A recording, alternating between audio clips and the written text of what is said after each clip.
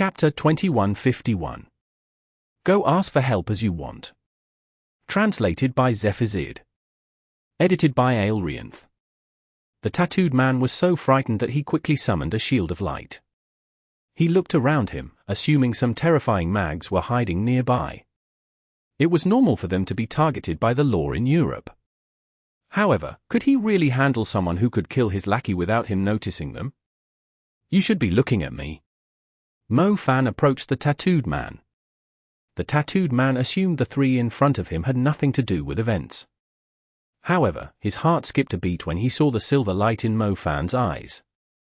There was another explosion of flesh and bone, one of the blonde-haired brothers blew apart.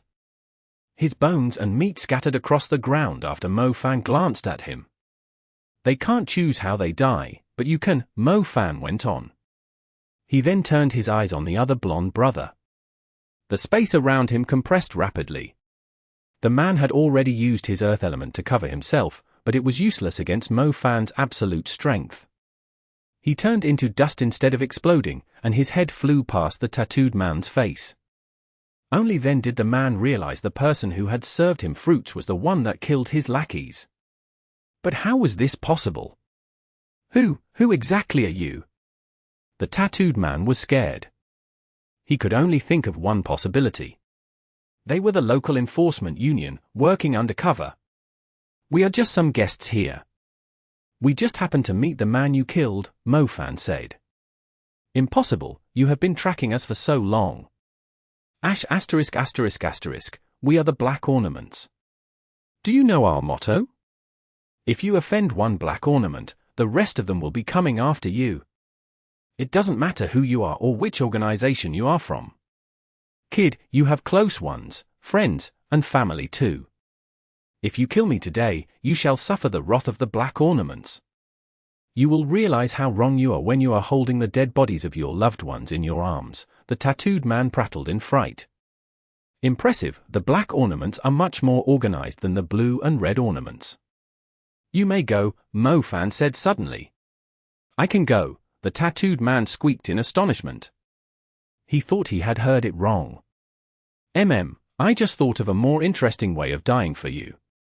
I bet you are just an errand boy among the Black Ornaments.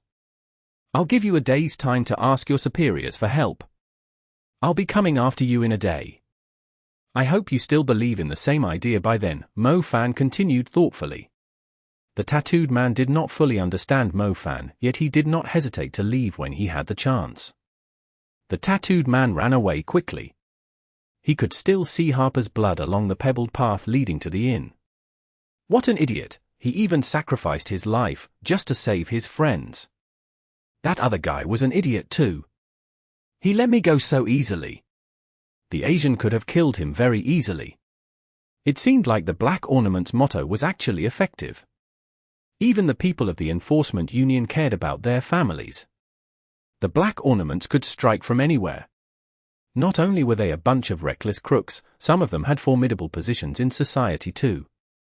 The tattooed man suddenly noticed a shadow moving behind him as he was running. The shadow had crawled out of the ground like a mummy. It was pointing a dagger at his neck. Damn it! The tattooed man realized the Asian had no intention of sparing his life.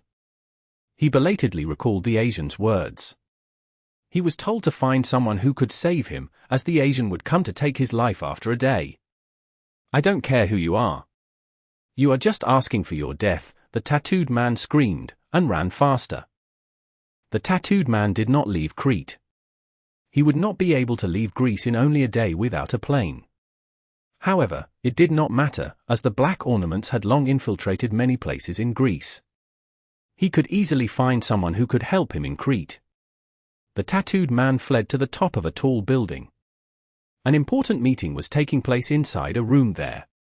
People in expensive suits were just leaving it. The meeting room was emptied out quickly. A middle-aged woman with a bow tie was still seated at the table. Her curly fringe was dyed blue and orange. Her shiny diamond earrings made her ears look more alluring. She was dressed in a business suit. She might not have long hair or an alluring figure, but she had her own charm. Didn't I tell you not to meet me here? The woman scolded him. The tattooed man was still a little shaken. He stammered, "Sister Black Diamond, we have a problem. I met a very strong mage. He suddenly showed up after we completed our mission." "Which organization is he from?" the woman asked. "I'm not sure, but he let me go and asked me to look for help. A strange shadow has been following me since. I might die at any second. Please help me," the tattooed man said. "You come here when you don't even know who he is? You idiot, isn't it obvious he has spared your life on purpose to lure me out?" the woman snarled. "I know, but I had no other choice." "Where is he now?" "I'll ask someone to find out who he is immediately." "We better target his loved ones too," the woman said. "His at?" "I'm right here." Mo Fan's voice suddenly appeared in the luxurious meeting room. The woman obviously had a higher cultivation. She turned to the window and saw a blurred shadow on it. However, its surface started twisting as the shadow walked out from it like a mirror. "Damn it!" The woman was even angrier. Her attractive face had contorted. The tattooed man had brought her such huge trouble. Luckily, she had a few experts with her. The bodyguards around her were not just ordinary people, they were elites of the guild, and all of them were mags. They were constantly by her side in case of some unexpected circumstances like this. "I don't care who you are, but this guy has nothing to do with me," the woman exclaimed. "It doesn't matter, I'll give you 1 day. You can try your best to ask your superior for help," Mo Fan repeated coldly. As soon as he finished his sentence, the elites in the room cried out in agony and fell to the ground at the same time. The woman and the tattooed man immediately turned around, and almost fell to the ground too. The throats of the elites had been sliced by their own shadows. Chapter 2152. Using a merchant guild as a disguise. Exodus Tales. Exodus Tales. Translated by Zephazid. Edited by Aelrianth. Shadow Slit. The tattooed man felt a chill running down his throat. He stiffly turned around and looked behind him. The demonic shadow was still behind him. It was staring at him like an assassin, waiting for the moment to execute its target. It had killed their men instantly. The elites who were protecting Black Diamond were a lot stronger than his own lackeys, yet they had still died at the same time so easily. Black Diamond was utterly terrified. She had been relieved that she had elites of the guild as her bodyguards just a second ago. Even if the enforcement union showed up, her bodyguards could still buy her time to escape. However, they had all died after their throats were slit by their own shadows. She did not even see the man cast a spell. Even if someone was killing a chicken or a monkey, they would have to chase after them and swing their knives. How did he kill the elites of the guild so easily? "What? Do you think you have plenty of time left?" Mo Fan asked dangerously. "What do you want?" the woman asked in a trembling voice. "Nothing much, I just want to see how strong the black ornaments are, how powerful the Guild of the Wicked is, and also find out if there are any real experts among the black ornaments, since you all are so reckless that committing crimes is so natural for you," Mo Fan replied indifferently as he sat down on the table. You are asking for your death," the woman yelled. "Perhaps, let's hope the person you ask for help is able to kill me." Mo Fan replied agreeably. "Lunatic, he's a lunatic." Kachasa had never seen such a crazy man before. He could have killed her easily, yet he had let her go instead. Kachasa could only think about being safe if she managed to reach Crete's merchant guild after her elites were killed. She did not expect to reach the Crete's merchant guild in one piece. "You idiot, what did you do to provoke a guy like that?" Kachasa swore. "I have no idea. I was just following my orders to take care of a man called Harper, but that Asian killed my men and asked me to look for help, so I came to you."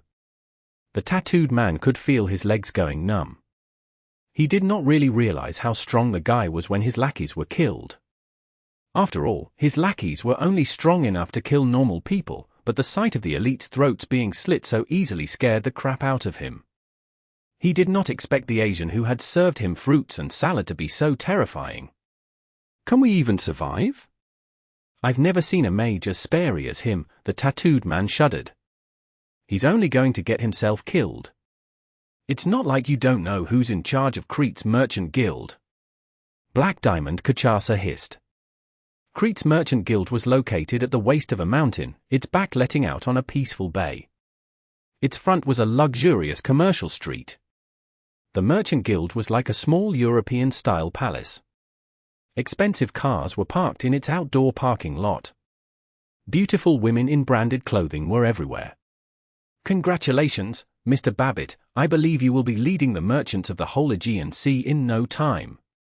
A woman in a mink coat handed over a glass of red wine to a man with a smile. I still have a long way to go. Besides, the Aegean Sea is currently in the middle of a war, which has a great impact on economics. It's not easy to handle the business during this period. On the other hand, Miss Yuri, we merchants are envious of you because you have been dealing with the military for a long time, the new president of the Merchant Guild replied to her. As the two were talking, a merchant with a big belly rushed up to them and grabbed Babbitt by the collar. Ash asterisk asterisk asterisk, you son of a b asterisk asterisk ch, I've given you everything I had. What else do you want? Give me back my daughter, the man yelled angrily. Ah, isn't this the owner of the olive grove on Green Sprouts Island, Mr. Lin? Yuri said idly. The olive grove was destroyed together with Green Sprouts Island. I'm afraid Mr. Lin must be mentally unstable. Anyone who encounters such a tragedy will behave like this. I understand what you are going through. Your daughter passed away during the incident. The Tyrant Titan killed her. Please calm down, Babbitt told him. You F asterisk asterisk kingish asterisk asterisk asterisk, you think I don't know who you are? I will expose you and make you pay, the man yelled. Ha ha ha, feel free to do so, but everyone in the Crete's Merchant Guild now takes orders from me, Babbitt smiled. I will report you to the military, the Hall of Knights, and the Holy Judgment Court. You are going to pay for it, all of you. You won't make Crete your filthy nest. You will suffer the consequences, the man shouted. The smile on Babbitt's face soon vanished. He glanced at another man nearby. Why don't I do you a favor? He's just a fat pig who's full of himself. It's normal for him to drive his car off a cliff in an accident, Yuri offered with a smile. You have my gratitude. Yuri turned around.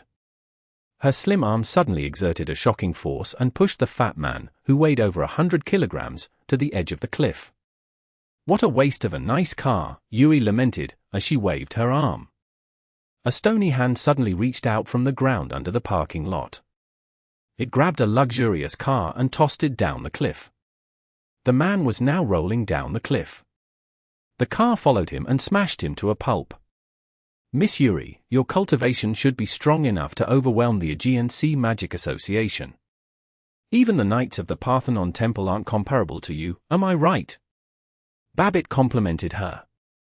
Yuri was about to respond when she noticed two figures rushing toward them. They were in a great panic, as if something was chasing after them. Isn't that Kachasa, Mr. Babbitt's most beloved little concubine? She seems to be in trouble, Yuri observed. Kachasa ran up to Babbitt. Her face was drenched in tears. She looked like a madwoman who had been wandering aimlessly on the street. Mr. Babbitt, we have a problem. Kachasa blurted out. Calm down, tell me what happened. There's nothing that Babbitt, can't handle. Babbitt declared confidently. Someone is trying to kill me, someone is trying to kill me, he's behind me, right behind me. Kachasa rambled on. Is that so? He's behind you? That's interesting. He might not know the true identity of Crete's Merchant Guild. Babbitt grinned. A merchant guild? That was only a disguise. Chapter 2153. The Feast of the White Wolves. Exodus Tales. Exodus Tales. Translated by Zephazid. Edited by Aelrianth. Mo Fan was not far from the two people fleeing him, tailing right behind them. Babbitt immediately saw Mo Fan, who had a dark aura around him. He grinned with disdain. Mo Fan was not far from the two, obviously following them. Babbitt patted Cachasa's back softly. He even slid his hand down to her waist. He knew it was her sensitive spot. She was willing to use any posture whenever he touched it. "So you are the one who's trying to kill my baby?" Babbitt asked Mofan calmly. Cachasa was 20 years old. Babbitt had trained her for 12 years. No woman was more pleasing to his eyes than her in every aspect. Now someone was trying to kill her? Even though she always kidnapped beautiful young ladies and sold them to nobles in remote places as playthings, it was not her fault. She had ended up in his hands the same way. She was so pitiful and pleasing to his eyes. Babbitt would never allow anyone to kill her. "Don't be afraid, I'm here." Babbitt felt sorry for Cachasa when he saw the terrified look on her face. He had an urge to kiss her on the forehead. Babbitt suddenly picked up a foul scent when he moved closer. Where did the smell even come from? Babbitt opened his eyes and immediately backed away. He pushed the woman in his arms away.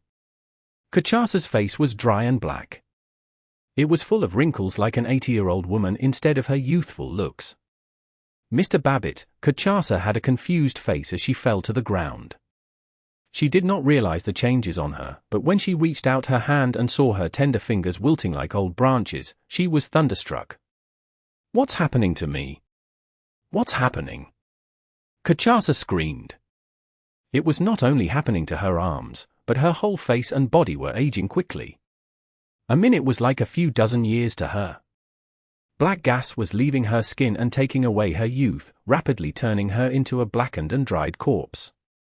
Babbitt felt his heart being shredded when he saw her appearance and remembered her normal beauty.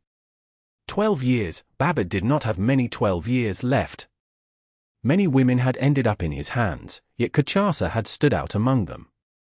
She was his best masterpiece, but she had turned into something so ugly that he felt like throwing up when he looked at her. Dark wither, her body has long rotted. Yuri studied Cachasa's body calmly, analyzing what had happened. "I don't like people who are different on the inside and the outside. Their body should look just like their hearts." Mofan stepped forward. He did not bother taking another glance at Cachasa's corpse. She had already done her job. It was no longer necessary to keep her alive. "Do you know who I am?" Babbitt said with a dark expression. He was trying his best to withhold his anger. "I know you are her superior." "Oh right, tell him my motto." "I can't be bothered repeating the same words over and over again." Mofan looked at the tattooed man. The tattooed man was horrified. Cachasa had already reached the Merchant Guild, yet she had still died. He knew why she had died and that he would end up just like her. He was still wondering why the guy had not killed him yet. "Tell him, or I'll blast you into pieces or kill you the same way I did to her," Mofan ordered darkly. The tattooed man was trembling and struggling to speak properly. He obeyed Mofan's order as he wanted to stay alive for a little longer. He told Babbitt, "Mr. Babbitt, this man asked me to ask my superior for help, or he was going to kill me. So I went to Miss Cachasa for help. He killed the mags protecting Miss Cachasa and demanded she go look for help by telling her the same thing." Babbitt almost erupted like a volcano when he heard the words. The guy had tortured his baby. "You heard him. Your name is Babbitt, right?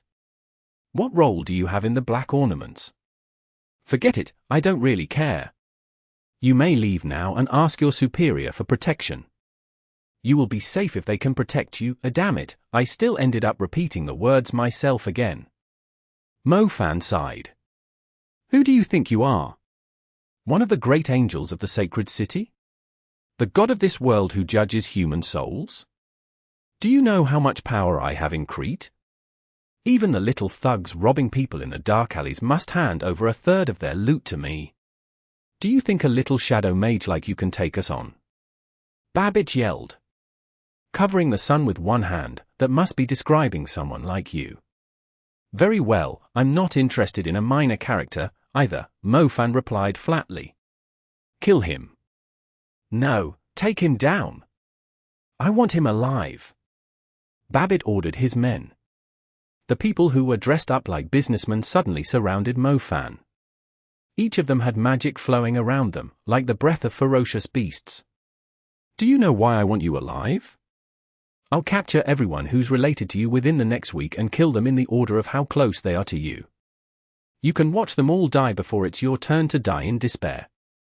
You will have plenty of time to regret provoking the black ornaments and me. Babbitt cursed him with a twisted face. That's the same thing he told me too, but what you said was more detailed and easier to picture, as expected of his superior. Mo Fan nodded, pointing at the tattooed man. The tattooed man had long regretted his words. Why did he have to put on airs in front of someone who was such a devil? The truth was, he was not even considered an elite in the guild. As for Babbitt, if the guy was just a normal person or a low-level mage, Babbitt might actually get his way. Hopefully, Babbitt could kill the young man and end the nightmare. Capture him alive.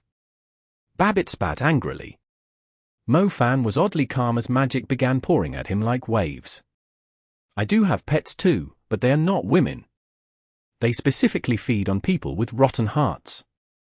I prepared them for the scum of the Black Vatican originally, but you fit the criteria too. Mo Fan was emitting a moonwhite glow. It quickly coalesced into a star constellation. Summoning Tide, Feast of the White Wolves. Chapter 2154. Protection from your superior. Exodus Tales. Exodus Tales. Translated by Zephazid. Edited by Aelrianth. It had been a while since he had summoned his wolves to feed on his enemies.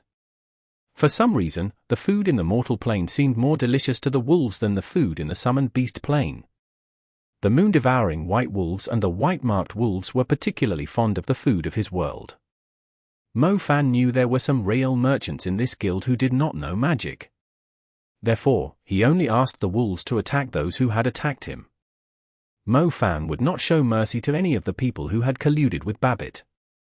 It was like a pack of starving wolves had suddenly invaded a sheep corral. The fences of the pen were stopping the sheep from running away, not protecting them. The wolves and the sheep were playing chase inside the pen. Mo Fan was treating the wolves to a great feast. Mo Fan was a well-behaved young man most of the time, and would not do cruel things to people. After all, it was not a pleasant sight to watch his wolves feeding on their enemies. The terrifying sight might traumatize little girls, so Mo Fan rarely treated his wolves to a buffet unless the enemy was from the Black Vatican. However, the black ornaments of the Guild of the Wicked had certainly inherited half of the Black Vatican spirit.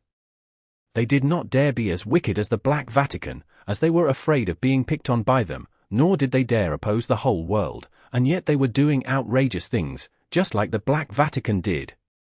Curbing violence with violence had always been Mo Fan's philosophy. He could not possibly wave a holy Bible around and convince them to repent. You look a little familiar, Miss Yuri noticed. She was not frightened by the gory scene. I also think you are a little familiar. I forgot to ask you, are you with them? Mo Fan asked Miss Yuri politely. Yuri shook her head and said, I only do proper business with the Merchant Guild. Look down the cliff. Mo Fan looked over the cliff and saw a destroyed luxury car. You are a shadow mage. You should be able to see the fat pig sleeping comfortably down there, can't you? Yuri smiled. Mo Fan did see a man lying on the cliff. It looked like he was covered in blood, but he was still alive. He had only broken his limbs. Who is he? Second wolf, drag that guy to the side and eat him over there. Can't you see I'm having a conversation here? Mo Fan chided the wolf. Second wolf raised its head and looked at Mo Fan innocently. It had already been feeding on the enemy here before Mo Fan and the woman came over to the edge of the cliff. He's Mr. Lin, the owner of the olive grove and a rich merchant from Green Sprouts Island. He has 3 beautiful daughters. 2 of them died in the tragedy, and the last one was kidnapped tonight. Mr. Lin was out of his mind to come and confront Babbitt before you showed up, so I did Babbitt a favor and saved Mr. Lin's life too, Yuri said. Are you sure it happened before I reached here? Mo Fan smiled. Yuri was startled. If he was a shadow mage, he would already have been here when Sharjah reached the Merchant Guild, which meant he had seen what had happened to Mr. Lin. You didn't kill him, so my wolves didn't eat you like the others. It's a pity if a woman with a slim waist and big bust ends up being eaten by the wolves, Mo Fan observed. Who are you? Yuri asked. Who are you? Mo Fan replied directly. Yuri had not killed Mr. Lin, Mo Fan had seen it very clearly. The man had only fainted after falling down the cliff. In other words, she had saved his life. Babbitt would not have spared his life. Mo Fan would not have let him die either way. It seemed he was involved in something serious. Big Wolf burped all of a sudden. The smell almost reached Mo Fan. The luxurious Merchant Guild looked like hell, covered with broken limbs, shattered organs, and thick fresh blood scattered across the place. Mo Fan ordered the wolves to clean up the mess. It would be terrible if other people saw the place. They might think it was the work of the Black Vatican. Babbitt remained motionless. He was surrounded by staring white wolves, their fangs all exposed. The guild had over 24 elites. 7 of them were advanced mags. Their levels were above Black Diamond. Even if the sacred organizations in Europe sent a group after them, they would have to worry about their own safety. But the top 7 mags were all dead now. How could a mage summon forth a dozen commander-level creatures out of nowhere? It was enough to attack a city. How did this happen? Even Babbitt's men are dead. The tattooed man was about to lose his mind. He had thought Babbitt was very powerful among the people he knew, yet even he had lost to the worker of an inn who had served him fruits. Most importantly, the nightmare did not end there. Mo Fan did not kill Babbitt. He gave him the same offer. Babbitt had a day to ask his superior for protection, but for some reason, the tattooed man had a feeling Babbitt was already a dead man. Their guild had seriously provoked a devil. So what if you are strong? There are many high-level mags in this world, but those who are in control are usually people without magic. Have you had any idea the consequences of messing with the Black Ornament and the Guild of the Wicked? You might be able to kill my men, but can you kill every member of the guild? Babbitt screamed at him. Only those who found themselves at the edge of a cliff would utter such words. They were just trying to provoke their enemy after learning they were going to die for sure, something along the lines of "I will hunt you down after I turn into a vengeful spirit." Mo Fan would not be provoked so easily, and remained calm. You don't have to yell at me. I just told you that I won't kill you right now. You can ask your superior for protection. If the Guild of the Wicked is as strong as you describe, there must be someone who can kill me. You will live once I'm dead, so if you have the time to throw a tantrum here, you might as well think about who you should be asking for help, Mo Fan informed him calmly. Are you seriously letting me go? Babbitt could not believe it. Why do you think he's still standing here? Isn't it easy for me to kill him? Mo Fan pointed at the tattooed man. Babbitt looked at the tattooed man, before glancing at Sharjah, who had been dead for a long time. You are going to regret it. I swear, my superior has great power in Greece. There's nothing he can't do. Babbitt swore at Mo Fan. Chapter 2155. Crete Military Academy. Exodus Tales. Exodus Tales. Translated by Zephazid. Edited by Aelrianth. Babbitt was not an idiot. He did not waste time thinking about other things after he had a chance to run away. It was more important to distance himself from the devil. He would worry about the rest after he was at the Crete Military Academy. Babbitt kept looking back after he got on the road. He was afraid that Mo Fan would attack him from behind. However, Mo Fan simply watched him leave. He did not give chase after Babbitt, even when the man was about to disappear from his sight. Yuri was studying Mo Fan carefully. He might get away with what he did, Yuri noted. But there's also a chance I can uproot the Guild of the Wicked. I have yet to settle many disputes with them. Mo Fan countered. You are an interesting man, Yuri said. She stepped closer to Mo Fan, staring at Mo Fan's face with her attractive eyes and asked, Well, may I leave? Are you from the Guild of the Wicked? Mo Fan replied calmly. No. Then you may leave. The wolves were adept at cleaning up the mess. The merchant guild looked quite normal when they were done, other than a few cracks. The wolves had enjoyed a good meal and went back to the summoned beast plane. Some of them might even evolve after such a pleasant repast. Mo Fan and the tattooed man were the only ones left in the guild. Mo Fan did not ask the tattooed man to leave. He took out his phone and checked the time. The 24 hours I gave you have passed. It seems like the highest rank that you could bring me to is Babbit, but he's nothing but a dog in my eyes, Mo Fan said.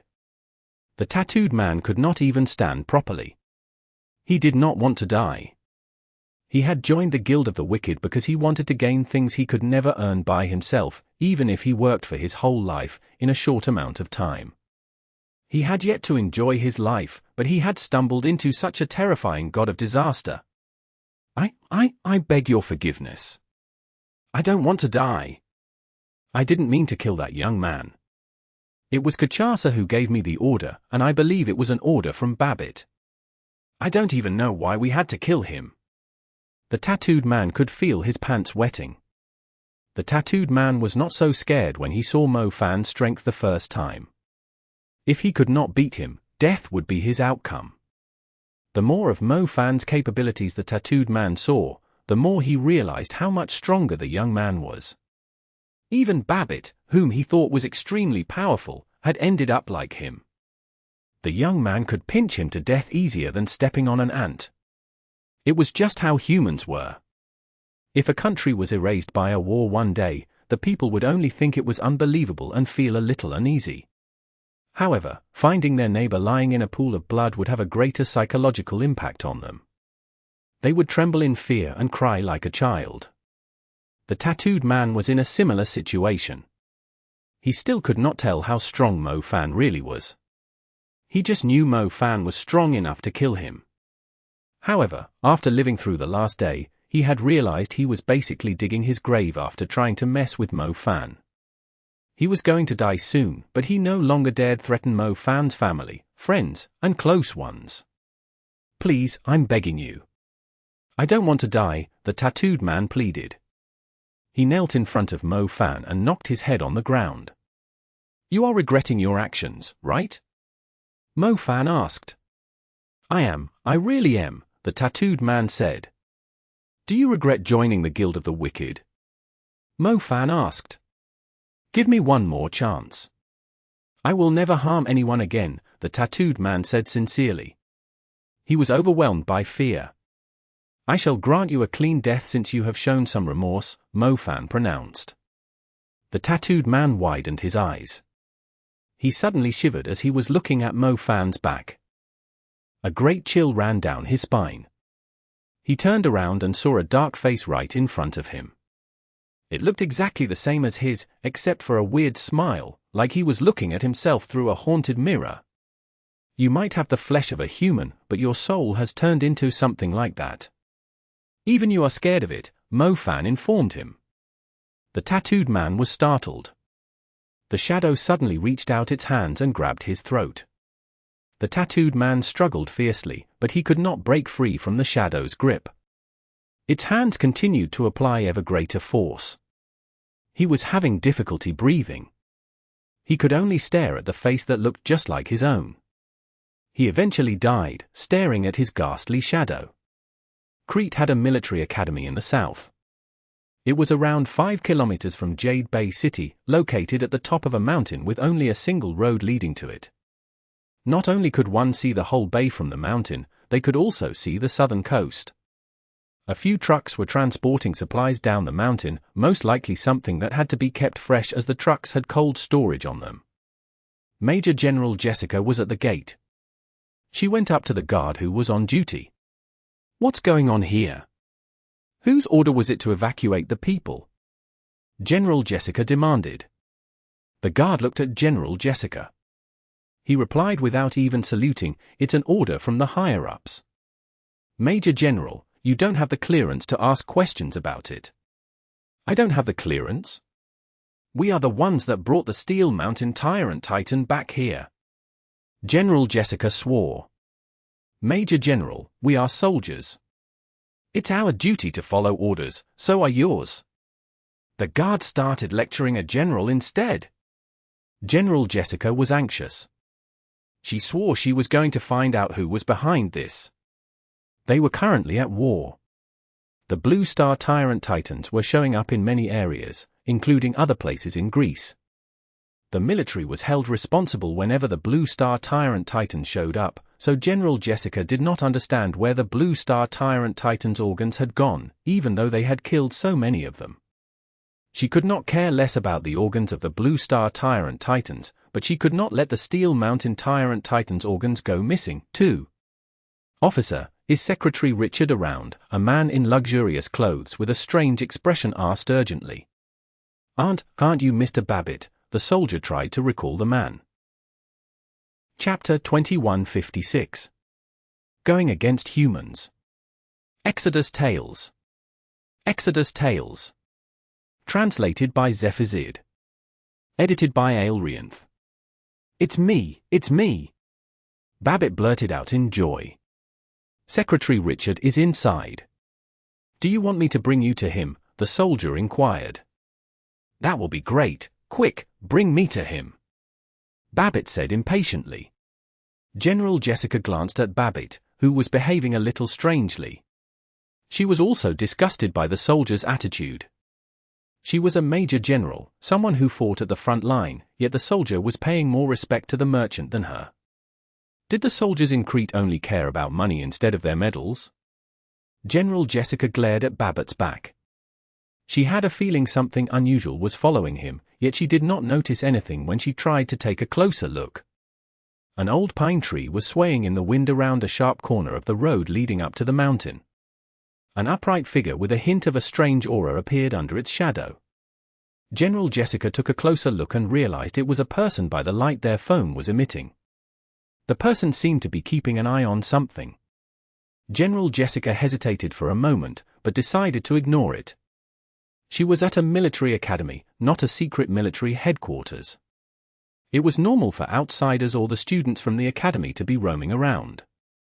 A lot of them would often chat with their girlfriends late at night for a long time. Are you sure?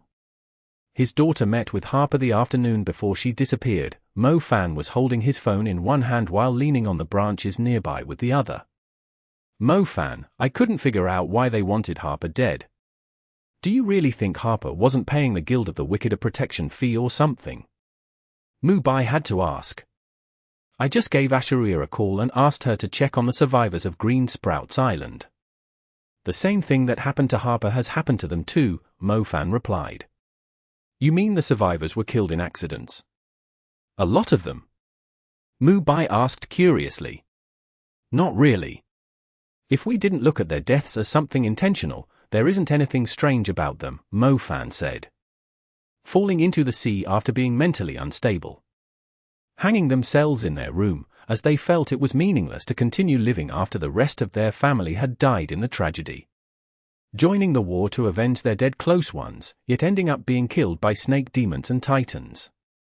They were seemingly ordinary deaths, considering the tragedy that had taken place. It was part of a chain effect after what befell Green Sprouts Island, but Mo Fan began to feel suspicious after Harper was killed. Harper was an optimistic but lazy person. His situation was similar to those who had been forced to move from their old houses and were given a few houses as compensation, and who could easily make a living by collecting rent from their properties. He would just spend his days as he pleased, instead of worrying about the future. He was trying his best to forget the incident of Green Sprouts Island. He did not speak a word about it after he told them about the magic pattern on the Tyrant Titan's back. Mo Fan initially thought it was just Harper's way of living, selectively forgetting the pain and suffering he had gone through. He was trying to distract himself by putting his attention on the approaching summer and the beautiful ladies. He seemed to be heading in the right direction. However, Mo Fan realized something when he saw Harper lying in a pool of blood. Forgetting what one had seen was only a different way of living on. Harper was extremely smart, smarter than they had imagined.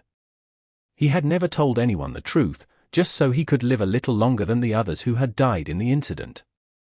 I think Harper thought we were after him, so he kept pretending like he was relieved to have survived the incident. When the people of the Guild of the Wicked came to the inn, he still managed to keep up the act. However, why did he go and meet Mr. Lin's daughter? The tattooed man and his men were already lowering their guard to him.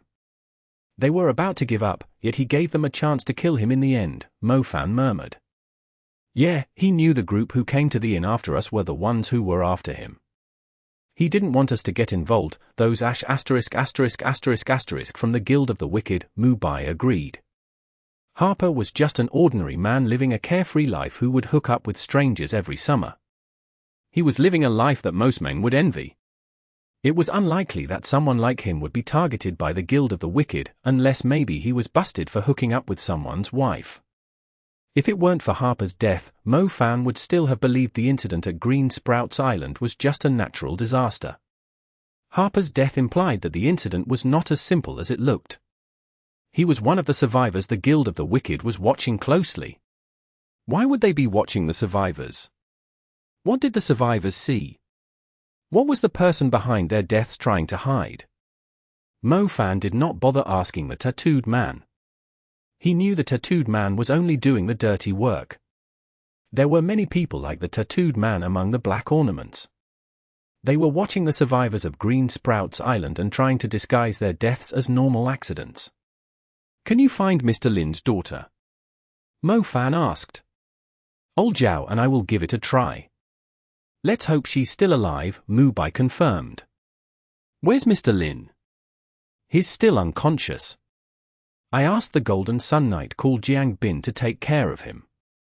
I think we can trust him, Mu Bai answered. Jiang Bin? Oh, you mean the knight who was almost fired for protecting the illiterate old folks on the Orange Coconut Island? I think he's a fine person, Mo Fan agreed quickly. Mo Fan hung up the call and stowed his phone in his pocket after he finished the conversation. His expression shifted as he lifted his gaze and stared at the entrance to the military academy. Why did it always come down to this? Why couldn't it just be a natural disaster? Why did there always be some kind of human-caused factor in incidents like this? Mo Fan was utterly disappointed by the truth that was soon going to surface. Humans were clearly at a disadvantage in this world where demon creatures were on a rampage. The only way humans could preserve their existence was to be more united and wiser than the demon creatures.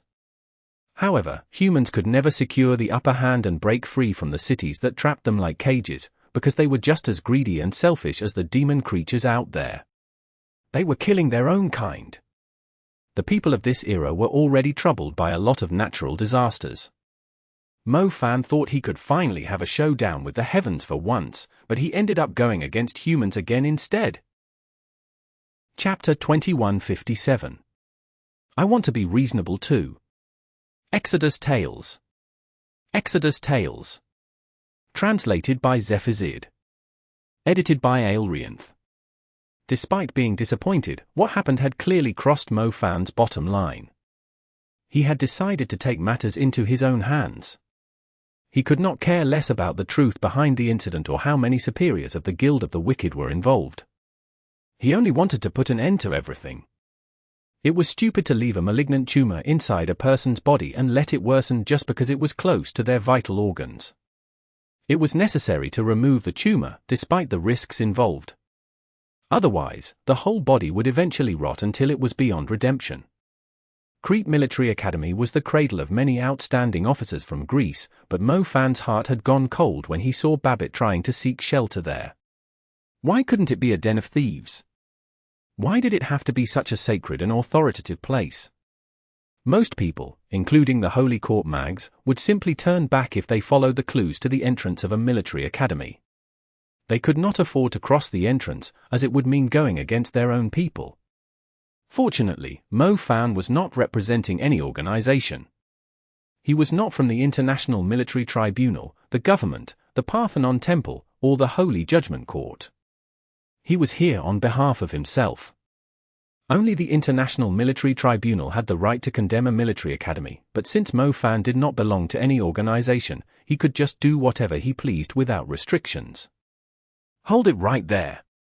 The guard stopped Mo Fan at the entrance. Mo Fan did not stop. He pointed at Babbitt, who had just gone inside not long ago. "Why did you stop me if you could invite him in?" "Mr. Babbitt is the president of Crete's Merchant Guild. He has serious business with our chief." "Enough talk. Tell us who you are, or leave at once," the guard demanded. The guard was an officer. Normally, his men would be watching the entrance, but he occasionally checked on his men. "I see, but he's from the Black Ornament of the Guild of the Wicked. They refer to him as the Black Wrist. Here is a recording of him admitting it in person. Here is also some information that proves he's involved with the Guild of the Wicked." Mo Fan took out his phone and showed the officer the evidence. The officer was startled. He did not doubt Babbitt's identity. He was only wondering if the young man before him was out of his mind. "I'm only in charge of the military academy's safety." "Why are you showing this to me?" "You should show them to the military tribunal instead," the officer answered. "I came to take him down, so could you let me in?" Mo Fan asked. "Are you out of your mind?" "I don't care if he has a secret identity, but for now here's Mr. Babbitt, who is working closely with our secretary. He has permission to enter the military academy, unlike you." "Do you understand?" the officer snarled. "So you do admit that your boss has colluded with a member of the Black Ornaments, but you don't have the power to judge them. That being said, you do have the power to let me in so I can settle them," Mo Fan said. The officer was dumbfounded. Where did this maniac come from? "How dare you slander our secretary? Leave at once, or I'll arrest you on the spot. Slandering a flag officer, that's 5 years' worth of jail time for you." The officer sounded very angry.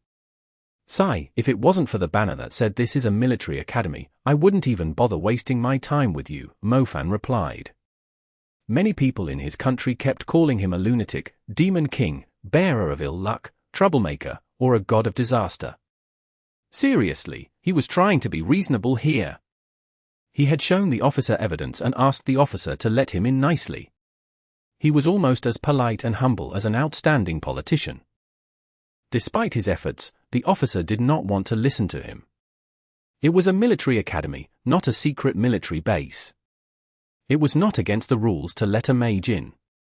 Besides, he had already shown the fool the recording. He had clearly heard Babbitt admit he was a Black Ornament from the Guild of the Wicked. It was not like Mo Fan did not try to change his wild behavior, but there were too many bitchy people in this society that deserved a beating. Mo Fan gathered his will on his right foot in a layer of steel before the officer could react. He picked up momentum with the space element and kicked the gate down before flying towards the training grounds. The alarm rang out immediately. The military academy was unlike normal organizations. They were very quick to react. Many people in military uniforms came running in from all directions.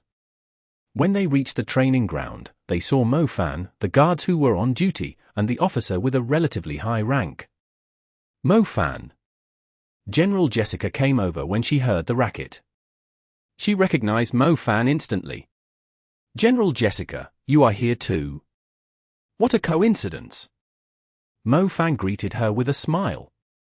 The officer climbed to his feet and yelled, "This ***** is trying to break into the military academy by force. He has broken the rules of our country. I order you to execute him on the spot." Around 80 battle mages had gathered around the training ground. They were part of the patrol platoon assigned to deal with situations like this. The soldiers started casting their spells even though the man seemed to know General Jessica.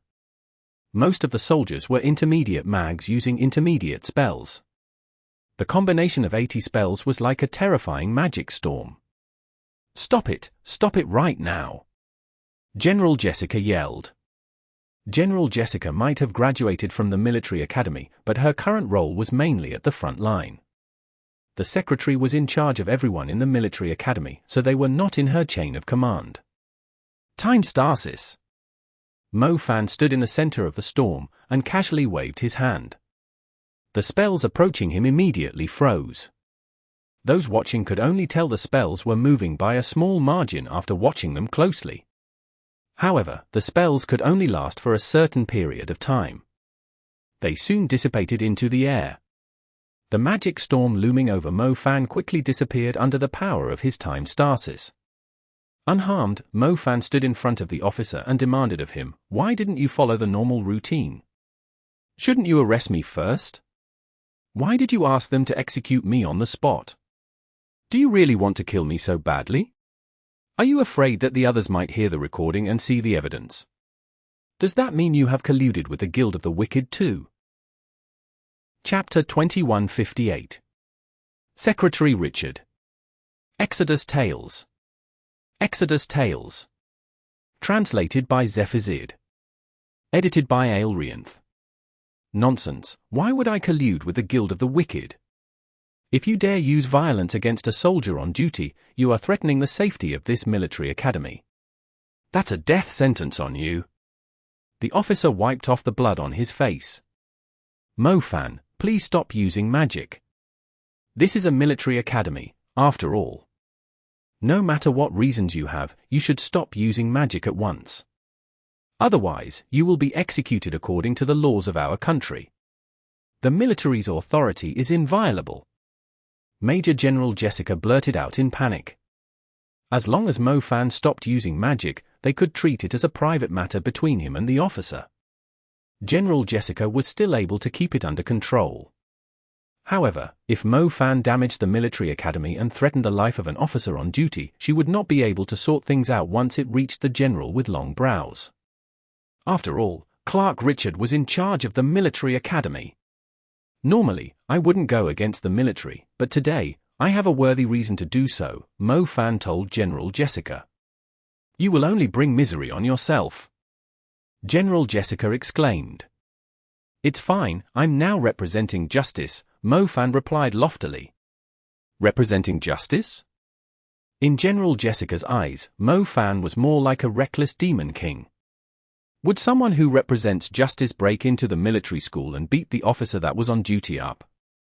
However, she also agreed that the guy did deserve a beating. Ha ha ha, representing justice? I didn't expect to hear a crook say that in my military academy. How interesting, a loud burst of laughter came from the administration building as a man in a blue navy coat stepped out of it. He had a beard and his eyes were almost covered by hair. Mo Fan seriously did not understand why someone would keep that style. Secretary. Mr. Secretary. Sir Secretary. The officer who was beaten up limped towards Secretary Richard. Babbitt was standing beside Secretary Richard.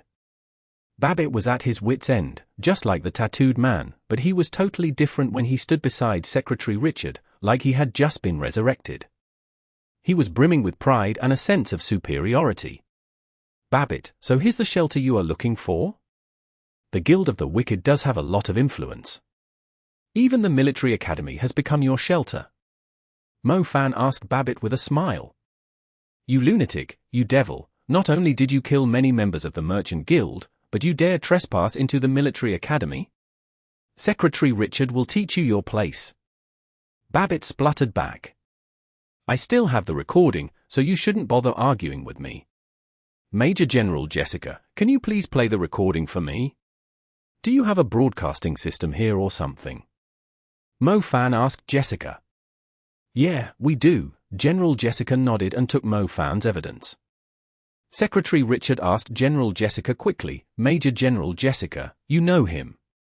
Clark Richard, this is Mo Fan, the expert whom the council hired. He and his friends were the ones who killed the Steel Mountain Tyrant Titan and the cruel sea serpent at the front line.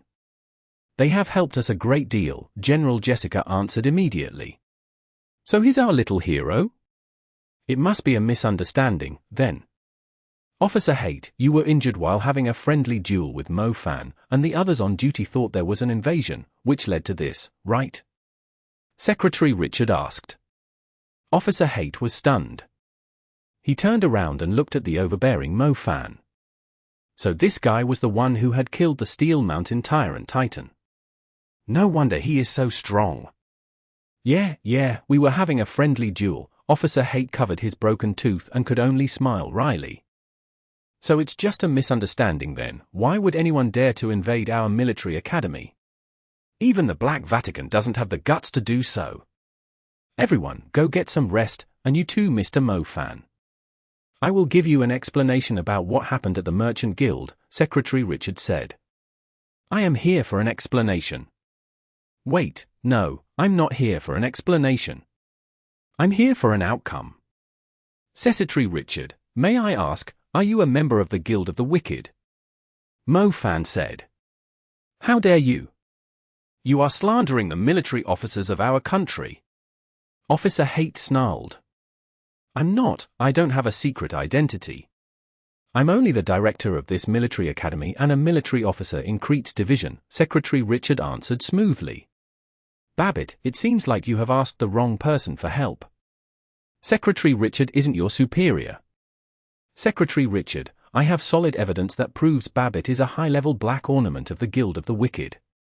I'm about to take his life. You don't mind, do you? Mofan asked. Secretary Richard frowned. What the heck was wrong with this young man? He had already given the idiot a chance to leave in peace, yet not only was he being insensible, he even asked such a retarded question. I'm not the tribunal, I can't judge if Babbitt is a member of the Guild of the Wicked, so before his sentence guilty, he's still our partner. He's helping us to settle the remains of the Tyrant Titans and provide great defensive equipment for our soldiers at the front line, Secretary Richard stated. Secretary Richard, have you heard of a story about a war? Mofan asked. Please enlighten me. The clerk was very patient. A soldier was assigned by his superior to guard a wall. He must shoot at anyone who tried to cross the wall, whether it was an enemy or a civilian. The truth was, they were the ones who had invaded the land. The wall was meant to stop the inhabitants of the land. They were about to lose the war, meaning the land would be returned to its inhabitants. When he was guarding the wall, he shot the civilians who tried to cross the wall, even though he knew they were not his enemy. After the war, he was accused of killing innocent people. He argued at the tribunal that he was merely following the orders from his superior to fulfill his duty as a soldier, Mofan said.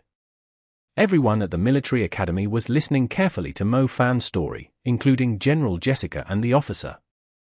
The story had aroused fierce debates among the soldiers. The order was to kill civilians, yet the soldier would be sentenced to death if he did not obey the order. Was he guilty or not? I have never heard of the story before, but I would like to know your opinion on it, Secretary Richard replied. The tribunal judged him to be guilty. It's true that he couldn't choose not to shoot, but he could raise his gun by 10 centimeters, Mofan answered. The people of the academy were stunned when they heard Mofan's reply. General Jessica was one of them. She was still debating whether the soldier was supposed to fire his gun or not. Even though he was obligated to fire his gun, he could still choose to hit or miss his target. It's a fascinating story, but not everyone will figure out the smart way out like you, Secretary Richard said. Which is why I'm telling you the story. You can do the same thing too. It depends on whether you are willing to raise your gun. You clearly know who he is, Mofan replied. Chapter 2159. Simple and Rough. Exodus Tales. Exodus Tales. Translated by Zephazid. Edited by Aelrianth. Placing humanity in front of obligations. It was the message Mofan was trying to tell Secretary Richard. He had all the evidence to prove Babbitt guilty. Babbitt had even admitted that he was a black ornament of the Guild of the Wicked. He had even tried to threaten the lives of Mofan's close ones. Mr. Mofan, I'm the secretary here. I don't need you to teach me what I should be doing. Besides, don't you forget, you've committed a serious offense in hurting an officer of the military academy. I have the right to execute you on the spot, without the Magic Association's permission. I'm being very merciful by allowing you to stand and talk to me. You have two options now, either you leave, or you die. Secretary Richard said with a coldly smug smile. Secretary Richard, General Jessica tried to stop the secretary. Silence! Secretary Richard snapped. Babbitt grinned when he heard Secretary Richard's words. He was staring at Mofan. Mofan could see how pleased he was, even though he did not say a single word. You've asked for it. Babbitt eventually gloated. Mo Fan clearly had a chance to kill him at the Merchant Guild, but had let him go. Perhaps he never thought the person protecting him was someone from the military academy. Going against the military was a lot worse than opposing the Guild of the Wicked. He would lose his place in society. Babbitt had already told Mo Fan the Guild of the Wicked did not consist of a bunch of reckless people. Their influence had infiltrated many organizations. There was no one they could not bribe. So? Aren't you leaving? Do I have to invite you out? Secretary Richard fondled his beard and demanded with an overbearing air. It seems I'm not always the unreasonable one. Mo Fan exclaimed. He had had enough. He would be a retard if he kept arguing with these scum of the society. I already said he wouldn't live for more than 24 hours. I am a man of my word. Secretary Richard, maybe you don't know me well. If you do, you will know the consequences of being an ash **** in front of me. Mo Fan said. The atmosphere was tense. Scorching flames soon spread across the training ground. The surroundings turned red from the flames, as if they had suddenly fallen into a furnace. A little official dared to put on airs in front of him. He was going too easy on these people. If you dare cast another spell, I will execute you on the spot. Secretary Richard yelled. How bold was this young man? How dare he ignore his authority? You old piece of trash, I will raze your military academy to the ground and kill Babbitt. Mo Fan unleashed his fire domain. Mo Fan's domain had improved significantly after he achieved the super level. Countless fire serpents dozens of meters long surged wildly in front of him and formed a terrifying aura, forcing the low-level battle mages to move a few hundred meters back. Mo Fan stopped wasting his time after driving the battle mages away. Fiery feathers emerged from his back and formed a propeller, sending Mo Fan straight at Secretary Richard like a missile. Secretary Richard's eyes widened. He did not expect Mo Fan would have the guts to use violence in his academy. How reckless could he be? Babbitt was also dumbfounded. This guy was truly a demon king. Did he not realize the consequences of his actions? Babbitt knew he had no chance of surviving in the fight of their level, and quickly took cover behind Secretary Richard. Secretary Richard flung his sleeves. His coat flew toward the training ground. Normally, Mo Fan's flames would burn the coat into ashes in less than a second, but the coat was suddenly covered in frost as the man's eyes flickered. The ice spread rapidly. A shield in the shape of a coat appeared amid the flames before it touched the ground. The thick ice blocked Mo Fan's path. The burning feathers on Mo Fan's back exploded as he was about to smash into the ice, further raising his speed and strength. Exploding feathers fiery fist. The fiery fist smashed the thick ice into pieces with brute force. The pieces scattered across the ground. The fiery fist did not weaken after the impact. The flames proceeded to turn into a fiery serpent lunging at Secretary Richard. Secretary Richard did not expect the young man to be able to cast such a terrifying fire spell, and quickly dodged to the side. He did not even have the time to withdraw his coat. A teaching block turned into ashes within an instant as Secretary Richard hid behind a training dummy. He looked at Mo Fan with a dark expression. I hope you know what you are doing. Be ready to suffer the consequences. Secretary Richard said coldly. I also hope you know the consequences of trying to protect Babbitt.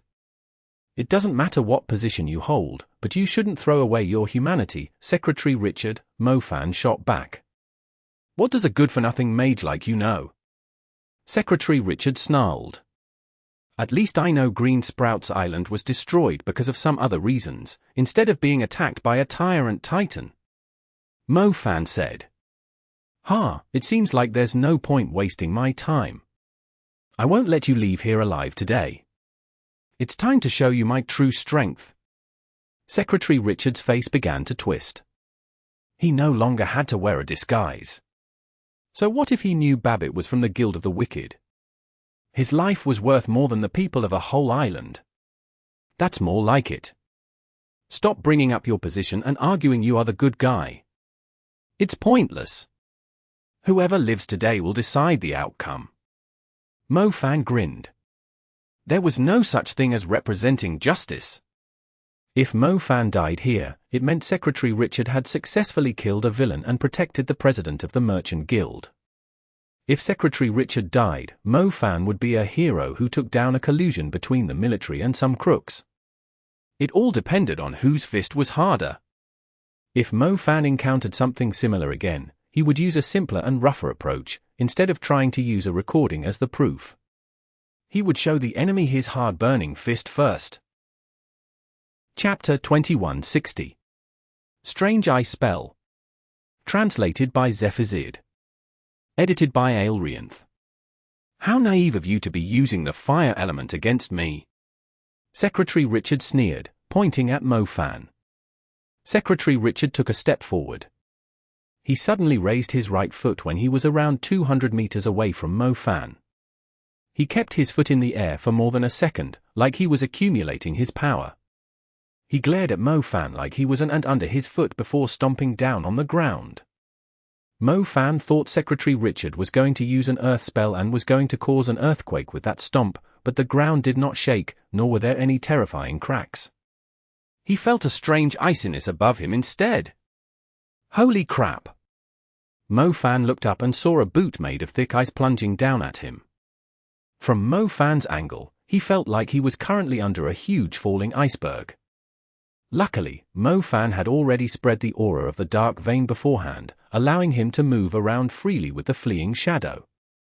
Mo Fan sank into the ground and turned into a shadow sparrow, gliding easily to the other side of the training ground. Bang! A boot of ice bigger than a building landed at the center of the training ground, like the crushing stomp of a Tyrant Titan.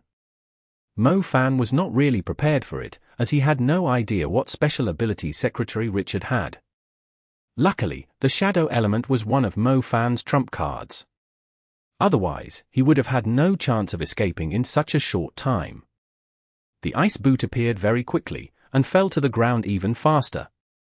It was different from the advanced ice spell Icebound Coffin, which would fall from a great height, giving its target some time to react. The ice boot had been right above Mo Fan's head. It was strange and frightening. Do you think you are unbeatable after defeating the Steel Mountain Tyrant Titan? How naive of you! Secretary Richard shouted disdainfully. He pulled his right arm back as he was talking. He clenched his fist and accumulated his strength for around a second. An icy flow of energy began spiraling around his arm. Secretary Richard threw his right fist at Mo Fan. They were around 300 meters apart.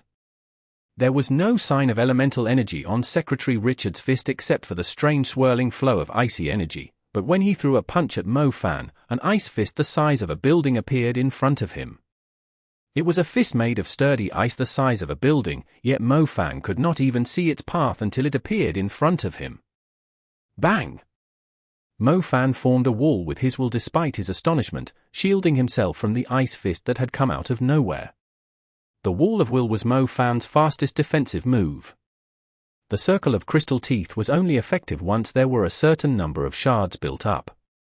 Mo Fan's Wall of Will was already quite strong when he fought Zhu Xiangqian in their duel, but Secretary Richard's ice fist was shockingly powerful. Not only did it smash through Mo Fan's defense, it also knocked him a great distance away. Mo Fan had to use the earth element to keep himself on the ground. However, the strike had sent him sliding like he was skiing on ice. He finally stopped as he reached the entrance of the military academy. Mo Fan's arm was a little numb. He looked at his hands and chest, which were now covered in ice. A strong chill was penetrating his bones. I tried to ask you to leave, but you wouldn't listen. You're forcing me to do it the hard way. Secretary Richard jeered him. Secretary, you are truly impressive. You must teach that kid a lesson. Babbitt exclaimed in joy. Babbitt had already warned Mo Fan he was going to regret it. The person he was seeking shelter from was one of the strongest people in Crete. The black ornaments were not just messing around. Politicians, the military, and powerful mags were willing to step forward to protect him. This was the true power of the Guild of the Wicked. What did you do to provoke such an annoying guy? Secretary Richardson demanded of him. I'm not too sure either. Forget it, I'll take care of him first. We should clean this mess before the Parthenon temple shows up. Otherwise, it will be troublesome to kill him. Secretary Richard muttered.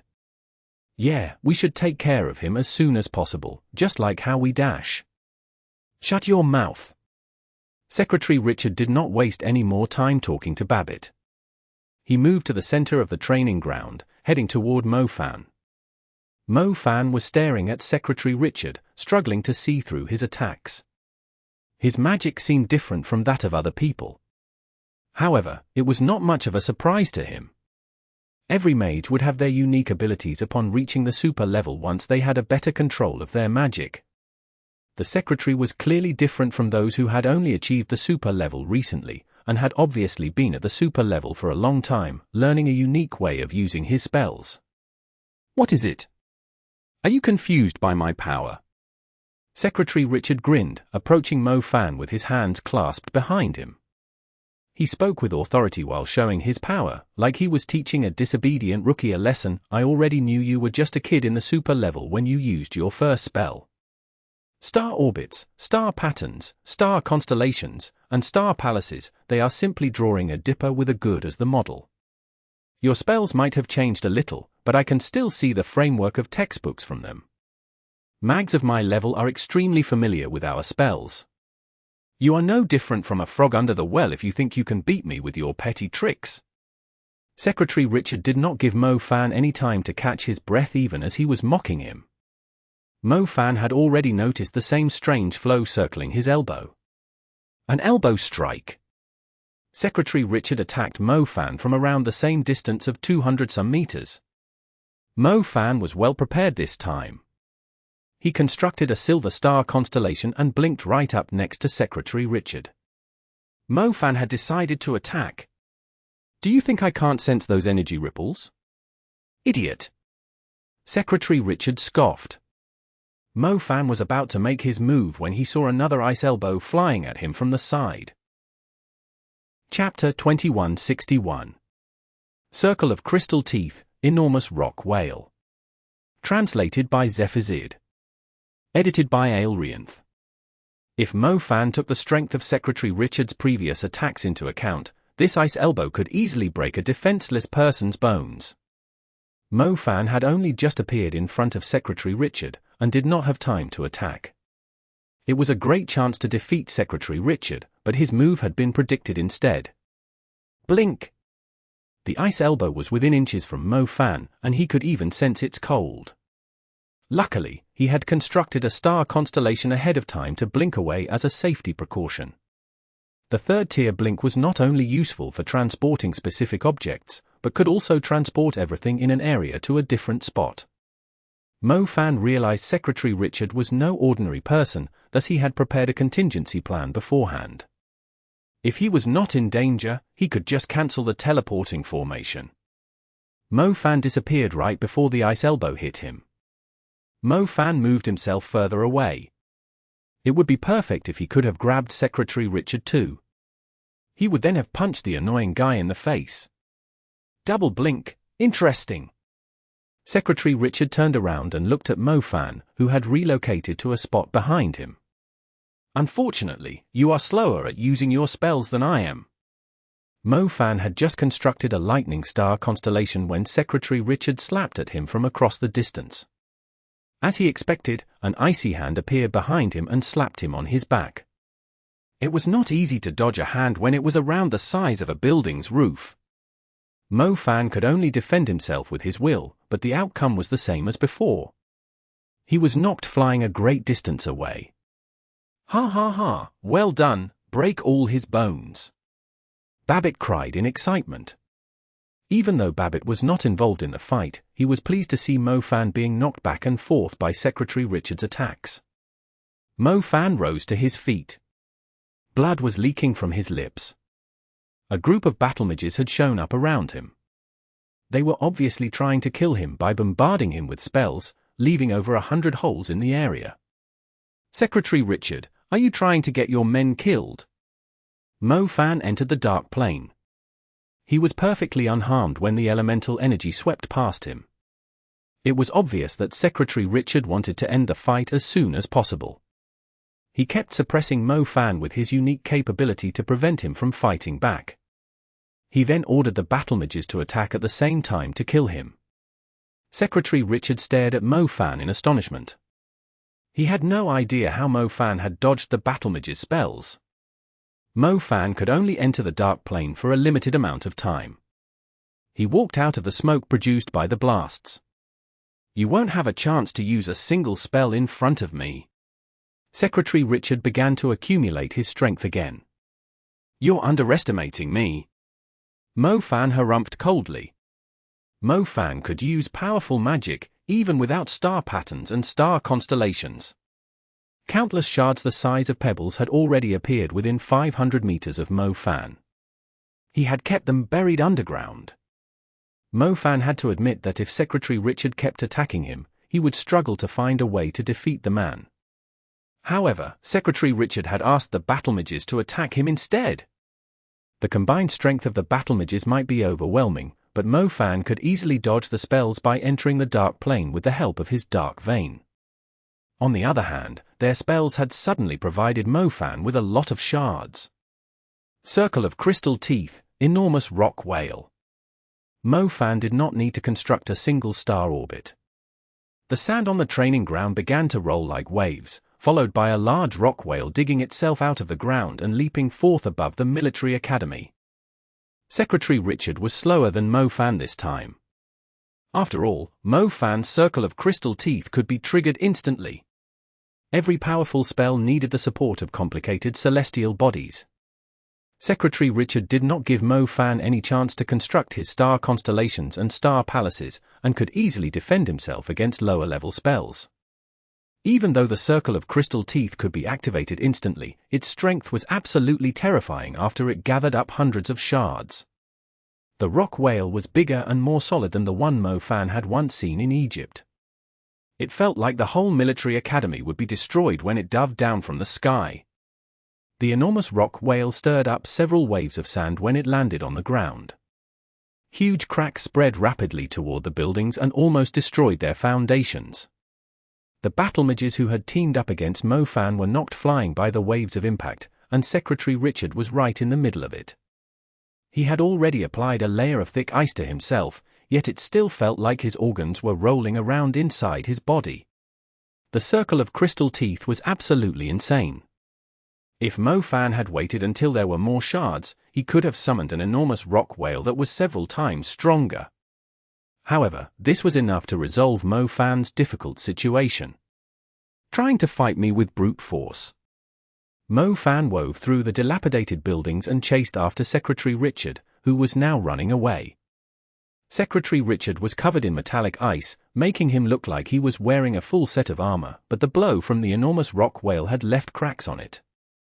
The fact that he was running away proved that he had sustained serious injuries. Babbitt was also caught by the impact, even though he had hidden far away, and was dumbfounded too. Mo Fan was clearly being suppressed a moment ago, and bombarded with spells by the battle mages. How had the tables turned so quickly? Is this guy a monster? Did he just raise the military academy to the ground? Secretary Richard's lungs were hurting. He did not want to sustain any more injuries. He turned around and saw Mo Fan was chasing after him. What was going on? He clearly did not construct any star constellation or star palace. How did he cast such an unusual spell that was even deadlier than normal super spells? Chapter 2162. One of You Must Die. Translated by Zephazid. Edited by Aelrianth. If your flowery fist with the fancy footwork isn't enough to kill me, you are going to be eating dirt when I knock you to the ground and step on your face. Mo Fan had the shadow, earth, and space elements. His ability to move around and track his enemies was outstanding. Secretary Richard tried his best to run away, but struggled to distance himself from Mo Fan. Do you know the consequences of harming a secretary? Secretary Richard dared him. Are you kidding me now? I've already told you everything and fought a few rounds with you, yet those are the last words you can come up with. Mo Fan asked. Last words? You dare kill me?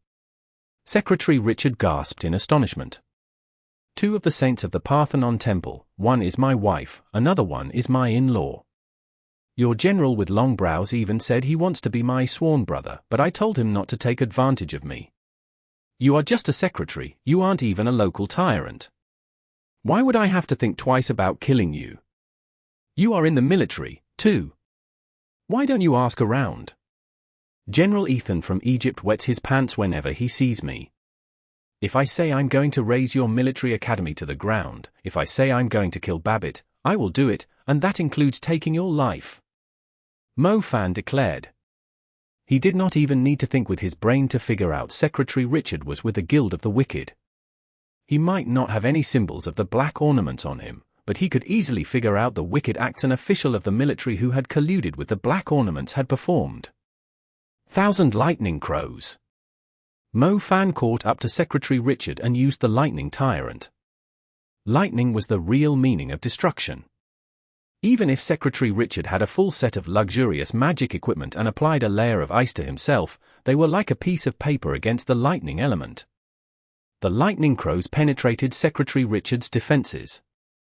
His body was spasming from the shocks, injured again as he was planning to kite Mo Fan around. Secretary Richard. Babbitt felt like his heart was being electrocuted too when he saw Secretary Richard being scorched by the lightning. If the sturdiest protective umbrella in Crete could not stop the devil, did it mean he was going to die too? Your supporter isn't as reliable as he looks. He's supposed to be an experienced super mage, yet he doesn't have anything else except for that surprising ability he was using at first. He must have sat too comfortably in his position for too long. Mo Fan stepped onto the rubbles and slowly slid toward Babbitt without moving his feet. You madman, you are a madman, kill us and you won't get away with it.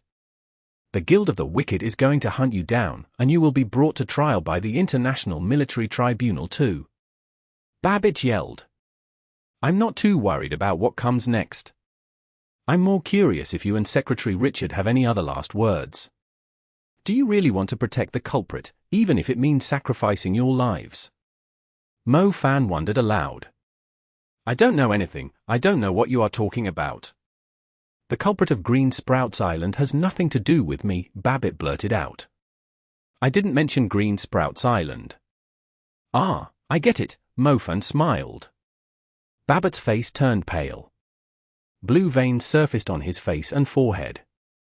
Secretary Richard, do you have something to say? Mo Fan clenched his fist and dragged Secretary Richard toward him. When Mo Fan dragged Secretary Richard to his side, the latter's eyes suddenly glittered fiercely. He swung his right hand at Mo Fan's head like a knife. Do you think I have no idea you are just faking your weakness? Mo Fan grinned coldly. He remained still. Secretary Richard's own shadow tied him down as he was swinging his hand. He could not move his hand any further. He turned his head and realized a shadow demon had appeared behind him out of nowhere.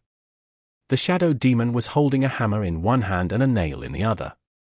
It aimed at Secretary Richard's arm and struck the nail with the hammer. Ah! Secretary Richard screamed in pain. The shadow demon was targeting his soul. It felt like his heart and organs were being torn apart, even though the nail was on his arm. Secretary Richard, do you have anything to say? This military academy is located in quite a remote place. I'm guessing the backup you called for won't be here any time soon. Are you familiar with being tortured by the shadow element? You just felt it, it's very painful, and you will wish to die instead, Mo Fan said. What are you trying to do? Secretary Richard yelled. We all know the answer, so there's no point wasting our time, Mo Fan said. Please? I'm begging you, give us a chance. Babbitt suddenly interrupted. Mo Fan was interrogating Secretary Richard. He was surprised that Babbitt would speak to him first. A chance to change your ways of living? Impossible, there's no such chance for both of you for the rest of your lives. You forfeited your humanity when you had the chance, and now you are begging for mercy prior to your death.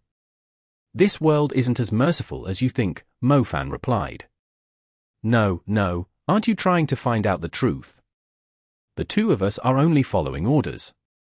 Really, give us another chance, just like what you told Kachasa. Let us go so we can seek shelter from our superior. I swear that the next guy will have the answers you are looking for. Please, give us another chance. Didn't you say 24 hours? There is still some time left, Babbitt said. Babbitt finally realized how terrifying the man he provoked was. He was still in danger even after he ran to the military academy. He could only ask that man for help if he wanted to live. Babbitt had a rough idea of what Mo Fan was looking for. If he did not give the devil something he was interested in, he would end up just like Kachasa and the tattooed man. Yeah, didn't you want answers? You will get them if you let us go. Secretary Richard finally realized how reckless Mo Fan was. It was meaningless to scare him off with rules and laws. He had already destroyed the military academy, so why would he hesitate to kill them? I'm sorry, I can only let one of you live. Someone has to die today. It depends on whoever is closer to the guy above. Otherwise, all my words would be in vain too, Mo Fan told them apologetically. Secretary Richard and Babbitt exchanged glances. Both of them claimed they were closer to their superior. Chapter 2163. The Truth Behind Green Sprouts Island. Translated by Zephazid. Edited by Aelrianth. Secretary Richard, didn't you say you aren't from the Guild of the Wicked? Mo Fan mocked him with a smile. With my position, it's normal for me to come into contact with the superiors of the Guild of the Wicked, even if I'm not a member. Babbitt is only a crooked merchant whom I contact directly in Crete. He isn't really a core member of the Black Ornaments, but the godfather of the Black Ornaments is a sworn brother of mine, Secretary Richard quickly explained. Bullsh ***, you are just greedy scum. The godfather is only close with you because you have a little power in the military. Do you really think he treats you seriously? Babbitt yelled back. Babbitt, who do you think you are? You just sell the organs of the Tyrant Titans on the black market. Do you know how deep the Black Ornaments have established their influence in Crete? Secretary Richard refuted him. Mo Fan was amused when he saw the two turning against one another. You two shouldn't treat me like an idiot. If you don't say something valuable soon, I'll kill both of you. It will only take me a little more time to find your superior. Let's talk about Green Sprouts Island. I'll see which one of you can provide me with more useful information, Mo Fan said. The troop that isolated Green Sprouts Island was my men, Secretary Richard said instantly. I told the godfather that Mr. Lin, who owns the olive groves on Green Sprouts Island, wasn't willing to pay the Black Ornaments protection fee, Babbitt blurted out. I was the one who controlled the movements of the survivors. The survivors whom the general and the Parthenon temple found only arrived at Green Sprouts Island after the incident. Secretary Richard said. I already knew the things you just said. If the next thing from you doesn't get my interest, they will be your last words. Mo Fan said coldly. Secretary Richard and Babbitt lost their calm. They did not expect Mo Fan to already know so much. It was me who asked the godfather to teach Mr. Lin a lesson so that every merchant in Crete will be obedient to us and submit 30% of their income to us, so the president went to the olive grove and summoned his demon, Babbitt blurted out. A demon with cross marks on its back, am I right? Mo Fan asked. Yes. Babbitt exclaimed in surprise. He did not think Mo Fan would know about the cross marks on the creature's back. It was the most distinctive feature of their godfather's demon. All those who saw it should have died in the incident. Secretary Richard saw Babbitt had successfully gotten Mo Fan's interest. He turned around and saw the shadow demon about to execute him. He quickly yelled in a panic, it was me who activated the city's defensive barrier. I was the one who did it. Wasn't it normal to activate the defensive barrier? You did a good thing. Mo Fan was surprised. No, it's not like that. I activated the defensive barrier so the people on Green Sprouts Island Sea couldn't escape, Secretary Richard stuttered. Secretary Richard regretted his words after spilling the beans. When he looked at Mo Fan's eyes again, he saw a terrifying glitter in them. Mo Fan looked like an envoy from hell. I already guessed that. Mo Fan withheld his anger in him for a moment. Secretary Richard was dumbfounded. If Mo Fan already knew so much about the incident, he could have reported them to the Parthenon Temple, yet he had come here alone instead? Are you wondering why I didn't let the government handle it? Mo Fan explained in a calm voice when he saw Secretary Richard's eyes moving wildly. I came here by myself to take matters into my own hands. If the officials handle it, perhaps they might relieve you of some accusations by abusing the loopholes in the laws. I'll be very sad when that happens, especially when I realized you scum were going to live for more than a few months. There's a pool to the east of the olive grove. Most of the dead bodies of the residents on Green Sprouts Island were buried under it. Babbitt yelled to grab Mo Fan's attention. Oh. Mo Fan's heart tightened, yet he still raised his brows like he was intrigued. The bishop of the Black Church, Banda, is responsible for the incident. The witnesses were all members of the Black Church. They insisted a sea titan was the culprit of the incident. Secretary Richard immediately exposed the identity of someone involved in the incident when he saw Babbitt offer Mo Fan such an important piece of evidence. We bribed Frank, too. His Swiss bank account has the profits we've made from selling the Tyrant Titan's organs over the past year. Babbitt said. Screw you, you only gave me half a year's profit. Secretary Richard lost his temper when he heard the words. He almost had an urge to kill Babbitt on the spot. Frank is a famous news reporter in Greece. He doesn't just work for the media or the government, the whole world listens to his news too. If he hadn't claimed the culprit was a sea titan, we wouldn't be able to cover up the incident. We had to erase a lot of evidence. Babbitt went on. The two got angrier the more they said. Even if Mo Fan did not do anything, only one of them would live in the end. Mo Fan happened to receive a call as they were talking. Mo Fan was not recording the conversation. There was no point in doing so. He just needed to find the pool where the bodies were buried to uncover the truth. As a matter of fact, Mo Fan knew nothing about the things that Secretary Richard and Babbitt had told him, he had only pretended to. He could picture a hellish scene as he was listening to them. The city's barrier had been used to trap the residents of the city instead of protecting them.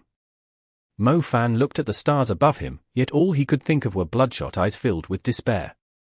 Even if the Black Ornaments had established their influence across Crete and infiltrated its military, government, church, and merchants' guild, it did not mean they had the right to ravage innocent lives.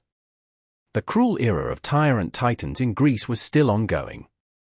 Hey, Mo Fan, we found Mr. Lin's daughter. Zhao Manyan's voice came from the other end of the call.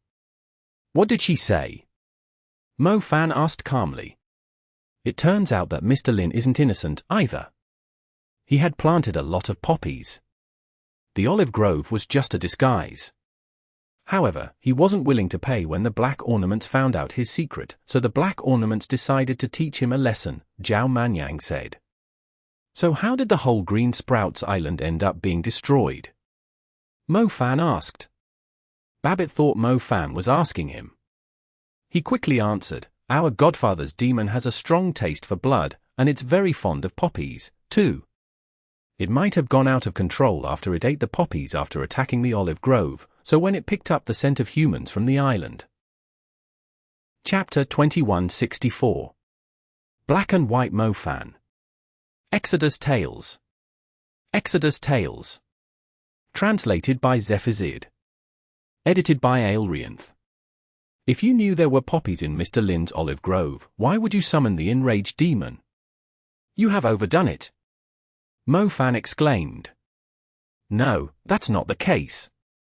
We didn't know Mr. Lin was planting poppies in the olive grove, we thought he was just a normal businessman. We only found out he was planting poppies after the incident. He didn't dare to tell the truth, so he sided with us to trick the government. However, he recently found out that a young man who had worked in the olive grove was still alive from his daughter, so we sent someone to keep an eye on him and wait for a chance to kill him. Babbitt said. Your godfather's demon, is it a titan? Mo Fan demanded. Harper had insisted he saw a sea titan with a cross mark on its back. It's a demon titan, similar to the Tyrant Titans, Babbitt confirmed. Secretary Richard noticed Mo Fan was asking Babbitt a lot of questions. Babbitt had pretty much blurted out everything he knew. It was obvious that Babbitt was on the verge of breaking down mentally. "All right, that's all I want to know." "Secretary Richard, I'm sorry, I will have to execute you," Mo-Fan said. Secretary Richard's eyes widened. He immediately exclaimed, "Please, don't kill me. You can turn me into the military tribunal. I will tell them everything I know, including a lot of people who were involved in the incident." "Don't you want to know who they are?" "Don't kill me, hand me over to the military tribunal. I swear with my soul that I'll tell the truth, including everything the Guild of the Wicked has done in the past." Mo-Fan shook his head. He lifted Babbitt, who was as limp as a pile of mud. Mo-Fan slowly walked away from the dilapidated military academy. Secretary Richard did not dare to move, and could only watch Mo-Fan's back. The reason why Secretary Richard did not dare to move was because he sensed a cold presence behind him. "Secretary Richard, it's true that you can confess if I hand you to the military tribunal, but I'm afraid the process of putting you to a trial and finding witnesses is going to keep you alive for a year or two. The military tribunal might even provide you with a comfortable environment to stay in for the time being in return for your cooperation.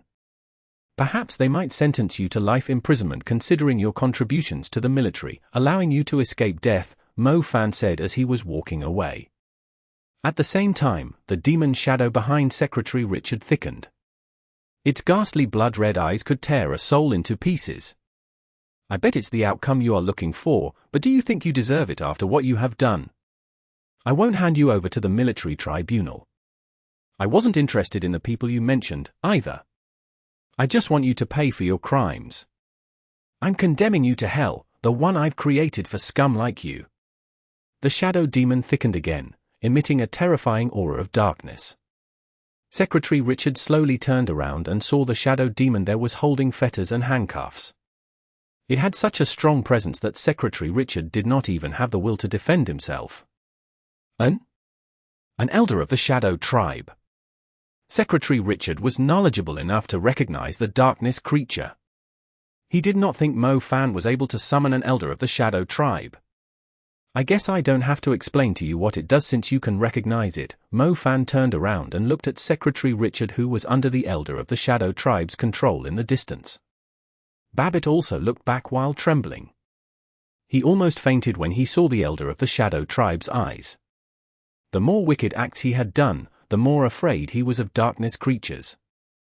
The elder of the Shadow Tribe was a torturer from hell. In other words, even dying was not enough to pay for the crimes they had committed. "No, don't do it. Kill me please." Secretary Richard completely lost his mind. The Dark Plane was no different from hell. Every soul that was dragged into the Dark Plane would undergo sufferings that were 100 times worse than death. Their soul would be boiled, crushed, sliced, and shattered for eternity. The pain of death was only temporary. They would only be reluctant to part ways with the living world at most, but it was nothing compared to being dragged into the Dark Plane. Those who had performed a lot of misdeeds were the most afraid of the Dark Plane, as people who had died with great hatred might end up as darkness creatures in the Dark Plane. When the culprit of their sufferings entered the Dark Plane, these darkness creatures would make the culprit suffer. "Don't pull me, stop dragging me." Secretary Richard swung his arms wildly. He picked up a stone nearby to hit himself in the temple when he realized the elder of the Shadow Tribe was dragging him into the Dark Plane. Secretary Richard wanted to end his life. He had finally witnessed how terrifying Mo-Fan truly was, but it was already too late.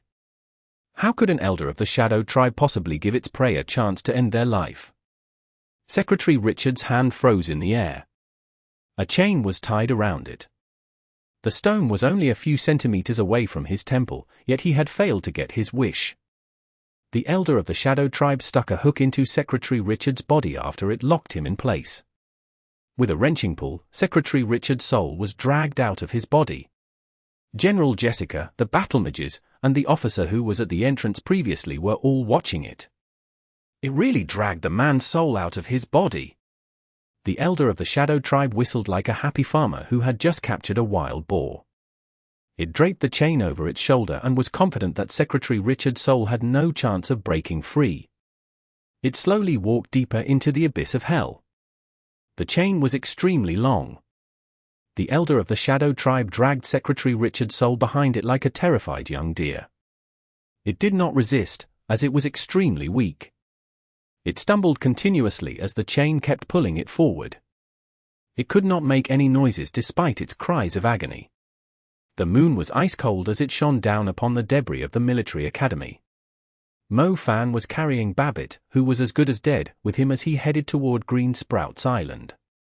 Meanwhile, the Shadow of the Elder Tribe, who looked just like Mo Fan, was happily dragging Secretary Richard deeper into hell. Its chain kept making piercing clanks. The two Mo Fans were walking into the distance with their backs to one another. It was a strange sight. General Jessica and the rest of the soldiers who did not dare intervene could not help but shiver in fear. Chapter 2165. Sending them off. Exodus Tales. Exodus Tales. Translated by Zephazid. Edited by Aelrianth. The military arrived after Mo Fan dragged Babbitt off down the mountain. Mo Fan purposely avoided them. He went to the olive grove on Green Sprouts Island, which was currently covered by the sea water. Mu Bai and Zhao Manyang were already waiting for him there. They lost their usual carefree attitude after they saw the menacing expression on Mo Fan's face. After all, every person would feel angry after learning the truth behind the incident. Mo Fan, the godfather of the black ornaments in Crete, will most likely run away after he learns the military academy has been destroyed. It will be tricky to take him down, Zhao Manyang pointed out. I know, Mo Fan nodded. He then turned to Babbitt. Do you know why I avoided those soldiers? Babbitt shook his head. Didn't you want me to give you another chance? Mo Fan went on. Babbitt nodded quickly. I will give you the chance you asked for. Go look for your godfather and tell him I'll be collecting evidence near the pool. If he wants to cover up the truth, he will have to kill me before I report back to the Parthenon Temple and the Holy Judgment Court. If he can kill me, the two of you can retain your freedom, Mo Fan said. Babbitt had thought he was going to die for sure. His eyes glittered when he heard the words. For real? Babbitt stammered. You already saw my way, and I don't represent any organizations. For me, even if you are arrested and sentenced to death, it's still too light of a punishment for you, so I'm dealing with you myself. I don't want you to fall into the hands of the government, the military, or the Parthenon Temple, Mo Fan stated grimly. He had let the tattooed man go to ask Kachasa for help. He then spared Kachasa's life so she could seek protection. He had let Babbitt go so he could seek shelter from Secretary Richard. If Mo Fan was representing any organization, the whole of Crete would be in a mess right now. There had to be a reason that a troop of soldiers was heading to the military academy. They were most likely Secretary Richard's backup. The truth was still not out there. Mo Fan was the only person who knew everything. Leave. If your godfather doesn't show up, my shadow demon will drag you into the deepest hell. I bet Secretary Richard is already waiting for you down there, Mo Fan told him emotionlessly. Babbitt quickly fled to the city after Mo Fan released him. He might still have a chance if he managed to find the godfather. Mu Bai frowned when he saw Babbitt running away. Won't the godfather run away if he has the slightest amount of common sense? He asked. There's nothing we can do if he tries to run away, so I can only gamble, Mo Fan replied. Green Sprouts Island had sunk into the sea. Only a part of it remained above the surface. Some of its trees were barely above the water. The pool that Babbitt had mentioned was on the other side of the olive grove. It was a little body of water formed by the rapid currents. The pool was several times deeper than the surrounding areas. It was difficult to dive deep into the hole because of the rapid currents, let alone reach its bottom. The hole was almost as big as an underwater cave, with a width of a few hundred meters and a depth of several thousand feet. Even a whale was like a little fish in it. The water splashed as a soaked figure reached the surface. He was carrying a rotten corpse. Damn it, I almost vomited in the water. Zhao Manyang shook the filthy water off himself and placed the rotten and slightly swollen corpse on the ground. He added, I just grabbed whichever body I could find.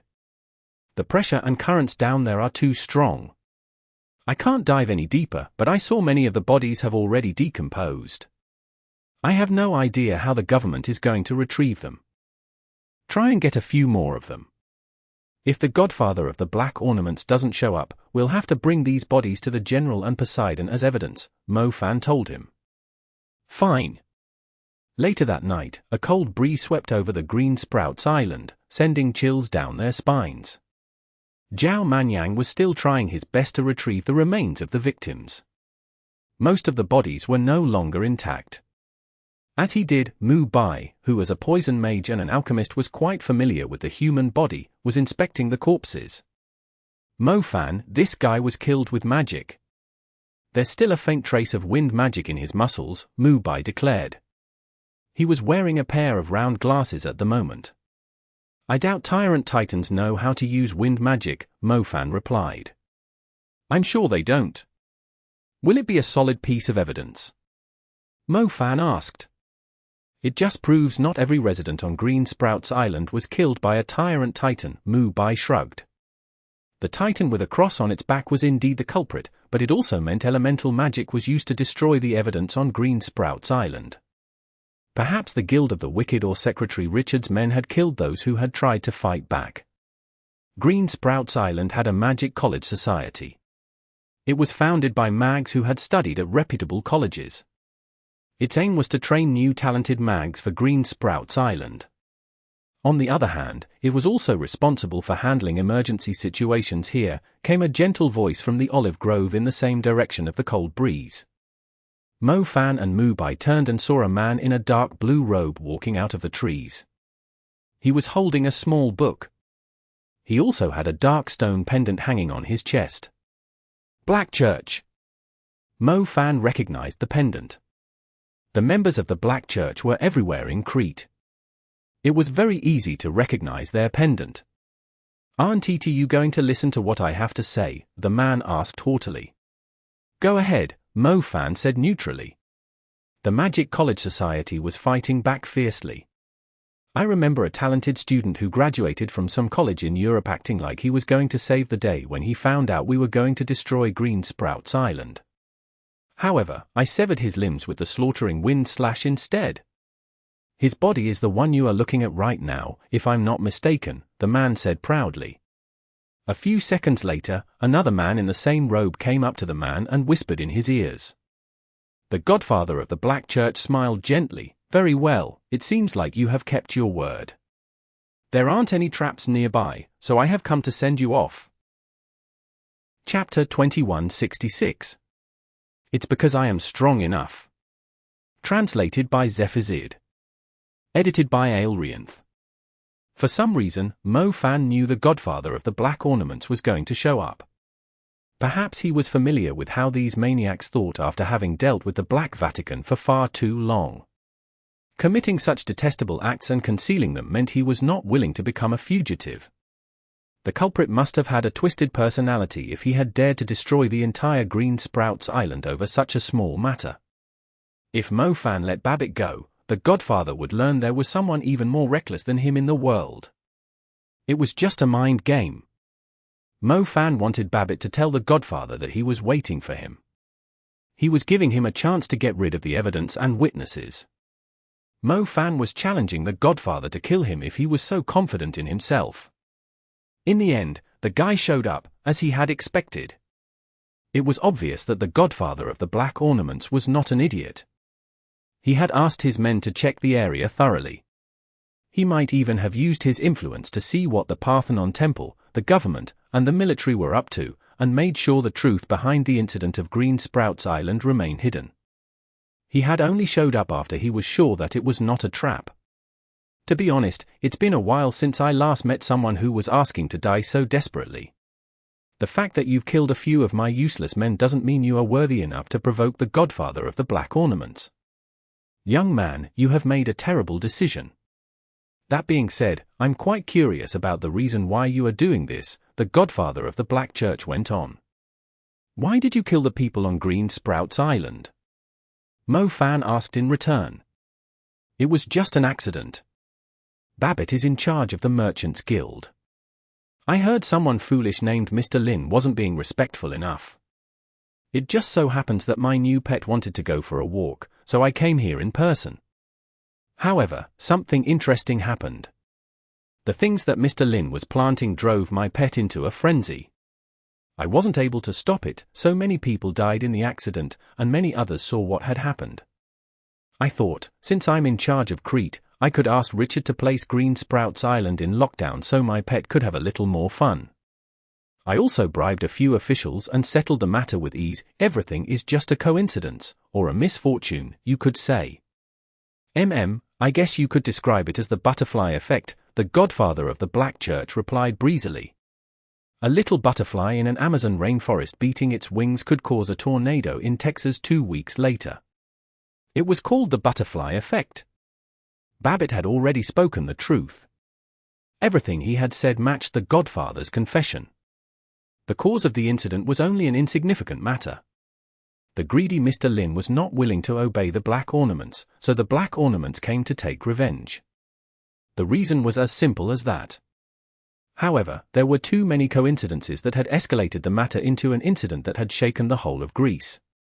To me, taking care of Mr. Lin or destroying an island is no different, since I can clean up either mess myself.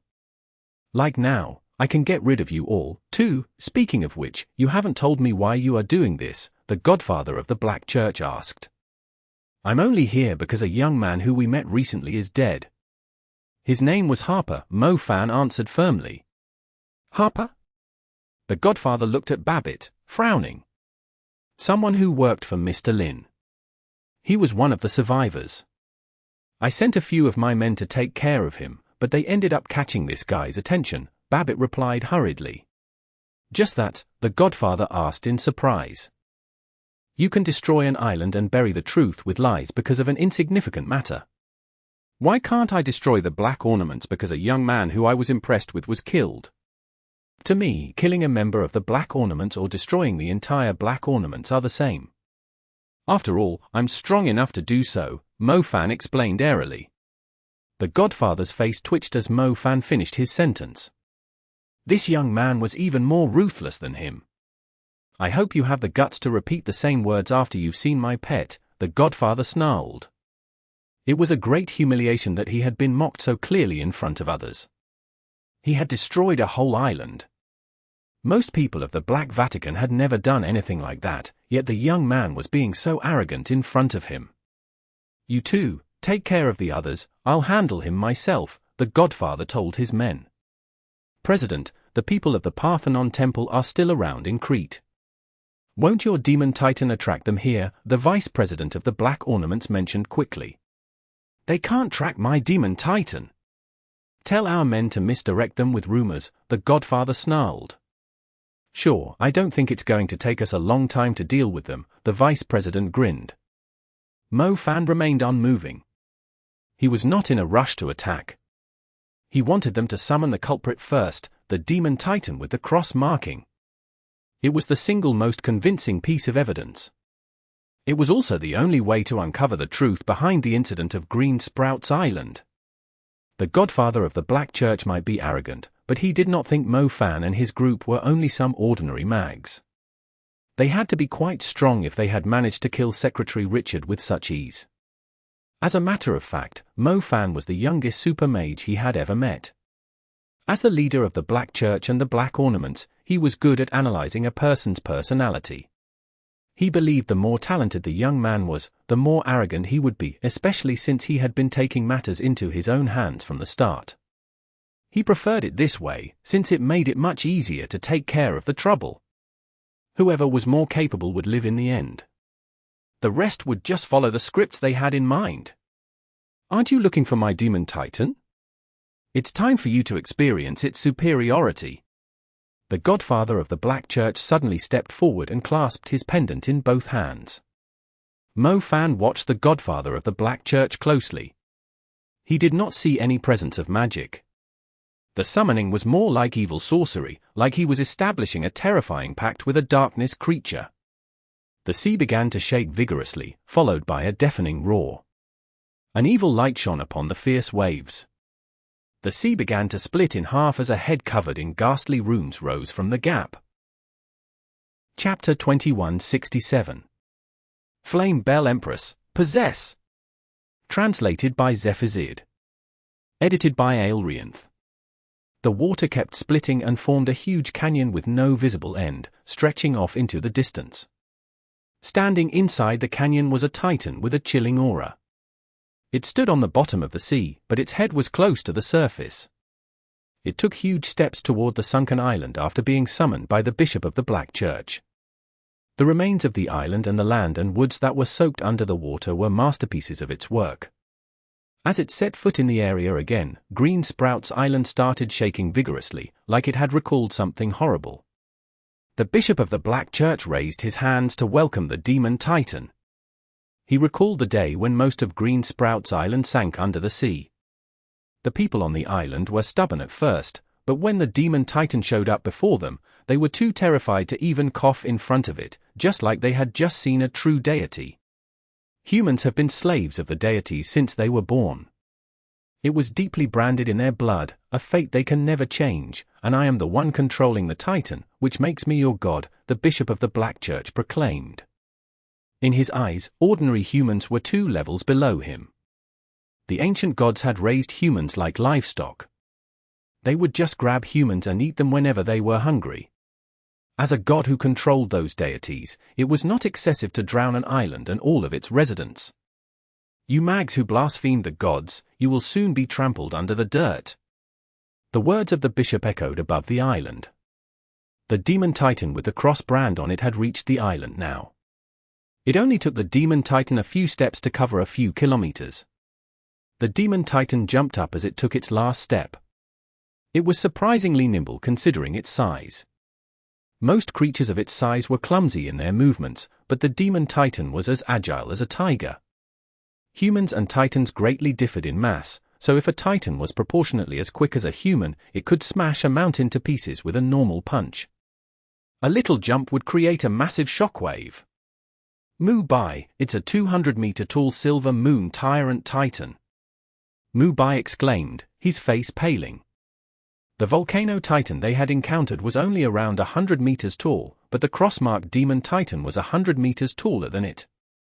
Its height was comparable to the Steel Mountain Tyrant Titan. However, the Steel Mountain Tyrant Titan was only a Blue Star Tyrant Titan.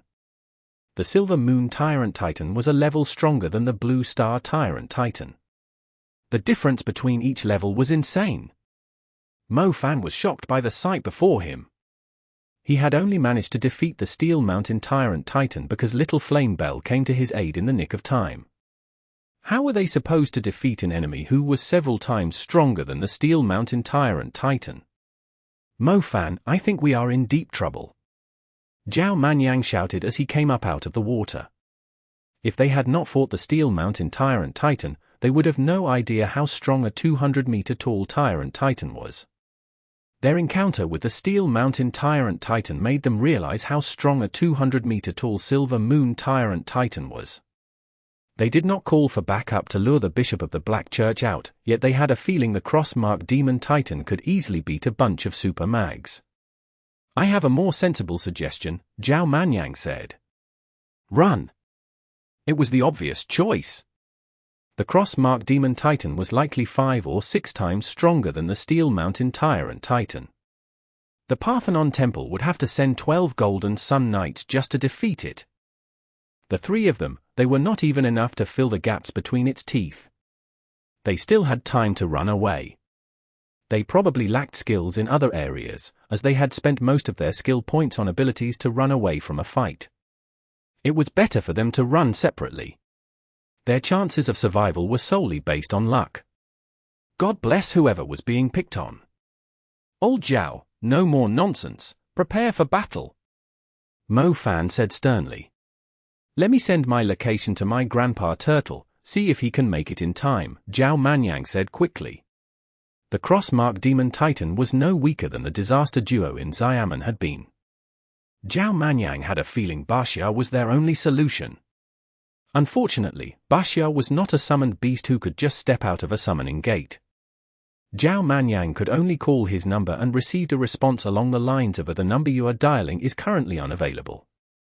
K my life, that old bastard told me he would be roaming close to the Mediterranean Sea, but he's now at the northern edge of the Pacific Ocean instead. Is he having a King date with a polar bear or something? Zhao Manyang swore vehemently. Bashya and the black totem snake were both totem beasts, yet the latter would show up whenever Mo Fan needed his help. He did not hesitate even when Mo Fan was causing trouble at the Parthenon temple. On the other hand, Bashya had only shown up at Xiamen because he had personal matters to settle with the disaster duo. He never picked up Zhao Manyang's calls when he was in an emergency.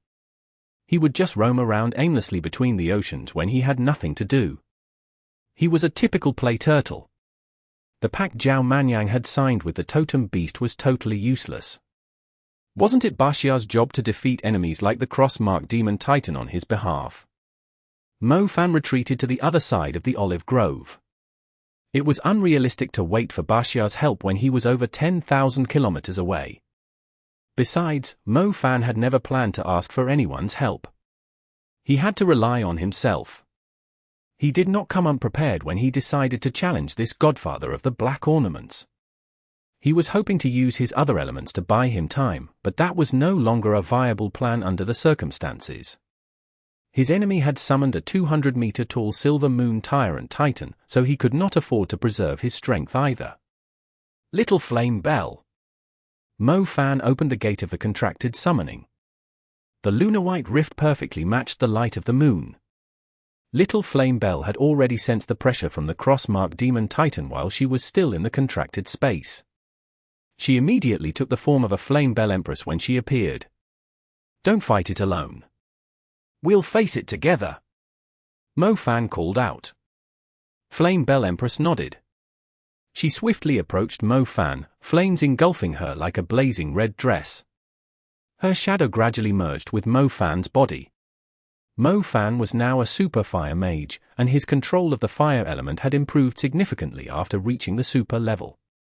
He had already established the domain of Meteor Scarlet.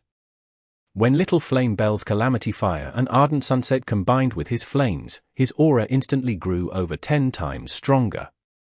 The water nearby evaporated instantly as the flames surged at the pitch-black sky. The Flame Belle Empress was Little Flame Belle's ultimate form after she matured, and now Mo Fan's fire element was in the super level, too. Their combined power turned Mo Fan into a fiery shadow who resembled the fiery sorceress. Chapter 2168. Fiery Emperor Mo Fan. Exodus Tales. Exodus Tales. Translated by Zephazid. Edited by Aelrianth. Mo Fan grinned when he heard the Flame Belle Empress whispering into his ears. His Flame Belle told Mo Fan when she possessed him that her Calamity Fire was no longer just a normal soul-grade flame. An adult Flame Belle had the rarest kind of fire in the world, the heavenly flame of the Burning Valley. Mo Fan's earth element had a heaven-inferior seed with 3 outstanding effects. It was as destructive as super earth spells, even though his earth element had yet to achieve the super level, thanks to how outstanding a heaven-inferior seed was. On the other hand, the Flame Belle Empress had an innate pure heaven seed. A heaven fire seed that originated from the heavenly flames in the Burning Valley. Mo Fan could still remember the heavenly flames that had destroyed everything in the North Burning Valley. Every creature had to run away, just to stay alive.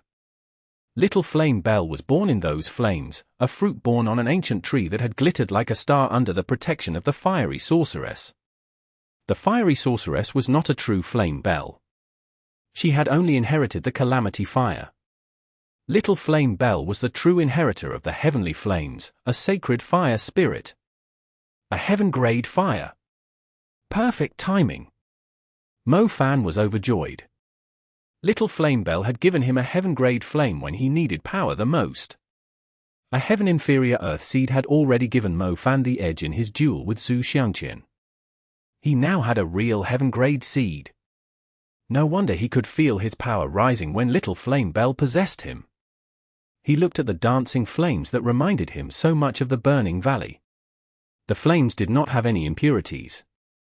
They were like feather-shaped red carnelians attached to him when they were still. Even the pure and elegant flames of a phoenix were less impressive. The bishop of the Black Church was stunned by Mo Fan's transformation. He had never heard of anyone merging with their elemental contracted beast, let alone transforming into a fiery emperor like this. "I don't care what he's up to. Just crush him," the bishop of the Black Church ordered. The cross-marked demon titan rushed up to Mo Fan. A silver light surrounded it like a shield. The light immediately shredded everything in its path as it charged forward. The ripples of the light shredded the trees to pieces. From Mo Fan's angle, the demon titan was smashing into the island like a meteorite. Everything in its path had turned into dust. Even the water nearby had disappeared from the overwhelming force, leaving a shocking trail extending out to the horizon from the island. Mo Fan took the blow, and his body was knocked over a kilometer away. The cross-marked demon titan was 200 meters tall. It was clearly not satisfied when it only managed to knock its target over such a short distance. No creature should remain intact after it landed a charged-up strike on them. The demon titan opened its mouth and roared at Mo Fan, who was still recovering from the impact, and fired a blinding ray at him. The ray of light swept across the sky and blasted a hole in the clouds. It almost caught Mo Fan off guard. Crimson feathers swiftly appeared behind Mo Fan, each around 4 meters long. They were able to surround Mo Fan completely when they spread around him. The heavenly flame of the burning valley the flame Belle Empress wielded was no longer formless. These pure flames could take shape in an instant and turn into half-metallic, half-ruby armor plates. These solid feathers managed to nullify the destructive roar of the demon titan. Its remaining energy soon dissipated in harmless ripples. Did the flames just solidify and turn into armor? Mo Fan looked at the armor plates in astonishment. He suddenly felt like an indestructible warrior.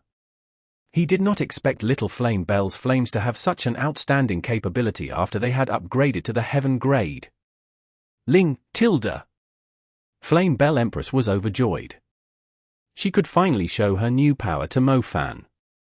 Most importantly, she could use her power to help her father punish the bad guys. "Can you fly?" "It will be very helpful when fighting a creature like that," Mo Fan asked. Flame Belle Empress did not respond, proceeding to control the flames around Mo Fan. The armor plates that were as solid as titanium softened like the feathers of a peacock with a quick flicker. Their flames were swaying like a peacock displaying its feathers. The feathers moved over to Mo Fan's back. They were now quick and flexible. Mo Fan tried beating the feathers and found himself rising higher into the sky. Mo Fan had been floating in the air previously using his space element and chaos element. He had basically established a unique magnetic field for himself. If he left the field, he would fall to the ground. It was somewhat different from truly flying in the air. The feathers the flame Belle Empress had granted Mo Fan were able to form a pair of powerful wings after they had relaxed. Mo Fan could finally move around freely and fight enormous creatures in the sky. Since the island had sank, Mo Fan only had limited space to move around. He no longer had to worry about the terrain now that he could fly freely. "It's coming. Let's create some distance and test its speed," Mo Fan said when he saw the cross-marked demon titan moving closer to him. The cross-marked demon titan only needed a single bound to cover the distance of a kilometer between Mo Fan and it. It was already in front of Mo Fan even as it was gathering its speed. Mo Fan quickly beat his wings and zipped into the distance. The cross-marked demon titan continued to pick up speed. It was like a lightning bolt chasing after its target. When Mo Fan turned around, he immediately saw its giant face, seemingly only inches away from him. Its eyes were like bottomless caves in his eyes. Mo Fan maintained a height of around 200 meters as he was flying. The face of the demon titan was following right behind him, and almost took up his entire view. Perhaps this was what a mosquito saw when it flew past a human. However, a mosquito's reaction speed and agility were several times higher than a human. Humans were extremely slow in their eyes. Chapter 2169. The Sword of the Silver Moon Tyrant Titan. Exodus Tales. Exodus Tales. Translated by Zephazid. Edited by Aelrianth. The cross-marked demon titan was insane. It would stir up strong gusts of wind that could be felt over 4 kilometers away as it was running. It went from one side of the island to the other like a flash of lightning. Mo Fan was already using the space element as he was flying, yet he still could not shake the demon titan off. Ling, Tilda. Flame Belle Empress was a little angry. How was the enormous creature so agile? She did not believe the demon titan could beat her in speed. The fiery feathers on Mo Fan's wings rose. He had no clue what kind of ability Flame Belle Empress was going to use this time. Exploding feathers. Mo Fan was informed of Flame Belle Empress' intention since their minds were connected. Every feather had a little tongue of heavenly flame attached to them. Flame Belle Empress directly poured her energy into the feathers and turned them into thrusters. Mo Fan felt like a burning titanium robot carrying a rocket thruster on his back. He soared into the clouds. The mountains below him became blurry and eventually faded into the distance. Flame Belle Empress cried out in joy when she saw the cross-marked demon titan give up on the chase. Little Flame Belle, we are running away instead of probing its speed. Can you control the feathers individually so I can control our speed freely? Mo Fan asked. It was Mo Fan's first time merging with Flame Belle Empress. He was still unfamiliar with her new power, so it was unwise to fight the strong demon titan head-on. He had to familiarize himself with Flame Belle Empress and set the hotkeys for her abilities. Ling, Tilda. Flame Belle Empress' voice was quite deep, yet she still responded like an energetic little girl. Great, time to turn around, Mo Fan said. The fiery feathers altered their angles and lined up perfectly, like the delicate armor of a robot. The heavenly flames exploded simultaneously. The fiery feathers turned into lines of exhaust. When hundreds of them began to propel Mo Fan forward, they turned him into a brilliant ray of light, traveling several kilometers in the blink of an eye and lighting up the night sky. Let's bait its attack out first. Mo Fan had arrived before the demon titan. He clearly sensed it was reacting to his return. The demon titan's reaction time was surprisingly quick. Even with Mo Fan's outstanding speed, it managed to react in time. The demon titan was extremely confident in its defense and did not bother taking a defensive approach. It accumulated a magical silvery light on its fist when it saw Mo Fan flying at it. Mo Fan thought the demon titan was throwing a heavy punch at him, but the magical light shifted and gathered on its hand. The magic seal that was burning like lava on its back was glowing too. The sword of a silver moon tyrant titan. Broadswords were popular in Europe, and were originally based on the swords of the tyrant titans. The cross-marked demon titan was summoning its strongest weapon. Having a weapon was a great difference between a silver moon tyrant titan and a blue star tyrant titan. The weapons of the silver moon tyrant titans were their greatest power. The sword took shape rapidly. Mu Bai and Zhao Manyang were still at the olive grove on the other side of the island, but their souls shivered in fear when the demon titan brought forth its sword. They finally understood the reason why people in Greece kept referring to the tyrant titans as ancient gods. The sword was stuck into a hill, which looked like a little sand dune as it only managed to cover the tip of the sword. When the demon titan wrapped its fingers around the sword, it looked like an ancient god had descended upon the little island. Silver Moon Broadsword, Sea-Splitting Sword. The bishop of the Black Church was overwhelmed by excitement when he saw the sword.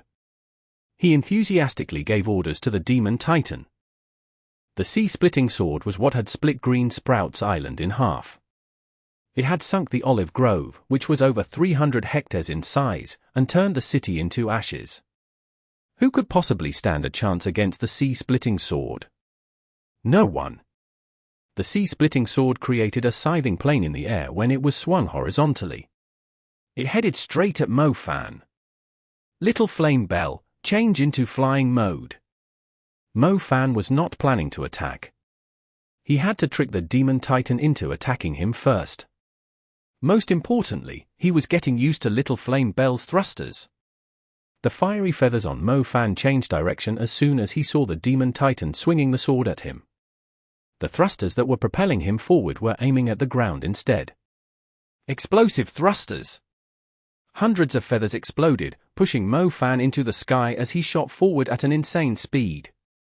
The silver light emitted by the sword barely scratched Mo Fan's skin, as if a red meteorite which had altered its path had almost missed the surface of the moon. Mo Fan rose into the sky and instantly reached the clouds. When he looked down, the demon titan was still in the motion of swinging its sword, yet it had lifted its gaze and was staring after Mo Fan anxiously.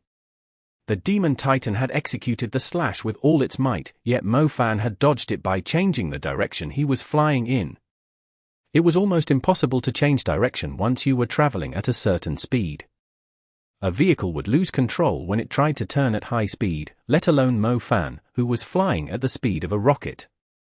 The demon titan had assumed Mo Fan was challenging its speed and power.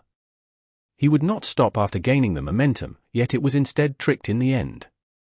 Missing a swing was worse than landing the hit. It was easy for the person swinging a sword to injure their ribs.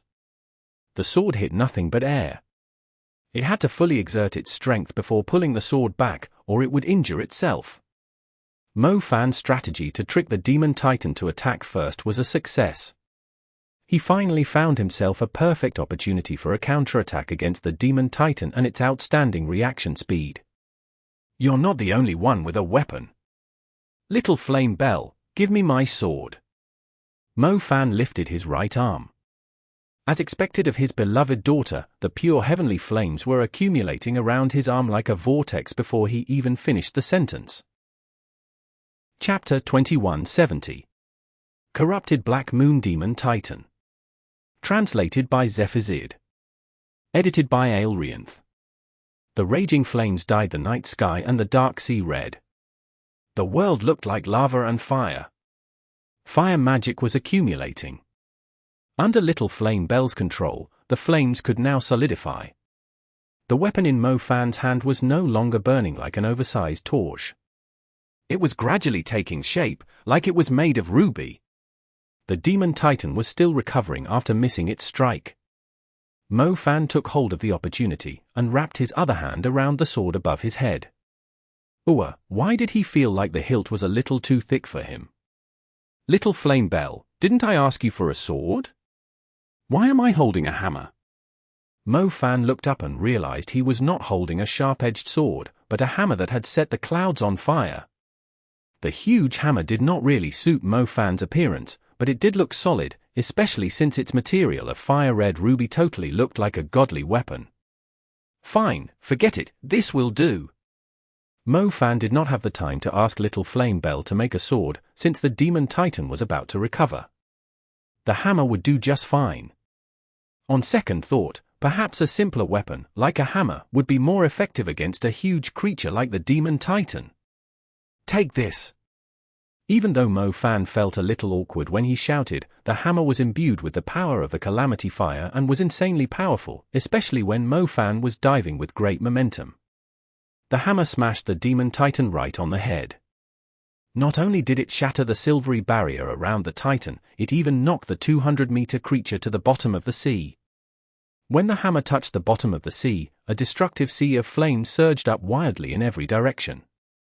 Its scale was similar to the disaster that had occurred in the Burning Valley. If Green Sprouts Island was still around, it would have been a massacre. The demon titan might be strong, but it could not withstand the destructive blow of the hammer. Its skin was scorched after its protective silver barrier was shattered. The seawater had evaporated once again. The whole area had turned into a basin filled with flames. The demon titan was being tortured in the middle of it. Stand up, you are an ancient god. How could you lose to these petty humans?" the bishop of the Black Church screamed. The pupils of the demon titan began to change eerily, darkening with an evil light. The icy moon hanging in the night sky had turned black, too. Its corrupted light shone down upon the demon titan and put out the flames on it. The corrupted black moon! Mo looked up and saw a terrifying black moon hanging above him, like a celestial monster was watching him. The corrupted black moon was a sign that a silver moon tyrant titan had gone berserk. A silver moon tyrant titan normally became oddly wild and hungry during a lunar eclipse. The ancient record stated that whenever the corrupted black moon appeared, it meant the ancient gods had enough of a human tribe. They would forsake their promise to protect the humans who offered them food every month and massacre the whole tribe. When the corrupted black moon appeared, the Tyrant Titan's strength would rise significantly. They would also lose their calm and become like savage beasts. The light of the corrupted black moon added a layer of armor to the cross-marked demon titan. Even the sword it was holding had turned black. The demonic aura it was emitting rose across the sea, looming like a great storm about to occur at any second. The ground under the demon titan's foot suddenly cracked apart as it crouched a little. It launched itself into the sky while holding the sword above its head. The black light wrapped around the demon titan like a mist, fully merging with the sword. A black slash connecting the dried basin and the dark clouds swept forward. Its light took on the moon's role of lighting up the night. Mo Fan took a deep breath. He was currently around 1,000 meters above the ground, yet when he looked down, his vision was almost covered by the oncoming slash. The demon titan's sword was also heading his way, making it impossible for him to dodge it. "Little flame Belle, there's no need to take the hit," Mo Fan said. Their fiery feathers were pointing at the ground. They exploded with flames, and he went from 1,000 meters to 2,000 meters, higher than the clouds above the sea. The demon titan was right below the clouds. The mist dissipated instantly as it was sliced in half. "Move horizontally," Mo Fan ordered. The feathers suddenly aimed left, turning him into a red meteor flying across the sky. The demon titan did not fall for the trick again this time. Its sword quickly changed direction and chased after Mo Fan as he flew into the distance. The stormy clouds were hovering above the sea like mountains. Mo Fan tried changing his direction and using the clouds to hinder the cross-marked demon titan's vision, but the sword the demon titan turned itself into was following closely behind him. The range of its stroke was simply crazy. The sword was hundreds of meters above the sea, yet its aura was still leaving a huge ravine across the water's surface. The sky even cleared up because of the slash, but it was soon filled with the light of the black corrupted moon. Mo Fan tried using different ways to weaken the slash, but he did not notice it weakening after trying every idea he came up with. "Let's try going into the water," Mo Fan said suddenly.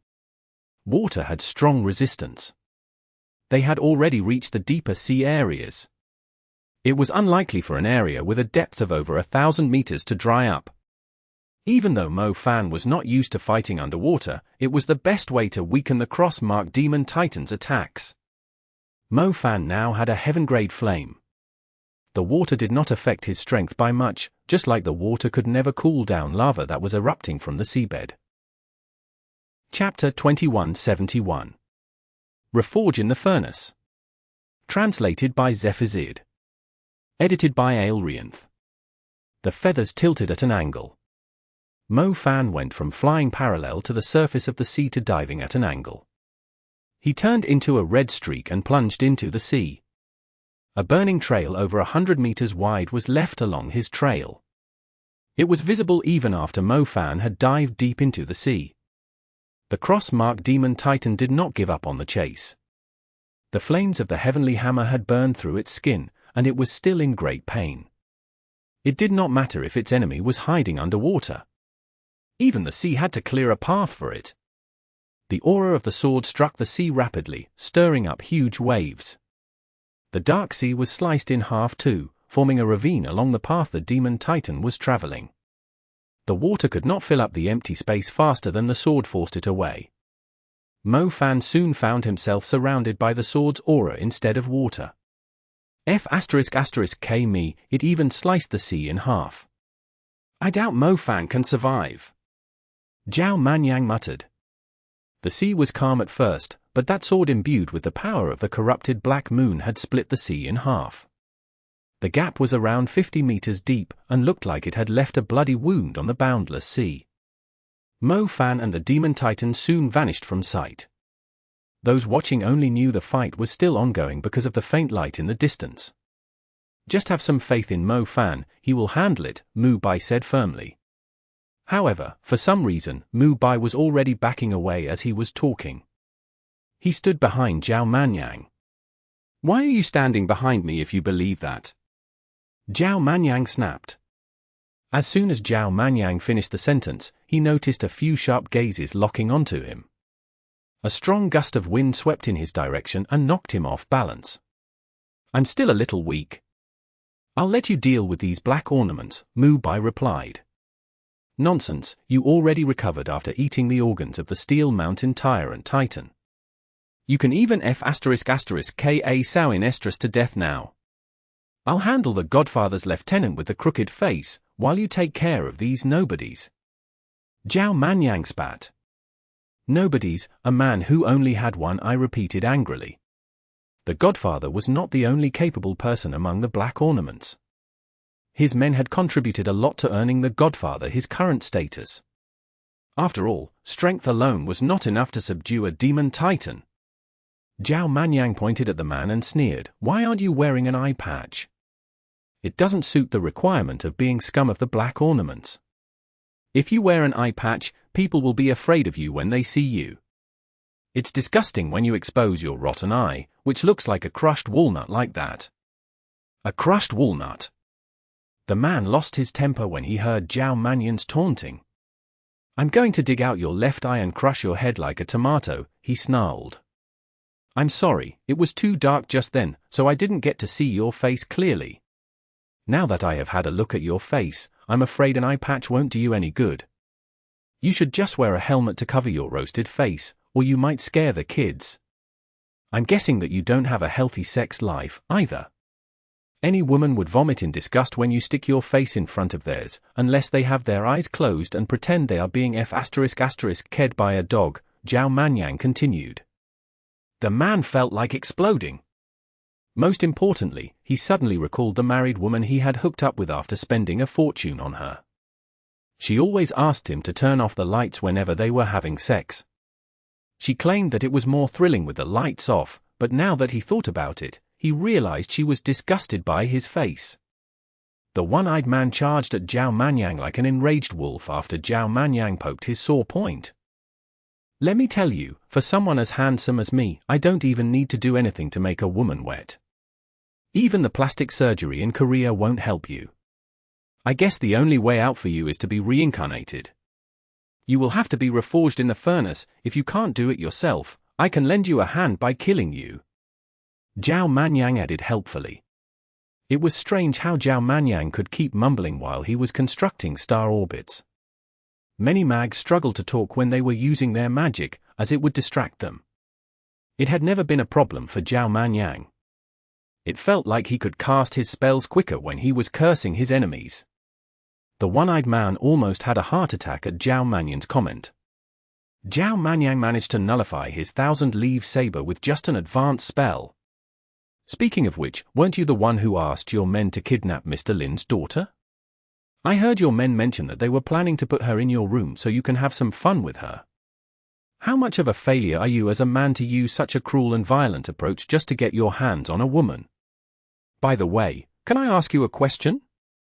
Did you ever make a woman come?" Zhao Manyang continued on. Make a woman come? The man was dumbfounded by the question. Wasn't coming the same as screaming? If so, of course he had made them come before. Damn it, why am I thinking about his question? He should just kill the guy who kept talking. He had had enough of the brat's annoying voice. Making a woman feel comfortable is a man's greatest pride. Don't you understand? Zhao Manyang continued heaping disgrace on him. Shut your king mouth. You couldn't even leave a crack on my defense. Why can't I discuss how to be a man with you out of boredom? Oh, does this happen often when you are having sex with a woman? You already went inside her, but she kept trying to have a conversation with you. If that's the case, you should really consider going into a furnace to reforge yourself. You should thank me for killing you. Kill him, kill that son of a ***ch. Don't worry about the other guy. Just kill the one with blonde hair, the one-eyed man shrieked in rage. Mu Bai had hidden himself in the woods. He was trying to call the Parthenon temple for help, but to his surprise, the black ornaments had locked the area down. They had even claimed the Black Church was holding a ritual of observance, and no mags were allowed to interrupt them. They are using the excuse of holding a ritual to commemorate the people on Green Sprouts Island to stop mags from coming here. The government is being too merciful if they let these people of the Black Church do whatever they want. Mu Bai was amused when he saw the torches in the distance. The Black Church was using the disguise of performing holy deeds to cover their evil crimes. It explained why the black ornaments were so reckless now. This kind of morbid society in Crete would be the result when the Black Church and the black ornaments were in charge. Chapter 2172. Spectre's Magic Trick. Translated by Zephazid. Edited by Aelrianth. Mu Bai avoided the people of the Black Church and safely reached a cave close to the olive grove. The Tyrant Titans did indeed fancy poppies a lot. It was normal for them to go berserk after eating too many of the opiate flowers. However, as an herbalist, Mu Bai had a feeling that something was not right. This must be where Mr. Lin was secretly planting the poppies. How many kilograms of poppies did a 200-meter-tall titan have to eat to lose its cool? Mo Fan fought the cross-mark demon titan for so long, yet it didn't really lose control of itself. It still targeted him after the corrupted black moon appeared. It didn't attack others indiscriminately, Mu Bai murmured to himself as he went into the cave. The cave was soaked in cold seawater, and the poppies were all drowned. The Parthenon Temple and the military obviously had not discovered the place. They might have searched the cave, but they did not link the incident on Green Sprouts Island with the poppies. Mu Bai took off his jacket and dove into the water. He soon found some decomposing petals from the poppies in the water. The stems and leaves were piled up at the bottom of the pool. Mu Bai swiftly collected the flowers and seeds that were still intact and carried them to the surface. Mu Bai placed the flowers and seeds on his palm and analyzed their composition. The flowers and seeds oozed a clear liquid when Mu Bai applied pressure to them. The liquid permeated Mu Bai's skin and slowly entered his blood. A few minutes later, Mu Bai's face began to redden and heat up. Blue veins surfaced on his body as a strong urge to kill filled his mind, like a thirsty man desperately searching for water. Mu Bai quickly used his poison element to remove the strange substance from his blood. 10 minutes later, he found himself soaked in sweat after he fully recovered. What just happened? Does this mean the poppies aren't the only thing that caused the incident? Mu Bai murmured. Strong waves kept coming from the distance, obviously caused by the battle between Mo Fan and the cross-marked demon titan. The trees that were soaked in water swayed continuously and created a mist in the area. The mist was spreading toward the land. A faint outline appeared behind a tree around 300 meters away from Mu Bai. It was spying on Mu Bai as he was deep in thought. Mu Bai seemed to notice something. He looked in the direction of the figure, but it had already disappeared, as if it was just his imagination in the strong wind. Mu Bai was lost in thought for a moment. He stowed the flowers and seeds of the poppies in a transparent bag, deciding to bring them back to conduct thorough experiments on them. The figure that vanished appeared behind Mu Bai. It no longer looked like some optical illusion occurring because of the wind. It was raising something that resembled a scalpel and slicing at the back of Mu Bai's neck. The figure let out a strange chuckle, as if it was pleased with itself. It was waiting for fresh blood to jet out from Mu Bai's neck, but instead a layer of frost suddenly surfaced on his skin there. Not a single drop of blood jetted out. The figure was startled. It immediately stabbed Mu Bai again. Mu Bai's body shattered like ice. He had turned into an ice statue in the mist. I won't fall for the same trick twice. Mu Bai slowly walked out from the shadows around 100 meters away. The leaves of the olive trees were drifting around in the open area. His eyes were fixed on the figure in the mist. TSK, the figure in the mist uttered anxiously. The figure vanished into thin air with a gust of wind. It seemed to have merged with the mist and faded into the distance. You won't escape so easily this time. Mu Bai stared at the spot where the figure had stood previously. Did the killer think he could trick him with such a petty trick? It looked as if the mist and the leaves had flown into the distance, yet Mu Bai knew it was just a little trick. His enemy was still in the same spot. It was like a transparent cloth on a white wall. The person under the cloth was using the wall to camouflage himself when the cloth was flipped upward. Mu Bai might have fallen for it in the past, giving his enemy the chance to ambush him from behind, but he had seen a lot of similar tricks in the dark plane. To him, Spectre's tricks were as laughable as a clown's act. Are you trying to deceive yourself? Mu Bai's eyes remained fixed on the same spot. He flicked his finger, firing ice spears at the figure from different angles. The ice spears surrounded the spot and attacked from all angles. A black shadow suddenly appeared out of nowhere, like a rat looking for food in a bin. It quickly ran past and snuck into a little gap nearby. Show yourself! Mu Bai demanded. Rows of ice spears lunged at the little gap and blasted it apart. A black shadow jumped out of the crack in a panic, before charging at Mu Bai as if it was his last resort. The true attack came out of nowhere. Mu Bai did not have time to react after firing the ice spears. However, his body only shattered like an ice statue again. You're not the only one with tricks up your sleeves. Mu Bai appeared on the other side. More ice spears were emerging in the area where he had been standing at previously. The number of ice spears was shocking. There were hundreds of them on the ground, clustered as densely as bamboo shoots. It was only the first wave. More ice spears were forming above the shadow in all directions. There were enough ice spears to form a cage and trap the shadow when they were stuck together. There was not a single gap between the ice spears. Their tips were pointing at the shadow in the center. They eventually formed a sphere as they converged, trapping the shadow. Is my life really that valuable to you, Spectre? Mu Bai asked coldly as he stood in the cage he had created. Chapter 2173. Mu Bai vs. Spectre. Translated by Zephazid. Edited by Aelrianth. TSK. Spectre uttered a strange noise, sounding like an angry rat. Mu Bai had no clue what language it was.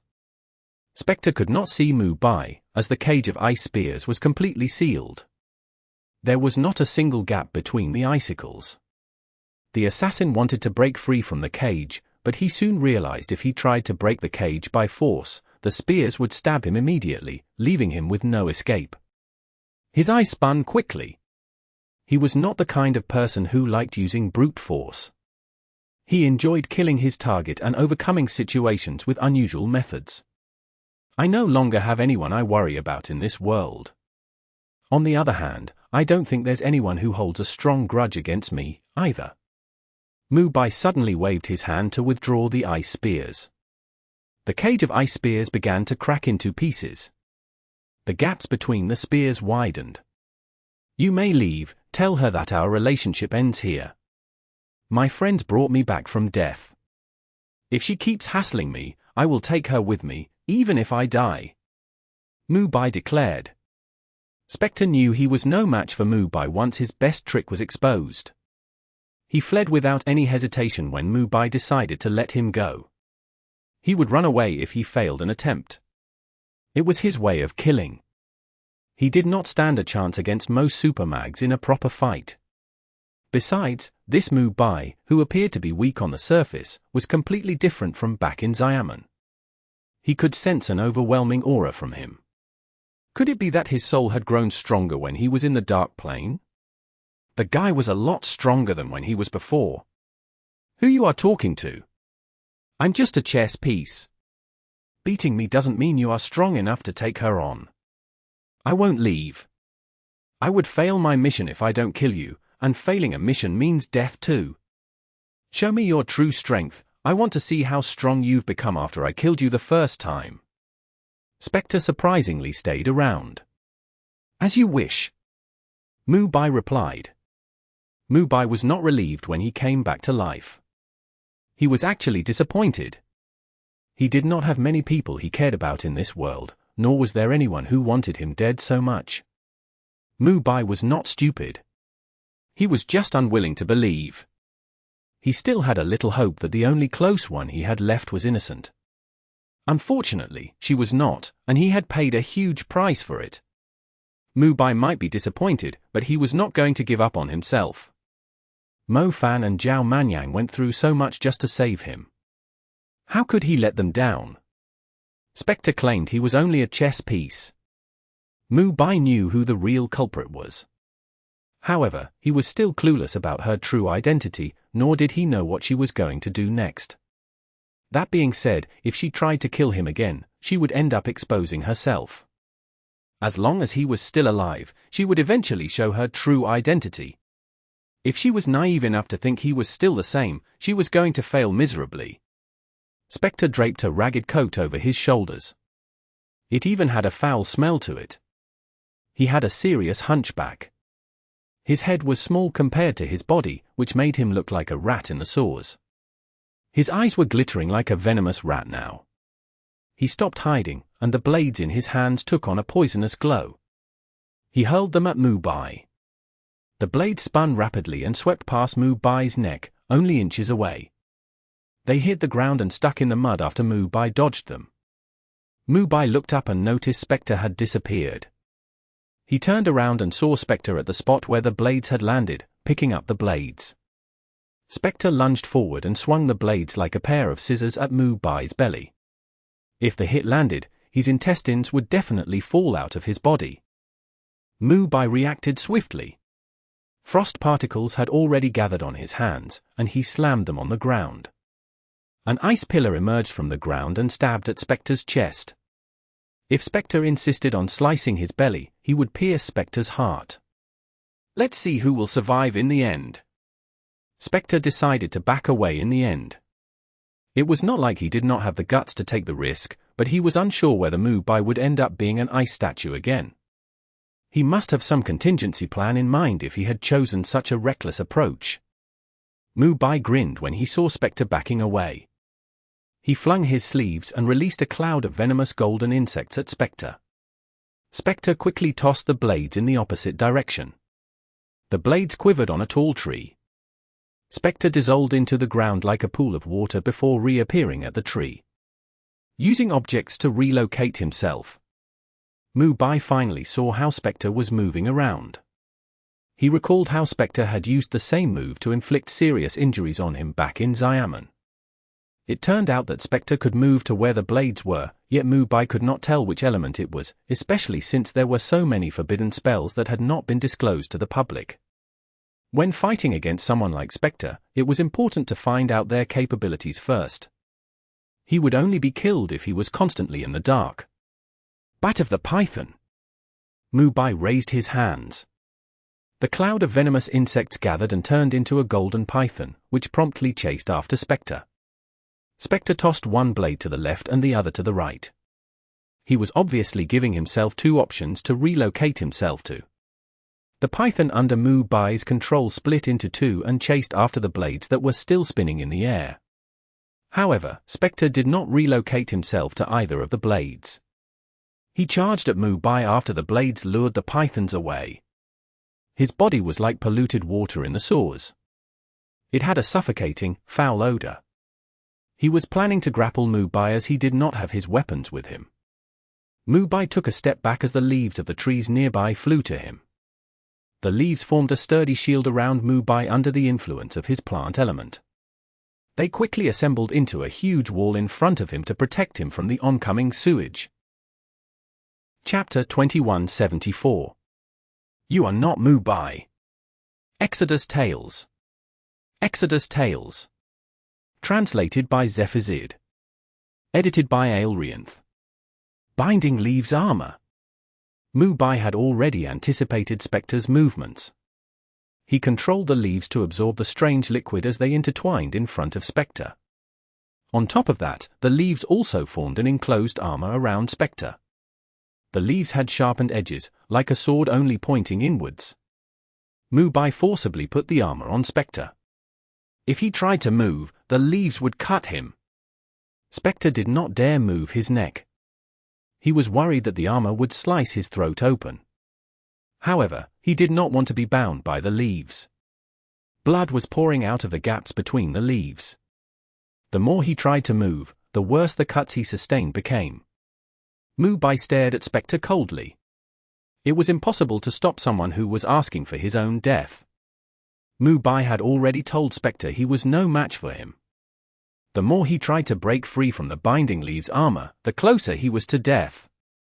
More blood poured out and dyed the armor red.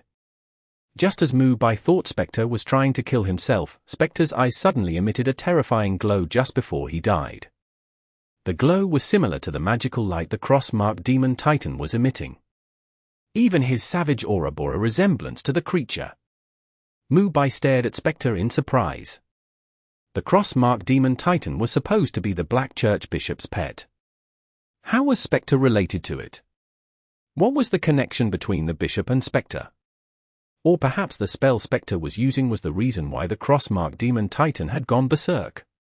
Mu Bai was not in a hurry to attack. He was observing Spectre, whose body had enlarged even though the leaves were constantly cutting him. He was like a warrior with no sense of pain. Bang! The binding leaves armor failed to contain Spectre once his body enlarged enough. The armor broke into pieces, the leaves have lost their rigidity. They were too tattered to be used again. Mu Bai knew his opponent was employing an unusual spell, yet he did not back away. His eyes gradually emitted a strange glow. He was observing Spectre's power like an imperious judge. The evil secret's eyes allowed Mu Bai to see a lot of things. He soon noticed red strings attached to Spectre's soul. The strings connected to a few hills nearby. They were leading in the direction of a huge fire in the distance. Mu Bai was aware of the fire. It was where the disciples of the Black Church had gathered. They had sealed up the area by claiming they were mourning the dead, buying their bishop time to destroy the evidence. Most importantly, Mu Bai noticed a lot more red strings scattered across different corners and towns of Crete. Most of them were in the direction of the deep sea. Weren't Mo Fan and the cross-marked demon titan fighting in the same direction? The red strings were following the demon titan's movements, as if it was a puppet. I see. The light in Mu Bai's eyes slowly faded away as he grinned. He looked at Spectre again, whose muscles had turned blue. He looked more like a blue monster instead of a human. The power of evil faith. In the end, you are just using the Cold Prince's trick. How disappointing, I thought you were able to produce evil power yourself, which the Black Church was using, Mu Bai said. Spectre had turned into an enraged monster, and had lost its ability to communicate. There was only one thought in its mind, to kill the human in front of him. Spectre roared as he unleashed the evil power in his body. Mu Bai reached out a hand, like he was opening a gate. A strong force from the gate absorbed Spectre's power. Spectre could not move. The power he had exchanged with his life and soul was completely useless against Mu Bai. Even the red strings were snapping continuously. Each red string represented a person's faith. The stronger the faith, the greater the power it was providing Spectre. Similarly, the more believers, the greater the power. The power was supposed to be unbreakable, so why did the strings snap? Mu Bai was only a human. He should only be able to defeat the demon titan or the person that the strings were attached to, so how was he able to snap the strings too? The transformed Spectre stood frozen in place. He was as skinny as a starving wolf after losing too much vitality and soul energy, and too dazed after seeing what Mu Bai had done. You are not Mu Bai. Who are you? How did you destroy the strings? Only an ancient deity like the Tyrant Titans can do that. How were you able to destroy the power of faith? Spectre exclaimed in fear. Even the Cold Prince, who had believers across the world, was unable to destroy the strings. The Cold Prince was known for his skill at using the power of faith. If he had not lost the war he started by colluding with the Great Pyramid of Giza, half-wits like the cross-marked demon titan and the bishop of the Black Church would never have had a chance to cause such a scene. How did an ordinary human like Mu Bai manage to do something that even the Cold Prince couldn't, unless he had a greater power of faith than the Cold Prince? I'll send you somewhere so you can learn the truth. Mu Bai walked up to Spectre. Mu Bai spread his fingers again. The same gate appeared, but it was now absorbing Spectre's flesh and soul, instead of his energy. Spectre could not resist it at all. He was soon dragged into the gate, like a piece of paper caught up by the wind. The gate had black lightning flickering deep within it. Mu Bai closed the gate before the lightning could come out of it. Mu Bai was not concerned about Spectre's death. The man was only a chess piece. Mu Bai was more concerned about the person behind him, someone whom he was close to, someone who wanted him dead. Chapter 2175. The Shrunken Titan. Exodus Tales. Exodus Tales. Translated by Zephazid. Edited by Aelrianth. I finally found the source of their energy. Once I stopped the believers of the Black Church from transmitting their power of faith, Mo Fan should end the battle in no time. Mu Bai headed to the mountain where the huge fire blazing. The power of faith could originate from many places in the world. They could still receive the power from across the ocean, but if there was a ritual taking place to receive the energy, the faith that was being transmitted over long distances would be a little more refined. The believers of the Black Church did not gather on the mountain just to fool the people of Crete and stop the government, military, and Parthenon temple from interfering. They were providing their bishop an abundant supply of energy to ensure the cross-marked demon titan was imbued with the power of faith. If a mere leader of the Guild of the Wicked Side branch possessed such overwhelming power, there must be something they had overlooked. Mu Bai had suspected it right from the beginning. Luckily, Spectre was in a rush to kill him, which had given Mu Bai an important clue. Otherwise, he would never have linked the source of the demon titan's strength with the incident of the Blood Sea that the Cold Prince was responsible for. Mu Bai saw torches when he reached the top of the mountain, each held by a disciple of the Black Church. They were mostly dressed in ordinary clothes. Some among them were young women wearing long Mediterranean-style dresses. They had followed their family to become believers of the Black Church. They did not have to study and work hard to enjoy a materialistic lifestyle. Unfortunately, they were unaware that they were accomplices in the tragedy of Green Sprouts Island.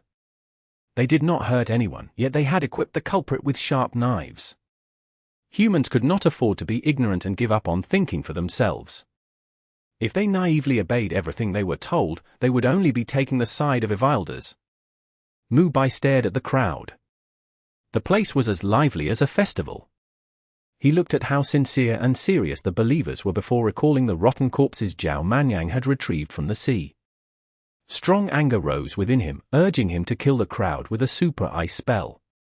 They would soon find out if they were going to heaven or hell. However, after Mu Bai calmed himself, he realized he could not afford to do so.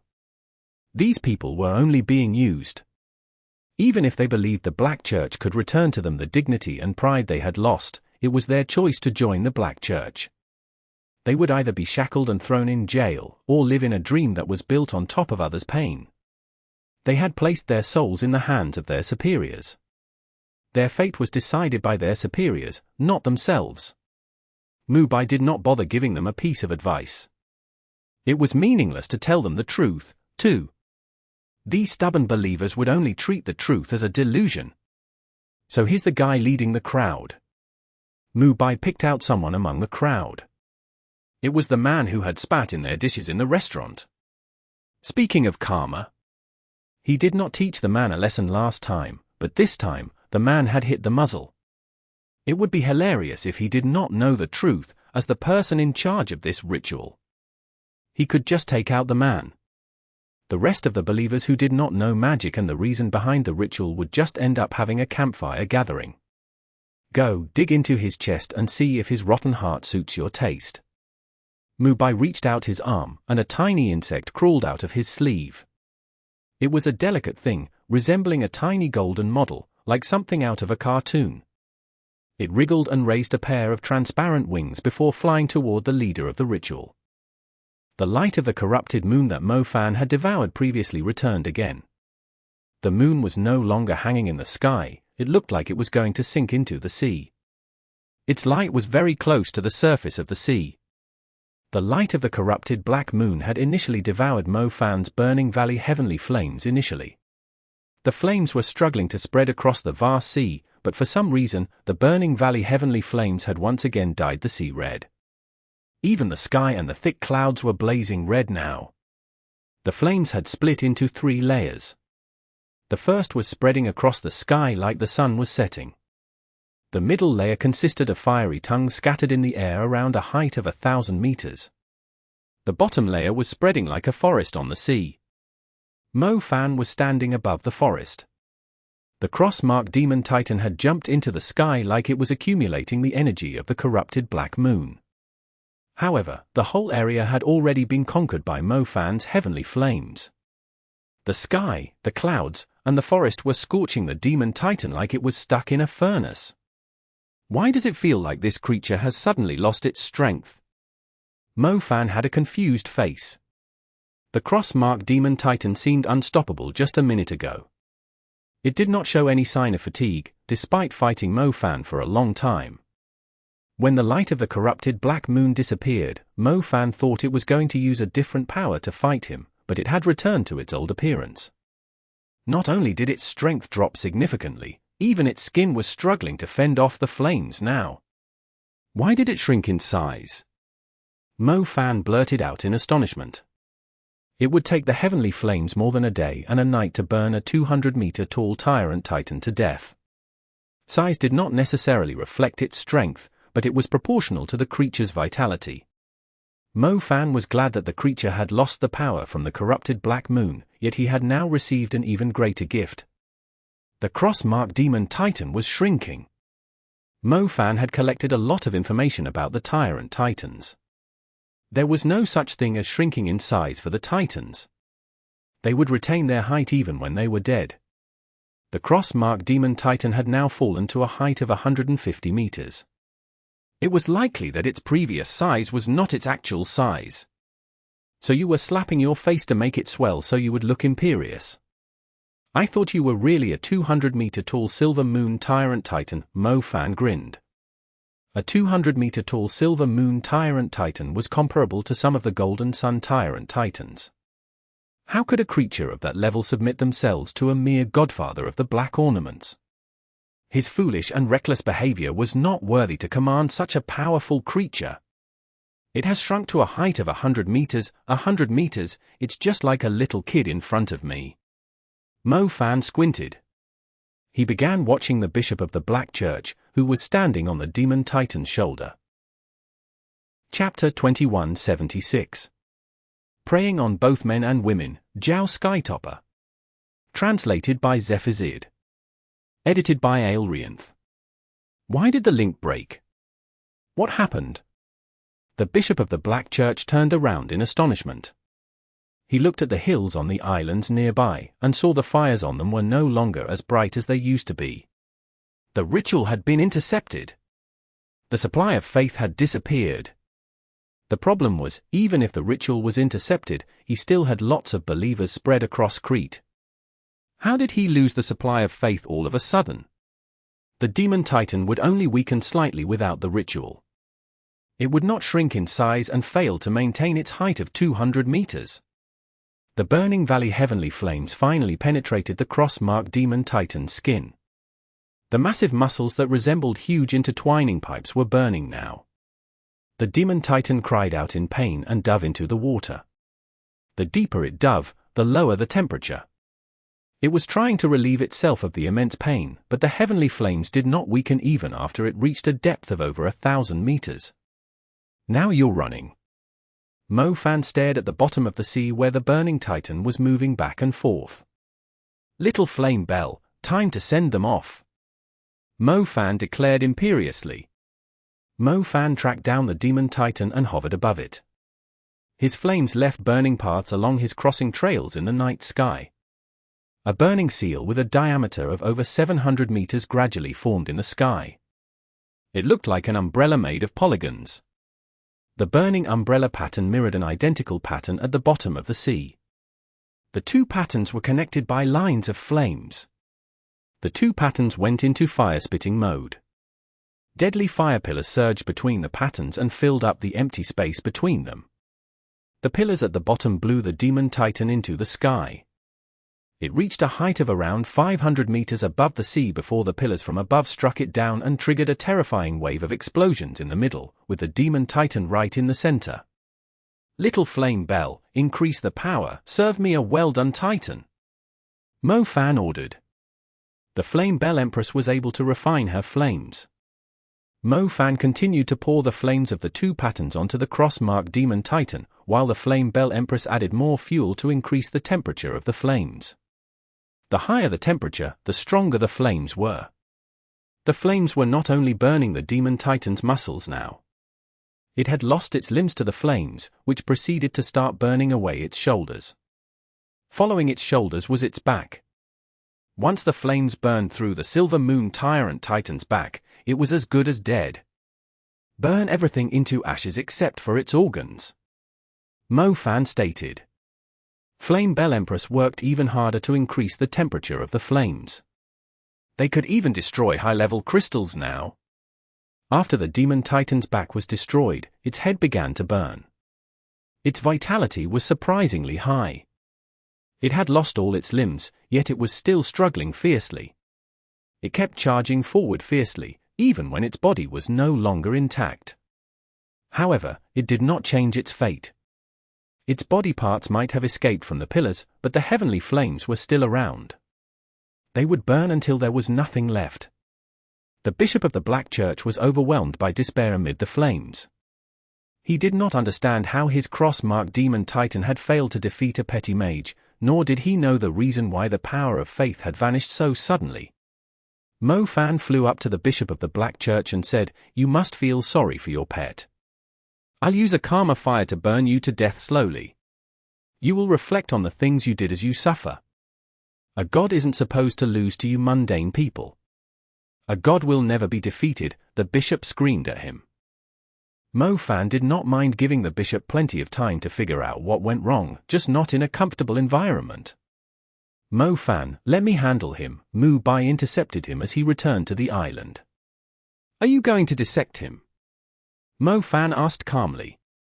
"He has the power of evil faith." It's a long story, I'll explain to you once we are done here." "Just leave him to me," Mu Bai said. "Sure, but don't let him be too comfortable." Mo Fan agreed.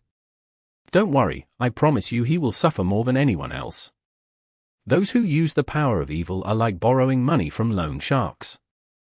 Once they are done enjoying themselves, they will suffer the consequences." Mu Bai said coolly. "The power of evil faith you just mentioned." "Oh, you just reminded me, his power is indeed similar to a maniac I knew," Mo Fan said brightly. "I'll explain later." How is old Zhao doing?" Mo Fan asked. "Who knows?"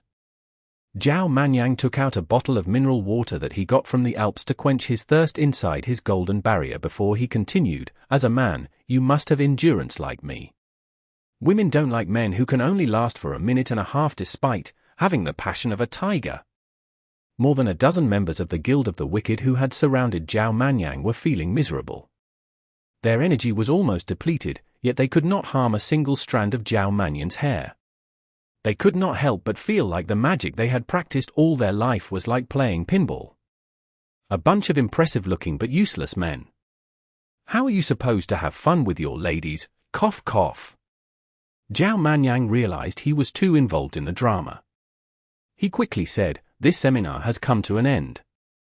I shall gift each of you something big, hard, and rough." He raised his hand and accumulated his strength for a brief moment before slamming his palm on the ground. The ground shook as thick pillars emerged from the ground. The pillars rose up below the feet of the members of the Guild of the Wicked. They were already overwhelmed by fatigue after casting spells continuously. The pillars took them by surprise and hurled them into the air. "How was it? Did my hard sticks make you feel comfortable?" Zhao Manyang called out cheerfully. "It's fine if you didn't have enough, there are more coming." Zhao Manyang slammed his palm on the ground again. The pillars shot up to smash the members of the Guild of the Wicked flying before they even landed on the ground. "You can call me Zhao Skytopper. I'm interested in both men and women." Chapter 2177. Blue Bat. Exodus Tales. Exodus Tales. Translated by Zephazid. Edited by Aelrianth. Mo Fan and Mu Bai returned just around when Zhao Manyang was getting rid of his enemies. They were reluctant to admit they knew him when they heard his obscene tirade at the men. Mo Fan was curious at times. What kind of childhood did Zhao Manyang have as a rich second generation, always bringing up lewd topics? If he was born in ancient times, he would be an infamous pervert, without a doubt. Where are the disciples of the Black Church? Mo Fan asked. They already ran away. I lured some hornets over to them and drove them away. I contacted Golden Sun Knight Jiang Bin to handle the rest, Mu Bai answered. Is it finally over? Zhao Manyang asked, looking tired. More or less. We have already found the culprit of Green Sprouts Island, Mo Fan replied.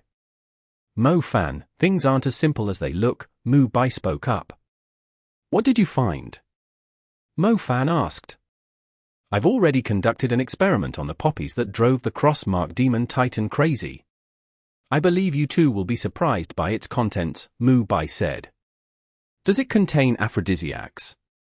Zhao Manyang blurted out. Shut your F*** king mouth. Mu Bai yelled at him. Let's talk business, Mo Fan said quickly, before matters got worse. Zhao Manyang might not know it, but Mo Fan, you and I should be familiar with it. Do you remember what Salon used to lure the demon creatures into attacking the city? Mu Bai said.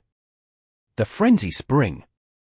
It was similar to the underground Holy Spring, and can be mixed with rain, Mo Fan replied promptly. The poppies here have the same effects as the Frenzy Spring. Mu Bai informed him. Mo Fan was startled. The Frenzy Spring was Salon's masterpiece. Why was it here in Crete? Are you saying Mr. Lin was very likely taking orders from the Black Vatican or Salon? Mu Bai, are you sure those poppies have the same effects as the Frenzy Liquid?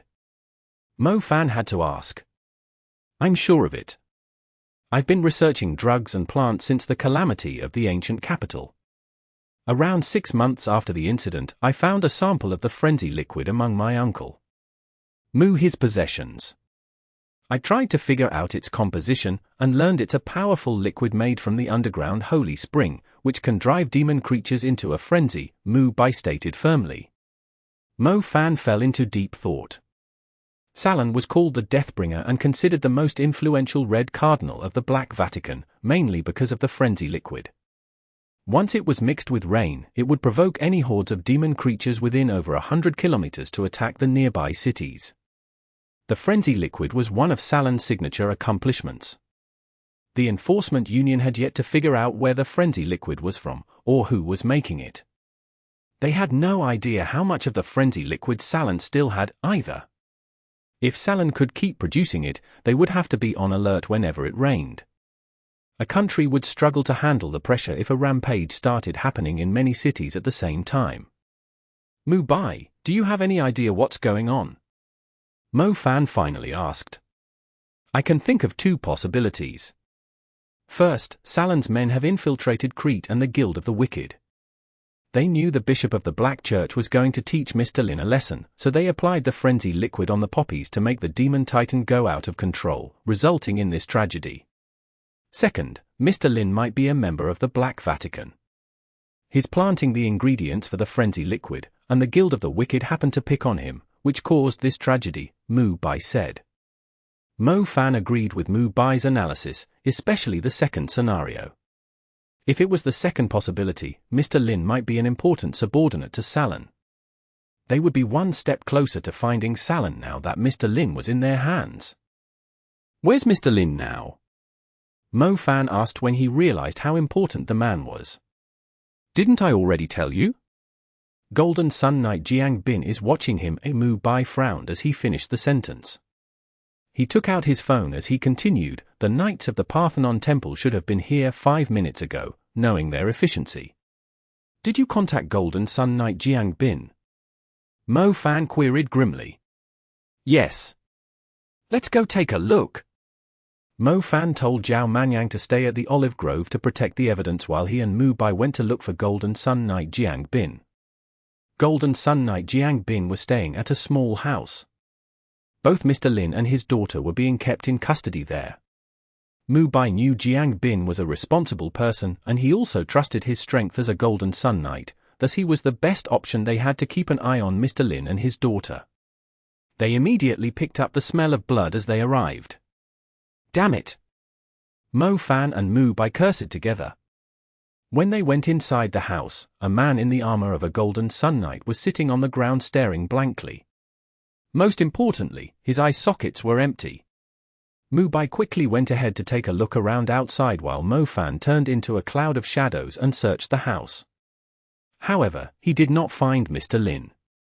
The daughter had ended up as a peaceful corpse. Jiang Bin? What about him? He's still alive, but I'm afraid he's been blinded, Mu Bai said softly. He's still alive? That's great. Damn it, why didn't we find out the truth earlier? We finally found someone important to the Black Vatican, yet he escaped right under our noses. Mo Fan was having mixed feelings. It was a relief that Jiang Bin was still alive. It was rare for the Black Vatican to spare someone's life. Brother, I'm sorry for involving you in such a great mess, Mo Fan patted Jiang Bin's shoulder. Jiang Bin was finally able to calm down after he heard their voices. I'm the one who should be sorry. I have failed to accomplish such a simple task, Golden Sun Knight Jiang Bin said in shame. We didn't think the Black Vatican would be involved, nor did we realize Mr. Lin was Salan's man. Otherwise, speaking of which, did you see who took Mr. Lin away? Mo Fan asked. Mo Fan was eager to find out everything about Salan that he could. She referred to herself as the Blue Bat, Jiang Bin reported. Blue Bat? Mo Fan was startled. It was her. She asked me to tell you that she had a pleasant conversation with you at Crete's Merchant Guild. It's the reason why she spared my life, Jiang Bin said. He completely lost his calm after finishing the sentence, overwhelmed by a sense of failure and humiliation. Mo Fan's heart pounded heavily. That explained why she had saved Mr. Lin's life. Chapter 2178. Sending Tuis away. Exodus Tales. Exodus Tales. Translated by Zephazid. Edited by Aelrianth. 110-meter-tall silver moon Tyrant Titan had arrived at Crete's dock. Tuis purposely stood on the deck to be praised by the people of Crete. However, he was in disbelief when the ship came to a stop. There were only a few white seagulls at the dock. It did not feel like they had just returned from a victorious battle. He felt stupid and awkward. Didn't you tell them we are here? Tuis demanded of Golden Sun Knight Lucas, who was standing beside him. Well, Mr. Tuis, I was told they found the culprit who destroyed Green Sprouts Island. It was a 200-meter-tall cross-marked demon titan, Lucas said. They found it? That's not possible, there's no one who could find it quicker than me. Did the Tyrant Titan lose its mind and confess to the military? Tuis was surprised and flustered. I think it was Mo Fan and his friends who found it. The Mags of Faith are already on their way to Crete. Even Great Muse Valentine will be here in person, Lucas answered. Them? Those Asian monkeys who never stop talking. Tuis could not believe it. Either way, we should head back to the command center as soon as possible. Lucas was dumbfounded when he saw that no one had come to receive them after they had slain a Silver Moon Tyrant Titan, but that was before he learned someone had found the culprit for Green Sprouts Island. The whole of Crete must be in great shock. Mr. Mo Fan, we were a little suspicious when they said you had captured the Cold Prince, but you have settled such a complicated matter in a short period of time and found the culprit. Even I am impressed by you. Great Muse Valentine complimented Mo Fan greatly. It's not really complicated, but you should really look after your own lands while you are busy spreading your gospel across the world, to see if the roots have rotten, Mo Fan replied casually. Many people frowned when they heard Mo Fan's words. Why was he scolding the Great Muse all of a sudden? The saints might be more powerful than the Great Muse, but she was considered the teacher and senior of the saints. None of them dared to speak to the Great Muse like that. It's something the Parthenon Temple also feels helpless about, since we don't interfere with the government or the military. Of course, it might sound like we are neglecting our responsibilities. After all, it's our fault for lowering our guard against the Guild of the Wicked, which resulted in this tragedy. I, Valentine, promise everyone that I won't allow any organization like the Guild of the Wicked to exist in Greece. Mo Fan, please be my supervisor. If I, Valentine, allow a tragedy like that to happen again, I am willing to accept any kind of punishment. Great Muse Valentine declared. Great Muse Valentine was being absolutely serious to say such a thing during the meeting at the command center. It was quite shocking that she had allowed someone who did not hold a significant role in the Parthenon Temple to be her supervisor. Wouldn't that make Mo Fan a superior to the Hall Mother? We are a little tired. We are heading back to the Parthenon Temple first. I've already passed the evidence and information we have gathered to you. I'll let you decide how to release it to the public, Mo Fan said.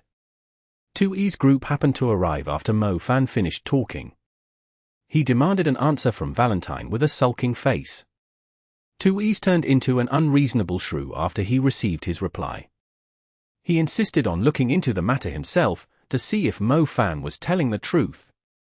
Tuis. Valentine suddenly raised her voice. Everyone was lenient toward Tuis most of the time. Even Valentine had sounded like a gentle senior in the past.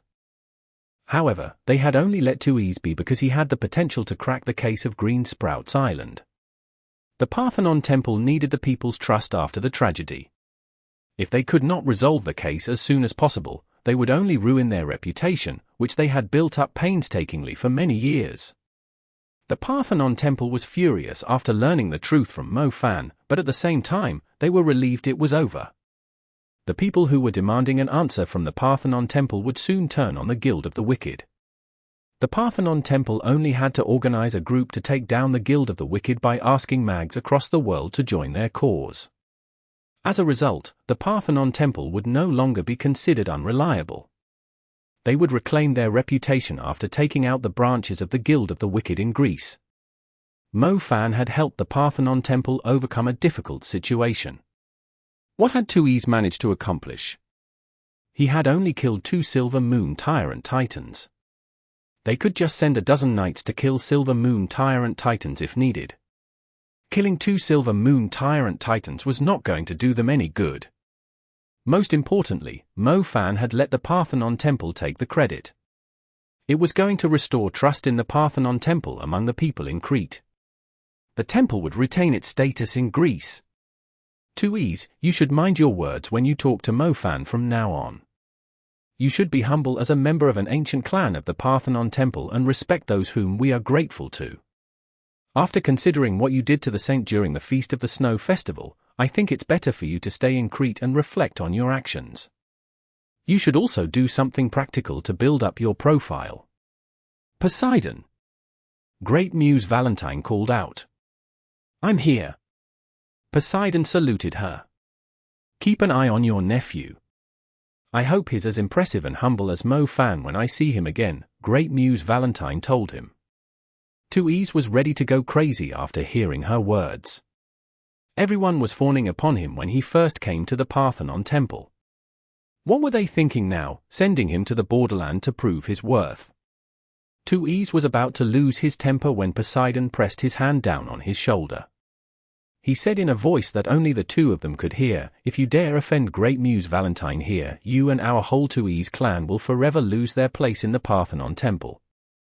Valentine didn't take over Melora's role because Melora made a mistake.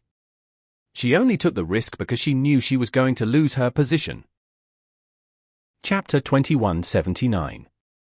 He's that confident. Exodus Tales. Exodus Tales. Translated by Zephazid. Edited by Aelrianth. Tuis withheld the anger in his heart and blamed everything on Mo Fan. He did not think he would lose the competition to hunt down the Tyrant Titan. Mo Fan must have cheated. Mo Fan could not have cared less about the idiot. He was very satisfied with Valentine's punishment of Tuis.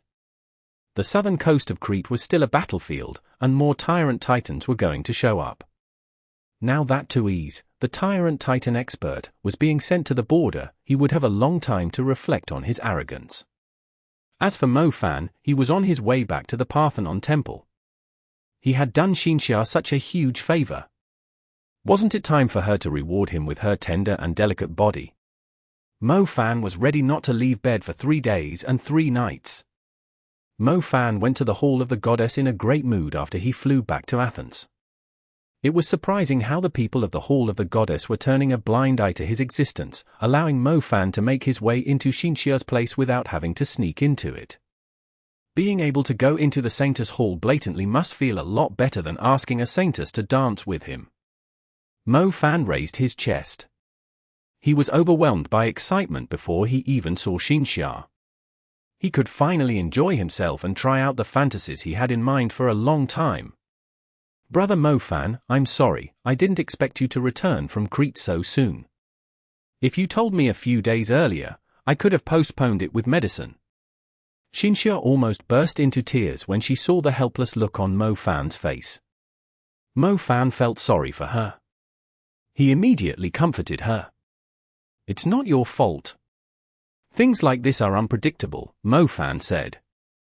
Shinxia nodded, laying on Mo Fan's chest. She felt comfortable doing so. Mo Fan's fantasies surfaced once again as he picked up Shinxia's faint body scent. Well, Shinxia, actually, there are other things you can do too. How should I explain it to you? Here, I'll show you some clips from Japan. You are such a fast learner, you can master it very quickly, Mo Fan said sincerely.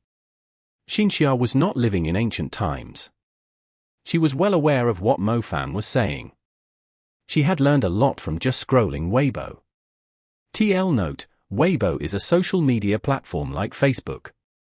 Shinxia immediately blushed. She was feeling more nervous than when she had made love to Mo Fan for the first time. After all, it was even more embarrassing for her to do what Mo Fan was suggesting. However, she thought about how much Mo Fan had been through in Crete. The Parthenon Temple had already given him permission to enter the Saintess Hall freely. How could she let him go back with regret? The clips? I don't think they are necessary. I can try, Shinxia's voice softened gradually. Only she could hear what she was saying at the end. You're going to learn it for yourself. Right, sure, Mo Fan nodded. I'm a little nervous. Can we turn off the lights? Shinxia asked. It's not as exciting if the lights are off. I like watching you, Mo Fan said. Then, can we turn off the lights first and turn them back on later? Shinxia negotiated. Sure. The room was pitch black when the lights were off. Only the faint light of the stars through the thin curtains remained. It slowly drew the outline of the objects and a beautiful lady whose clothes were falling off her elegant body like a waterfall in the room. Mo Fan would only ruin the mood if he used his shadow element to see in the dark.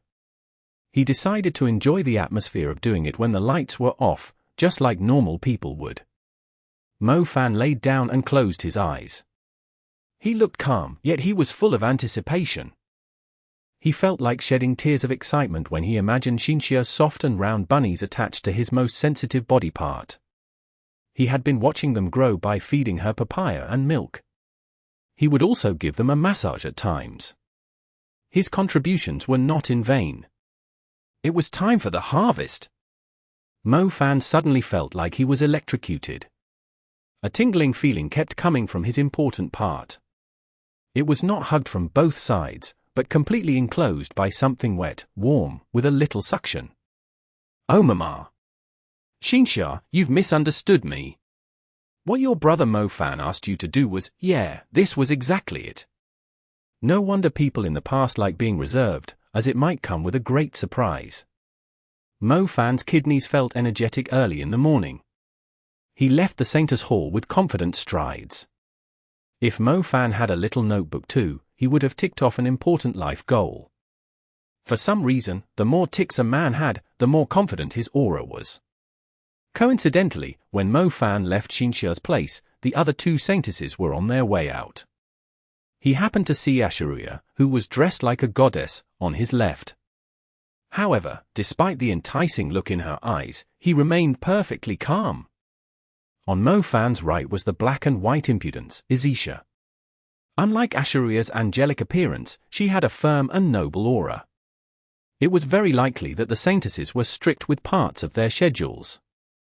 Sharjah was having a holiday, and did not have to work for a few days, so Mo Fan was the one who came out of her place. The three crossed paths at the center.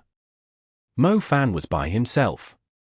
Asheruia and Azisha each had a huge group behind them, as if they were having a stare down at a crossroad. There was only a single path to the Hall of the Goddess. It was right in front of Mo Fan. The path was only wide enough for one group to pass through, meaning that one side would have to give way to the other. There was only one goddess after all, which was why the path was designed like this. Who was going to go first? Was it going to be Asheruia or Azisha? It was obvious that Azisha was not going to let Asheruia go first, nor was Asheruia going to compromise. Oh my, you are being too kind to me.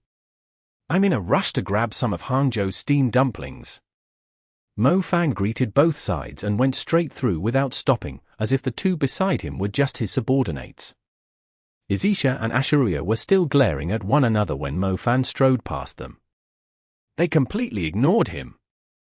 But Azisha and Asheruia still cursed under their breath, looking at Mo Fan's back. This was why a man's achievements were very important. Mo Fan was just that confident. Chapter 2180. Important Clue. Translated by Zephazid. Edited by Aelrianth. Mo Fan had only told the Parthenon Temple about the Guild of the Wicked.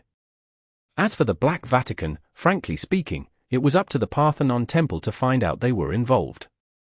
Mo Fan was not willing to share such an important clue with the Parthenon Temple.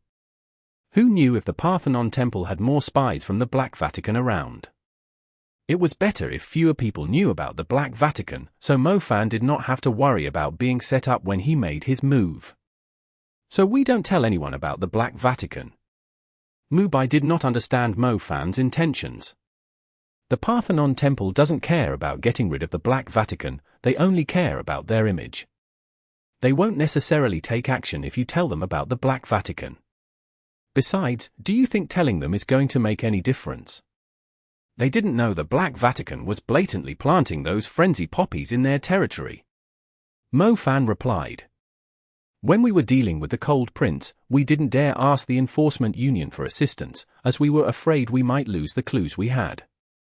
The Black Vatican is everywhere. It turns out that we made the right choice, which allowed us to track down their Red Cardinal. Zhao Manyang chimed in. Zhao Manyang was quite experienced when it came to dealing with the Black Vatican. It was tricky to take out the Black Vatican, since they had infiltrated many organizations. The three of them could not afford to leak the information they had. I'll let Sharjah know, but tell her not to inform anyone else from the Parthenon Temple. Mu Bai, if you are confident that Yang Qiu is an important member of the Parthenon Temple, we might have a chance to find Salon. Mo Fan said. Seriously? Are we really going after Salon? Zhao Manyang protested. Of course. Mo Fan and Mu Bai said together. They were both as determined as the other. Old Zhao, you have no idea how important it is to obtain a clue on Salon's whereabouts. During the calamity of the ancient capital, the officials had to sacrifice themselves just to expose Salon. Unfortunately, they let Salon go to save the millions of lives in the inner city. It was the closest the Enforcement Union has ever gotten to learning Salon's identity. However, she has disappeared without a single trace since then. No one knows where she is. Salon likes to abuse the frenzy spring. It can mix with rain and provoke the demon creatures within several hundred kilometers to attack human cities. If she can cause the calamity of the ancient capital, she can do it a second time or a third time. Based on our speculation, Salon hasn't been active lately not because she's being merciful and thinking of retiring, but because it's very likely that it takes a long time to produce the frenzy liquid. Mo Fan went on. Mu Bai nodded. He added, I've analyzed the features of the frenzy poppies and noticed that they take a longer time to mature than normal poppies. Salon's next move might depend on when she finishes producing the frenzy spring. You saw the dead bodies on Green Sprouts Island. They were buried in the pool and left to rot like a school of fish, but if Salon is on the move again, the deaths will be 10 times, or 100 times worse than the tragedy on Green Sprouts Island. The bishop of the Black Church is like a kid playing with his Play-Doh compared to Salon. Fine. I guess we'll be busy saving the world again. That being said, do we even have any clue to her whereabouts? Blue Bat has already taken Mr. Lin away. What should we do next?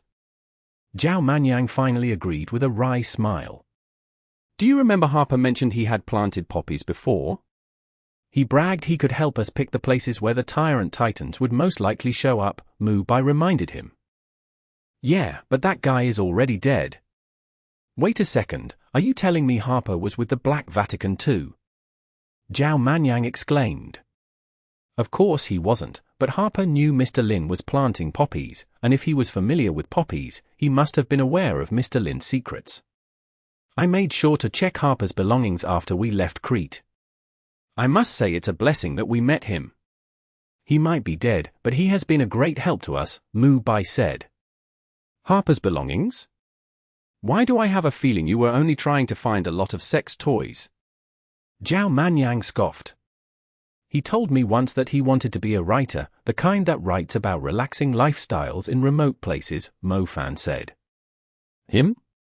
A writer? Zhao Manyang huffed disdainfully. He was just an amateur. He must have taught himself with tutorials he found online. He started to keep a diary to practice his writing. Mu Bai took out a few notebooks. They were filled with words. Zhao Manyang was stunned. He did not expect the guy who claimed to be living off women to have such a hobby. He did write about his secret relationship with Mr. Lin's daughter, including that he was suspicious about the poppies Mr. Lin was planting, too, Mu Bai told them both. Was there anything exciting that I might find interesting? Zhao Manyang raised his brows. Mu Bai could only look awkward at the question. Mu Bai had basically read all of its contents while translating it. There was indeed an entry about how he had tricked Mr. Lin's daughter to meet him in the field. Harper had described the encounter in great detail. Mu Bai seriously wished Harper was only practicing his writing skill when he wrote the entry, instead of trying to display his character. Thanks to Harper's shameless diary, Mu Bai learned that Mr. Lin's daughter suspected her father was having an affair with another woman. Harper knew Mr. Lin was planting poppies, and according to the diary, he believed Mr. Lin had a bigger plantation of them somewhere else. Harper was amused that Mr. Lin's daughter suspected her father was having an affair when the truth was that he was doing some shady business. Mu Bai said, basically ignoring Zhao Manyang's question. So that's why Mr. Lin's daughter is dead. The Black Vatican was afraid she might leak some important information, Zhao Manyang said thoughtfully. Exactly, Harper was smarter than we thought. Mr. Lin didn't even realize a lazy worker of his had seen through his disguise. However, Harper didn't know Mr. Lin was working for the Black Vatican, Mo Fan nodded. Harper's diary clearly stated his speculations about Mr. Lin's plantation being somewhere Mr. Lin frequently visited. It had plenty of sunlight and the perfect temperature, weather, and moisture to plant poppies. Chapter 2181. Being a lecturer at a university. Translated by Zephazid. Edited by Aelrianth. Salon won't hide forever. She's waiting for the poppies to mature. If we find Mr. Lin's plantation, it will bring us closer to Salon. Mo Fan declared. That's a very important clue. Shouldn't we tell the Holy Judgment Court or the Enforcement Union instead, so they can take care of Salon? We don't have to do it ourselves, do we? Zhao Manyang asked hastily. The Holy Judgment Court was stupid enough to let the Cold Prince escape from their prison. How reliable do you think they are? Our country's enforcement union is determined to hunt Salon down, yet they have trouble doing anything since the other countries won't allow them to operate freely in their territories, Mo Fan scoffed at the idea. So you are saying that we have to rely on ourselves again? Zhao Manyang felt like crying. We must handle the investigation ourselves. Otherwise, the people of the Black Vatican will quickly erase their traces again. They will do anything to protect their superiors. Besides, I don't want to involve the others, Mo Fan said sternly. Yeah, Golden Sun Knight Jiang Bin, he's blind because of us. If someone like him can't protect himself from the Black Vatican, who else can stay safe once they decide to take on the Black Vatican with us? Mu Bai sighed. Mu Bai was blaming himself for Golden Sun Knight Jiang Bin's fate. If he had known the Black Vatican was involved, he would not have put the knight's life in danger. The three of us are nowhere near enough to take on the Black Vatican. Speaking of which, shouldn't we focus on looking for the totem beasts with Jiang Shaoxiu and Lingling? Zhao Manyang proposed. He felt like searching for totem beasts was a safer option. He still remembered what had happened when they went looking for the Cold Prince. It felt like they were walking on thin ice at all times. He did not want to experience that again. Lingling and Jiang Shaoxiu are still searching for clues. We don't have any accurate information on any of the totem beasts that we haven't already discovered. Now that you have reminded me, we shouldn't tell them about the Black Vatican either, Mo Fan said quietly. Going against the Black Vatican was beyond dangerous. Regardless of how clever Lingling was, Mo Fan did not want the Black Vatican to go after her. Mo Fan had already prepared himself to share the same fate as Xu Jiaoting when he decided to take on the Black Vatican. So you are saying my life is cheap like yours is? You can choose not to tell me about the Black Vatican too, since I don't have the resolution that you two do. I just want to be a carefree writer like Harper, the kind who writes whenever he feels like, instead of being urged to write every day just to meet a word count. Zhao Manyang protested. Zhao Manyang noticed both Mo Fan and Mu Bai were staring at him as he was grumbling. The looks in their eyes were making him uncomfortable. He eventually sighed and said, "Fine, I'm in. I might not hold a strong grudge against the Black Vatican, but without me, the Black Vatican is going to chop you both into pieces at any second. It's going to be boring without you two as comparison whenever I put on airs and hook up with the ladies." Mo Fan was very familiar with Zhao Manyang's personality. He would play as hard to get as a woman most of the time. He might say no, but his body was very honest. Even if Mo Fan and Mu Bai had asked Zhao Manyang to not involve himself, he would have said no. By the way, there's one more thing. Mo Fan, I need you to ask your lover about something. Thanks to her, I learned Spectre was going to disguise himself as a member of the Black Church, Mu Bai suddenly recalled. My lover? Where did that even come from? Asheruia and I are just friends, Mo Fan said. Both Mu Bai and Zhao Manyang believed Mo Fan's relationship with Asheruia was beyond friendship. Otherwise, why would a saintess bother helping him? Mo Fan would claim they were both benefiting from it, yet Mu Bai and Zhao Manyang did not think Mo Fan was giving her any help. On the other hand, Asheruia's information had proven useful many times. I thought you two were just F***K buddies? Since when did you two become friends? Zhao Manyang pretended to be surprised. F***K buddies my ass, I didn't even touch those two chicks who lived in the same house with me. It's important for a man to practice self-control, don't you understand? Mo Fan swore. You are just being a coward. Coward my ass. Go ahead and prove me wrong, then. You can settle that little vixen Asheruia first and eat the 2 golden sparrows you are keeping in Shanghai later. A man must be free and at ease. The worst thing you can do is let a woman down. Zhao Manyang declared proudly. Can you two idiots stop yelling at one another? I forgot what I was going to say. Shut up, green tea virgin. Mo Fan and Zhao Manyang yelled back at the same time. Mu Bai's face twitched. He had already had enough of being called green tea man by them.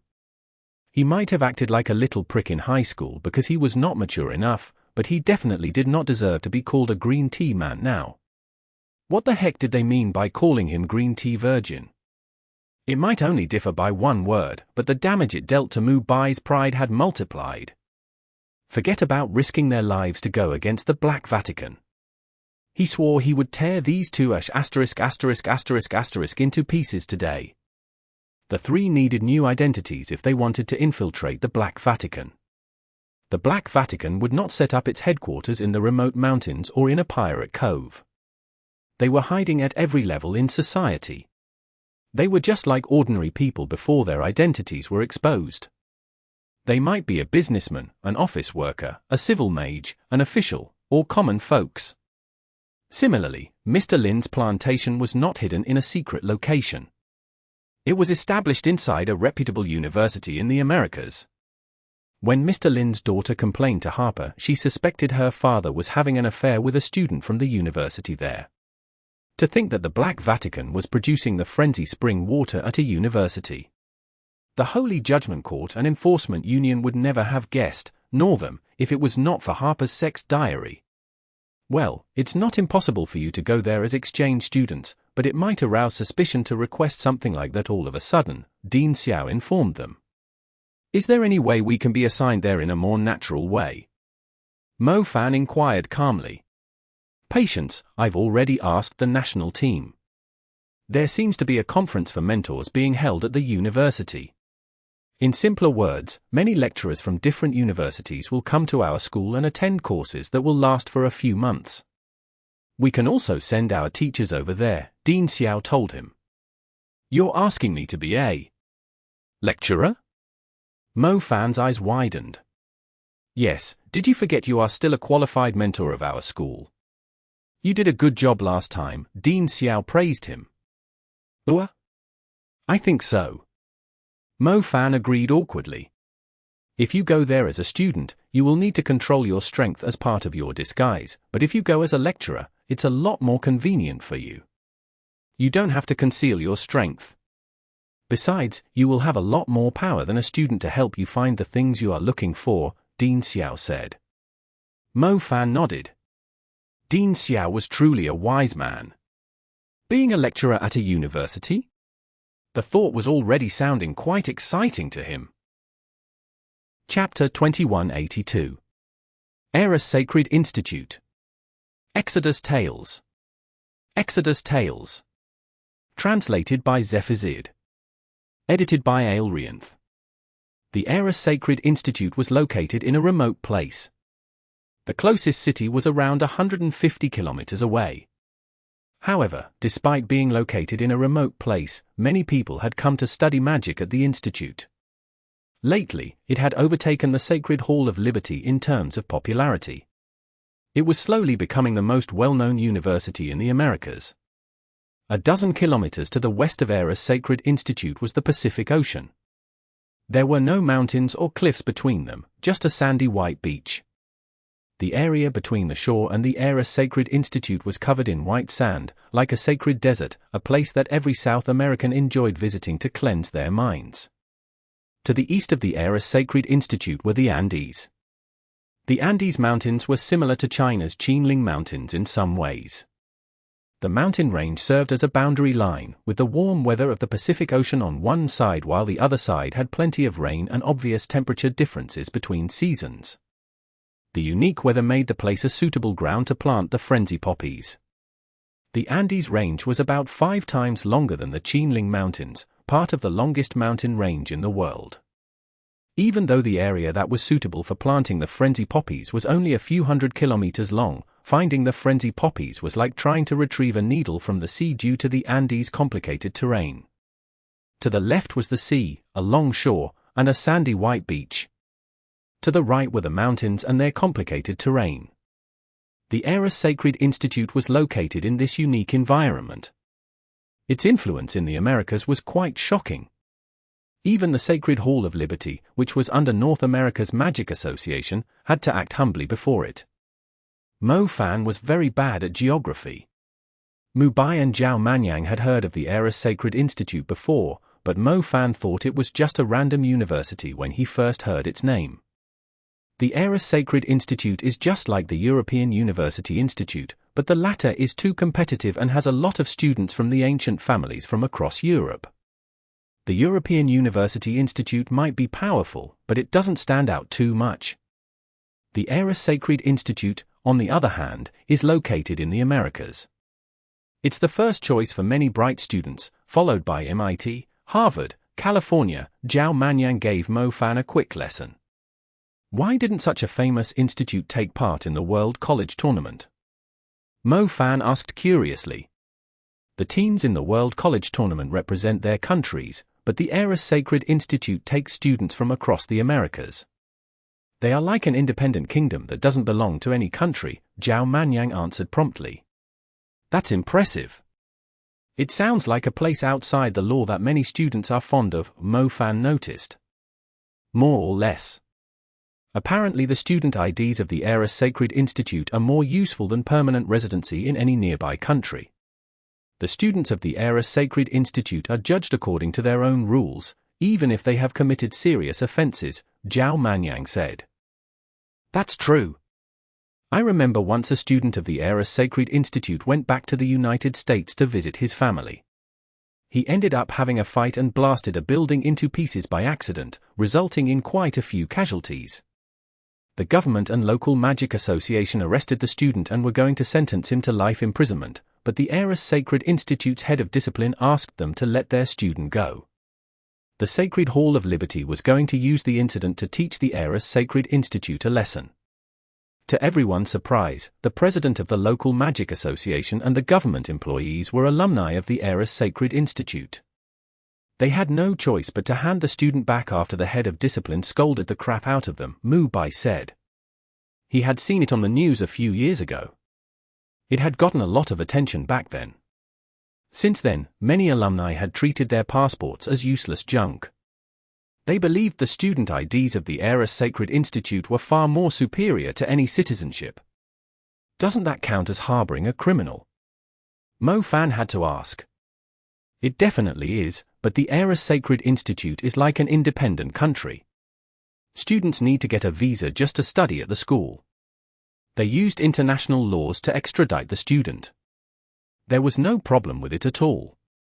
That being said, it doesn't mean they will tolerate the crimes their students committed. They did punish the student, but no one knows what the punishment was, Zhao Manyang shrugged. Even I am interested in getting a student ID from the Aorus Sacred Institute for myself now? Mo Fan exclaimed. Being a student of the Aorus Sacred Institute was like having a death exemption plate. Most of laws existed to restrict ordinary people. Even a murderer could be transferred from a prison to a psychiatry ward if they were proven to suffer from a mental disorder, but there were different kinds of psychiatry wards. Some were scarier than a prison, but some were as luxurious as a resort, like sending the criminals off to a vacation. They could live an enjoyable life at the cost of not being able to engage with the outside world freely. It was a common way for the criminals to escape punishment. Legal tomes were so thick, with so many laws and terms written in black and white. There had to be a lot of unknown ways that criminals could abuse to escape their punishment. It was most likely the reason why so many people were so hungry for power. A lot of people might be fond of living a carefree life, but life always had its struggles. Most people could bear with the minor ones, but when they found themselves in difficult situations, it was meaningless to complain about unfair treatment to the world. The Aorus Sacred Institute was able to extradite criminals from any country as long as they were students there. It was not against international law. As for the innocent people who died when the building was destroyed, making the student pay for what he had done was solely dependent on how selfish the Aorus Sacred Institute was. Mo Fan and company finally arrived at the Aorus Sacred Institute after a long journey. The area in front of the Aorus Sacred Institute was undeveloped. Most importantly, the Aorus Sacred Institute did not even have roads connected to it, as if the Magic Institute had no need for modern transportation. Mo Fan felt like he had come to a different world when he arrived at the Aorus Sacred Institute. The green lawns were perfectly tended. Buildings with characteristics of different countries stood among the trees. Mo Fan could see four magnificent statues with fountains just looking around himself, not to mention the delicate corridors, bridges, cafes, and sightseeing towers that were decorated so elegantly. Damn it, our Pearl Institute is like the countryside compared to this place. Mo Fan exclaimed as soon as he set foot into the Aorus Sacred Institute. Zhao Manyang had been to many places, but he was shocked by the Aorus Sacred Institute's appearance too. Was this really an institute? Chapter 2183. Tough Folks. Exodus Tales. Exodus Tales. Translated by Zephazid. Edited by Aelrianth. Leave, didn't you see the warning sign there? You Asians are so annoying. You never follow the rules when you go to other people's places. This isn't your village or country, where you can go anywhere as you please. A proud but short woman who was sweeping the fallen leaves with a broom began driving Mo Fan, Mu Bai, and Zhao Manyang away angrily.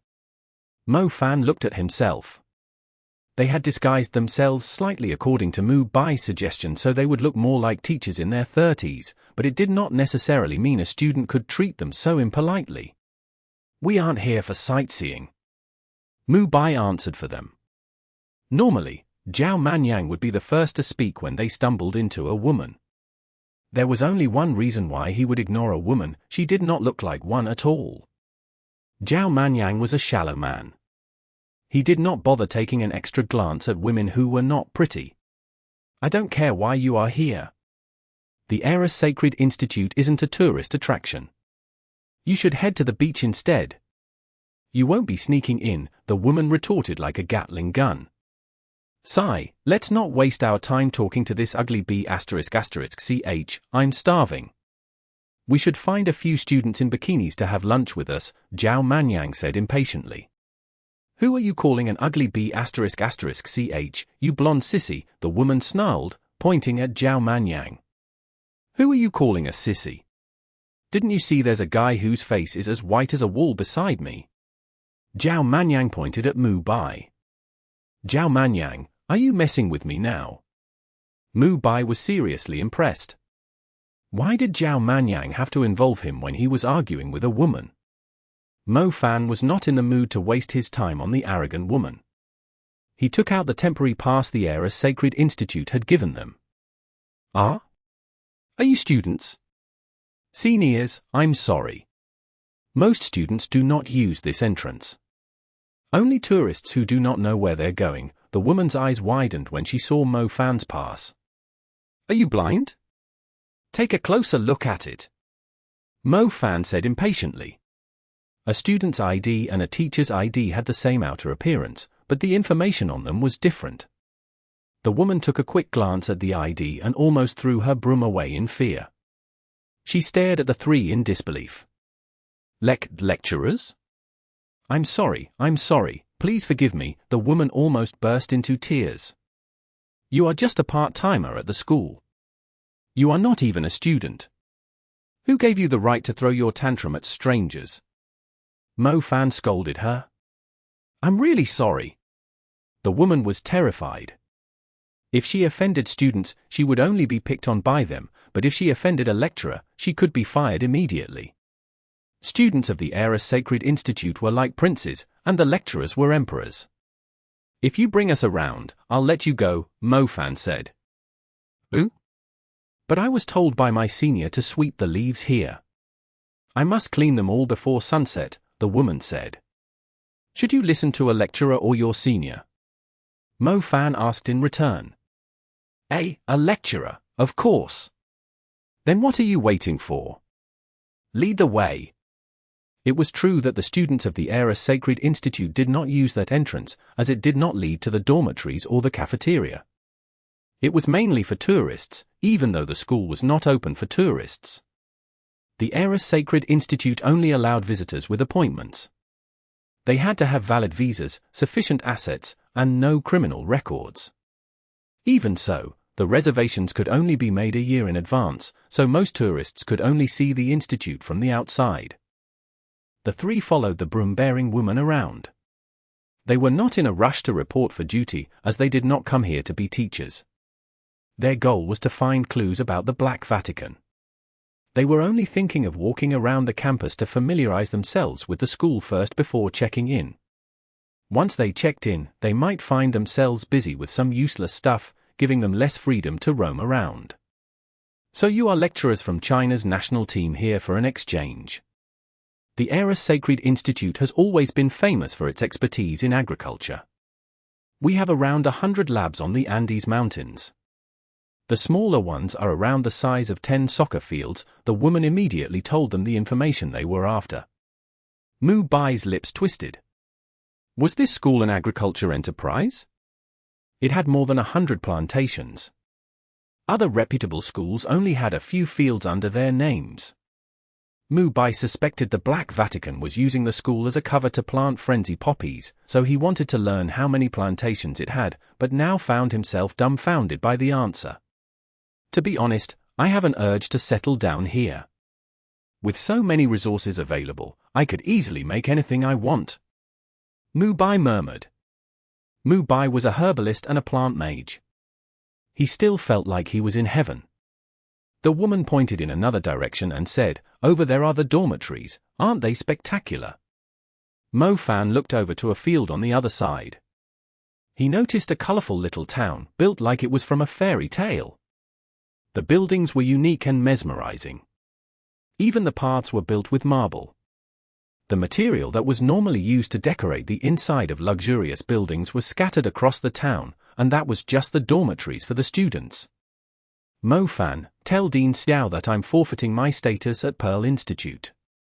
I'm thinking of enrolling in this school," Zhao Manyang blurted out. Seeing for oneself was better than hearing from many others. Zhao Manyang had long heard about the school, yet he only realized how insane it was after visiting it in person. It was not exaggerating to describe every place outside of the school as the slums. No wonder even a part-timer felt so superior to others.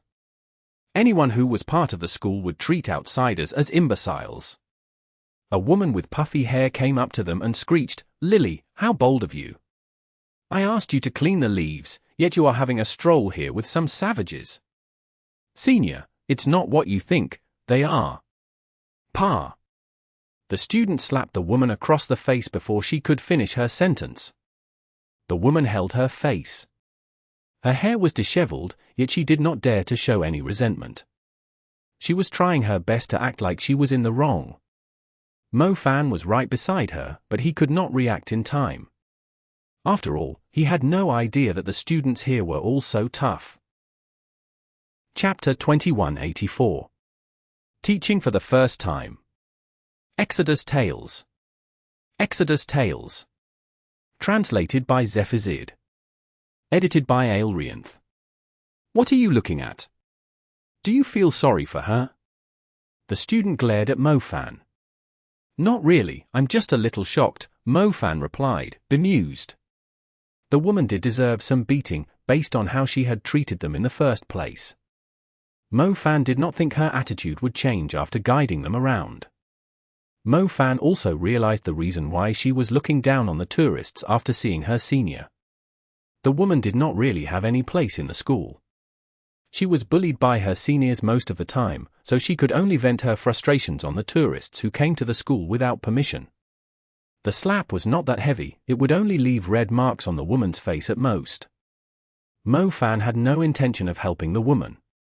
He could not be bothered wasting his time on someone who lacked both inner and outer qualities. The woman left after swallowing her anger.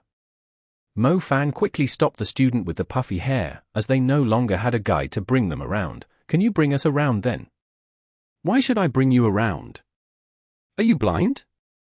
"Even if you are blind, I'm not obliged to help the handicapped," the student scoffed at him. She left immediately, leaving Mo Fan and the others behind. Zhao Manyang was going to teach her a lesson, but Mu Bai waved his hand and said, "Forget it, we have already gone to most of the places we need to. It's time for us to check in with the school. Speaking of which, since we came later than the others, we couldn't make it to the welcoming ceremony. We have to start teaching tomorrow. Have you two prepared for the classes?" "We shouldn't expose ourselves," Zhao Manyang inquired, adjusting his glasses. "What preparations?" Mo Fan asked dimly. "Seriously? If you didn't prepare for the classes, how are you going to teach the students?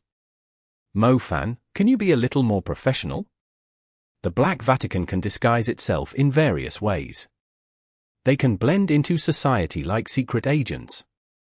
I hope the school doesn't unmask you before we find the Black Vatican." Zhao Manyang sighed. Mo Fan purposely stayed up all night to prepare for the classes the next day. He thought he could enjoy the luxurious lifestyle at the Aorus Sacred Institute and have a coincidental encounter with the ladies of renowned families on the campus, but instead he was forced to stay in his room and practice how to be a teacher. An assistant was waiting for Mo Fan outside his unit early in the morning. He was worried that Mo Fan might lose his way around. The handsome assistant was in his late 20s. He was surprised to see Mo Fan walking out of his room in a simple outfit, as he noticed Mo Fan was only a few years older than him.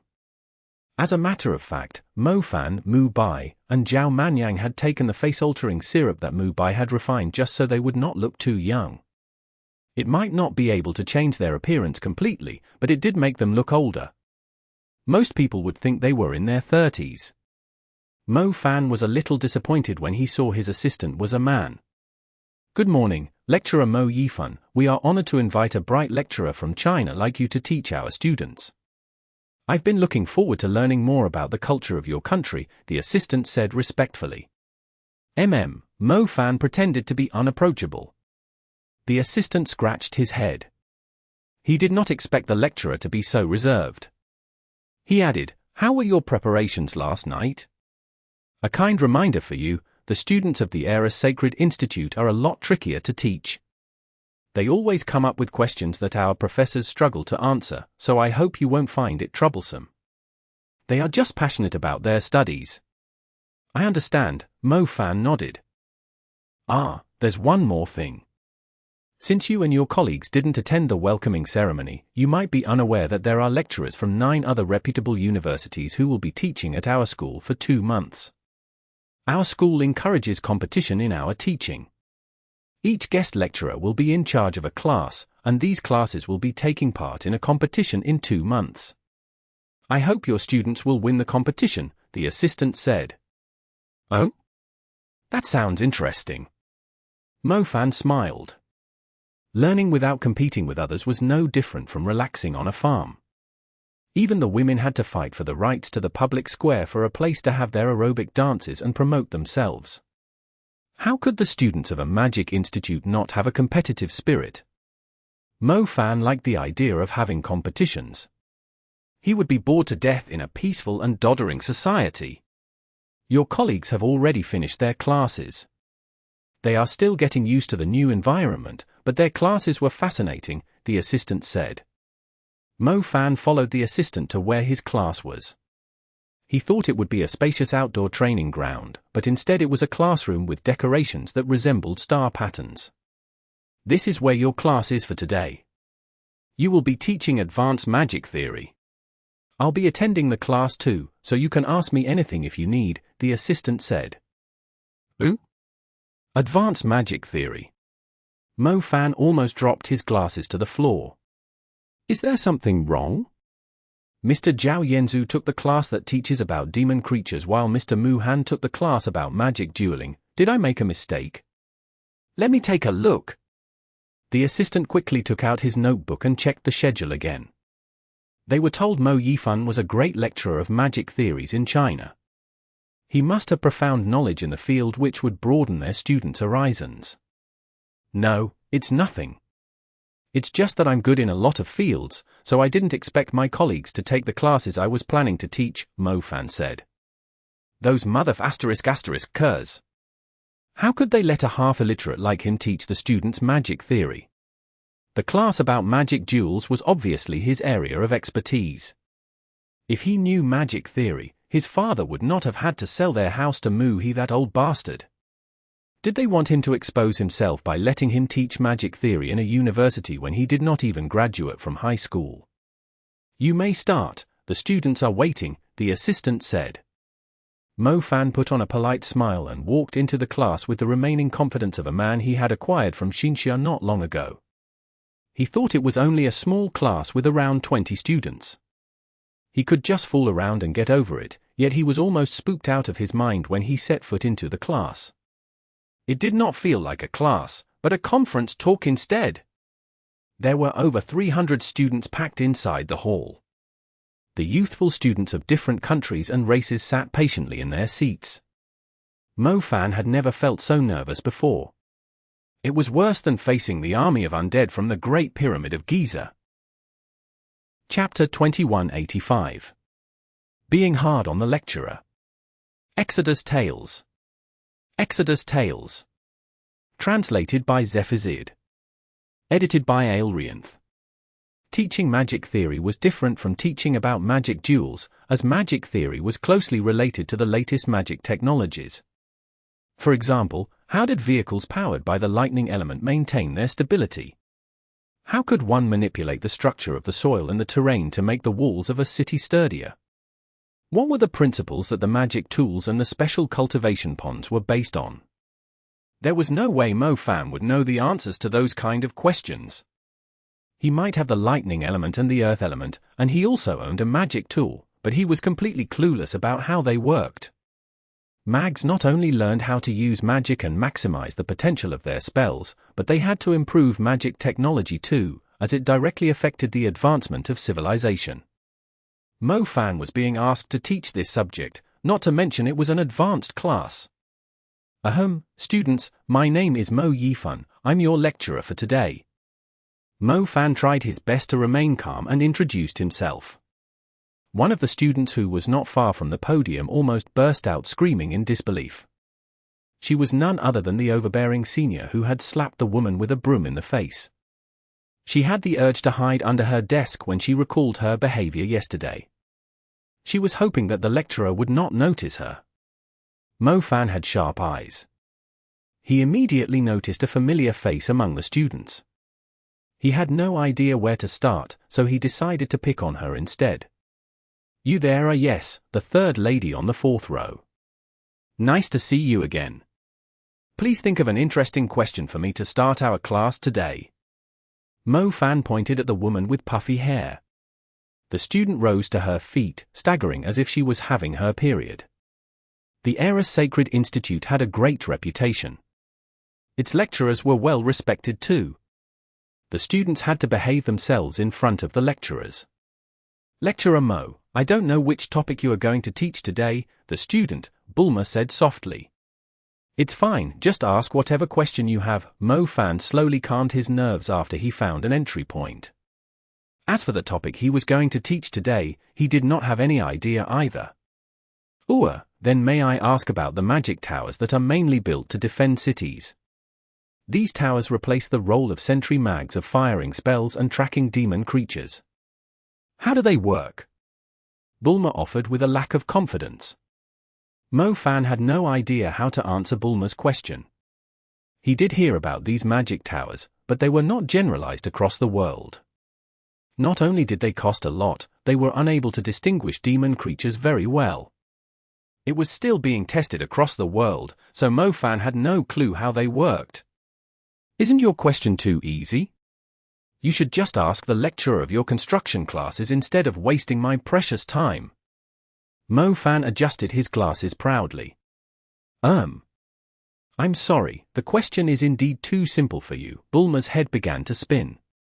She had regretted calling the lecturer a savage yesterday. Give me a better question, Mo Fan prodded her.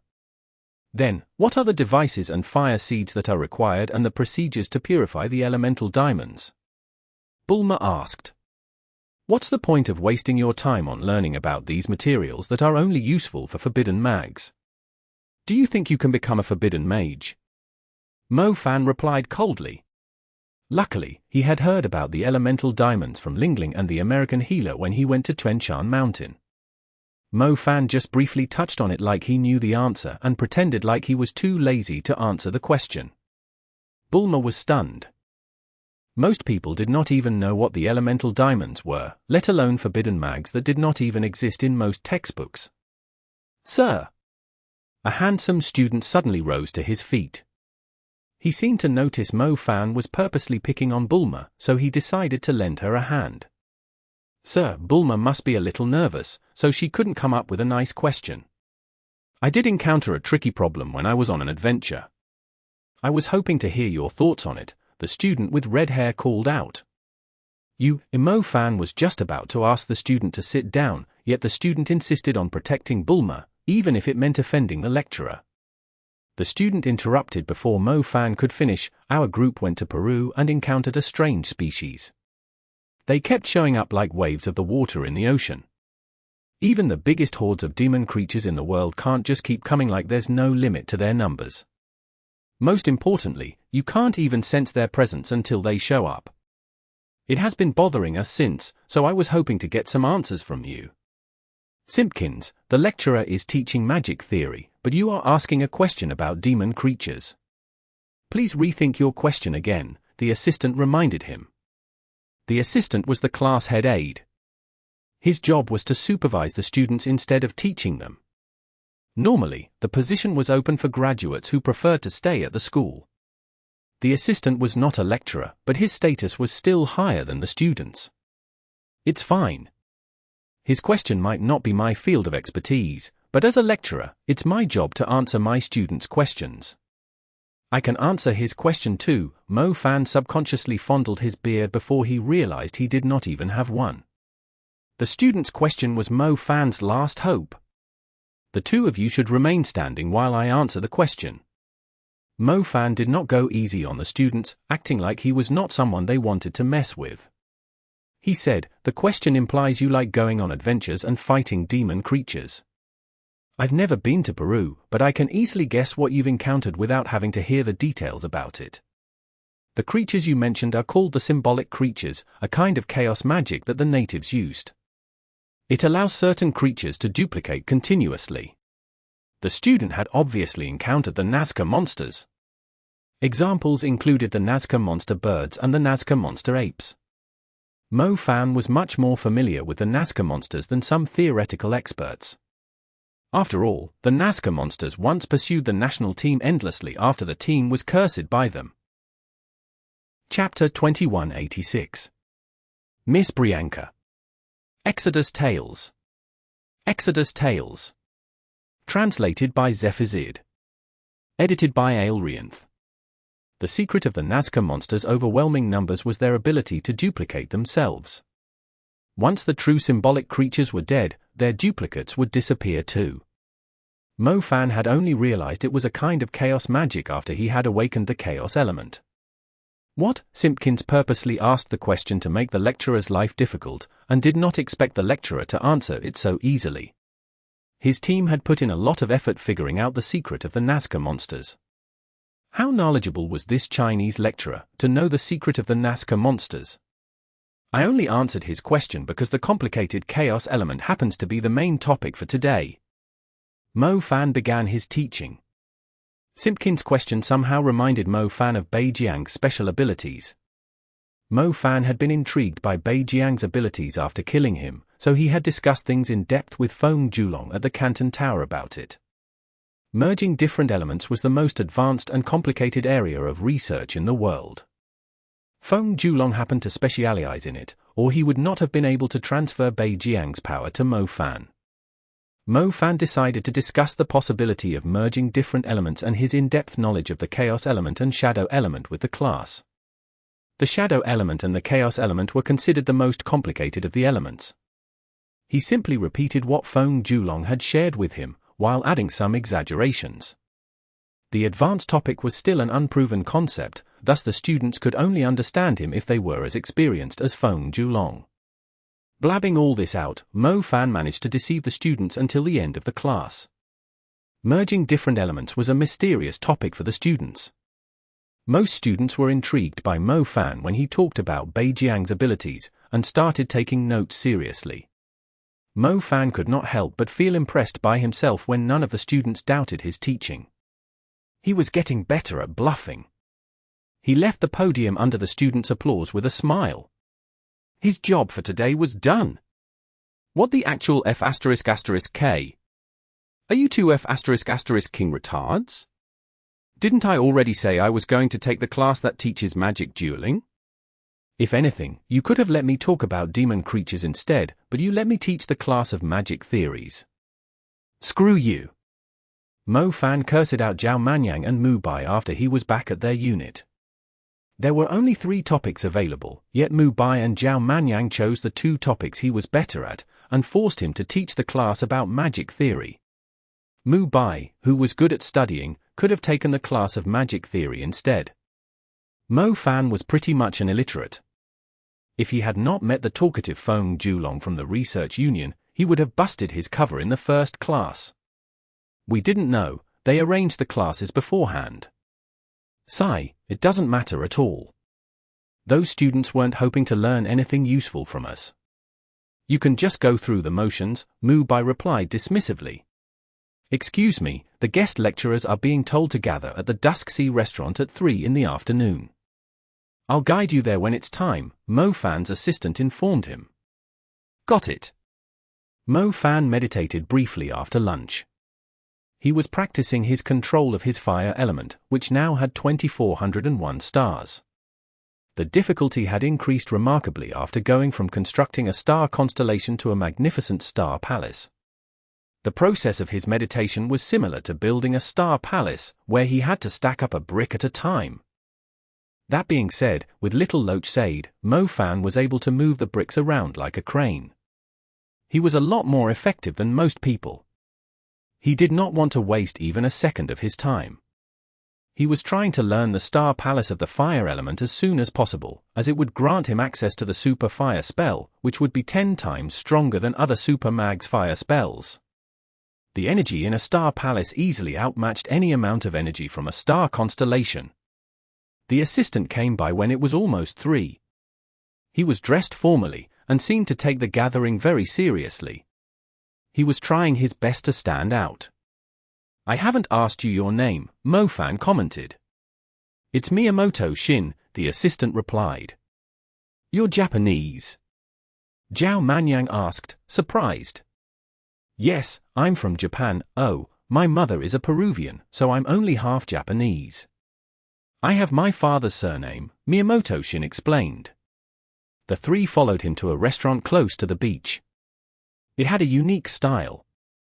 It was built on top of a huge tree with wooden stairs leading up to it. Mo Fan noticed the restaurant was almost one with the tree, with a view that overlooked the vast blue sea. The place had been reserved for the guest lecturers. When Mo Fan, Zhao Manyang, and Mu Bai arrived, they immediately noticed a beautiful European woman, whose blonde hair stood out among the others. Mo Fan, it's your lover again. Zhao Manyang whispered. Mo Fan was left speechless. Why did Manyang sound like he had been spreading his seeds across the world?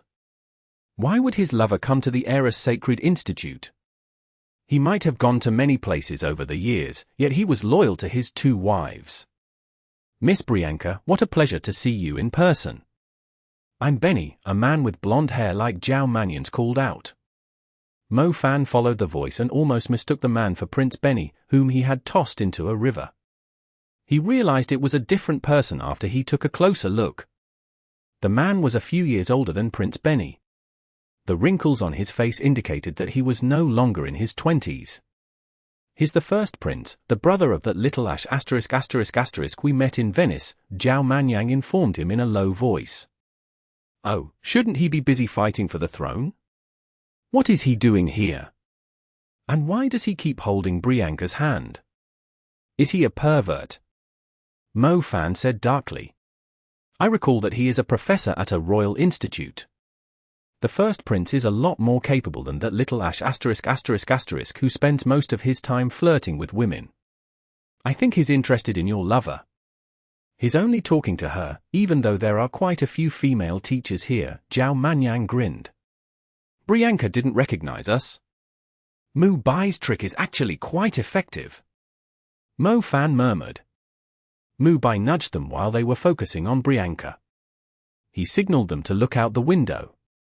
What is it? Zhao Manyang asked impatiently. It's hair casser. Mu Bai told them sharply. Chapter 2187. Student Union President, Sharjah. Exodus Tales. Exodus Tales. Translated by Zephazid. Edited by Aelrianth. One of the most renowned clans in Europe, the Cassers. Mo Fan had only heard about the clan after he saw how ruthlessly they demanded the Alps Institute hand over their student, not to mention the arrogant Herr Casser. Mo Fan's impression of Herr Casser still remained at his pitiful appearance after he was poisoned. It seemed like Herr Casser had completely forgotten the lesson dealt him after he had recovered. He was greeting the lecturers, giving himself a high profile, and a huge group was gathering around him. That guy is a lecturer too? Mo Fan asked helplessly. Are you referring to him? He's a representative of the student union. He's a member of the main party of the student union, Miyamoto Shin answered politely.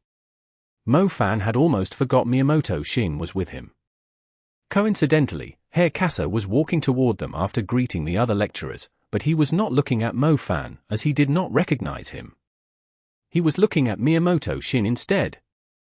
Miyamoto Shin, we didn't expect you to become an assistant after you left our party, Herr Kassa addressed Miyamoto Shin, completely ignoring Mo Fan and the others. Miyamoto Shin retained his smile as he replied, I'm just from a normal background, unlike you. Allow me to introduce, these three are brilliant lecturers from China. Oh, nice to meet you. Herr Kassa did not bother memorizing their names. He quickly went through the motions and strutted in Prince Bennis' direction. Isn't this a gathering for the lecturers? Why are there students here too? Mo Fan asked in confusion. He had noticed there were a lot of people in the restaurant. The guest lecturers from 9 different institutes would only add up to around 30 people, yet there were around 60 people in the restaurant. Some of them were obviously just students, based on their age. They are members of the student union, here to represent the students. If you want to receive a positive evaluation from the school, having a close relationship with these members of the main party in the student union might help. They have a great influence among the students. They are like the leaders of the students, Miyamoto Shin informed him. Leaders of the students, sounds impressive, Mo Fan said cautiously. Indeed. After all, some of them are as strong as our lecturers, Miyamoto Shin agreed. The guy who was talking to you, is he from the main party of the student union, too? Mo Fan inquired blandly. Yes, he was in the main party last year. My connections are nowhere as impressive as theirs. The lecturers have taken the initiative to express goodwill to them, even though they are only students, because of their background and outstanding capabilities, Miyamoto Shin sighed, his expression helpless and jealous. Mo Fan watched a few lecturers taking the initiative to greet Herr Kassa. What about the gorgeous girl who's like a Barbie doll beside Herr Kassa? As expected, Zhao Manyan's focus was always somewhere else. You mean Eartherman? He's a son of the Sacred Hall of Liberty, a very famous guy. Miyamoto Shin said. Are you sure you didn't make a mistake? The son of the Sacred Hall of Liberty. Zhao Manyang repeated. Yeah, that's what everyone calls him, since he's the son of the Sacred Hall of Liberty's honorable president. He has a delicate face and likes to dress up like a woman. It's not even a secret in our school. Look, most men who come to our school for the first time are attracted by Eartherman's gorgeous looks, just like you. That being said, he does have a lot of followers, Miyamoto Shin told them, clearly amused. What? A beautiful lady with a dick? Zhao Manyang reacted as if he had just eaten a fly. Zhao Manyang had seen many, many women. He could easily tell if it was a man dressed like a woman. After all, a real woman had a natural seductiveness that no disguise could mimic. But in Eartherman's case, he was clearly a man, yet Zhao Manyang was imagining pressing him down on a desk just half a minute ago. When Zhao Manyang recalled his thoughts, he felt like throwing up. Old Zhao, I didn't know your tolerance had improved so much. Mo Fan patted Zhao Manyang on the shoulder. Piss off, you dare say you didn't think he was hot at first sight. Zhao Manyang shot back. Seriously, that round bottom and long legs.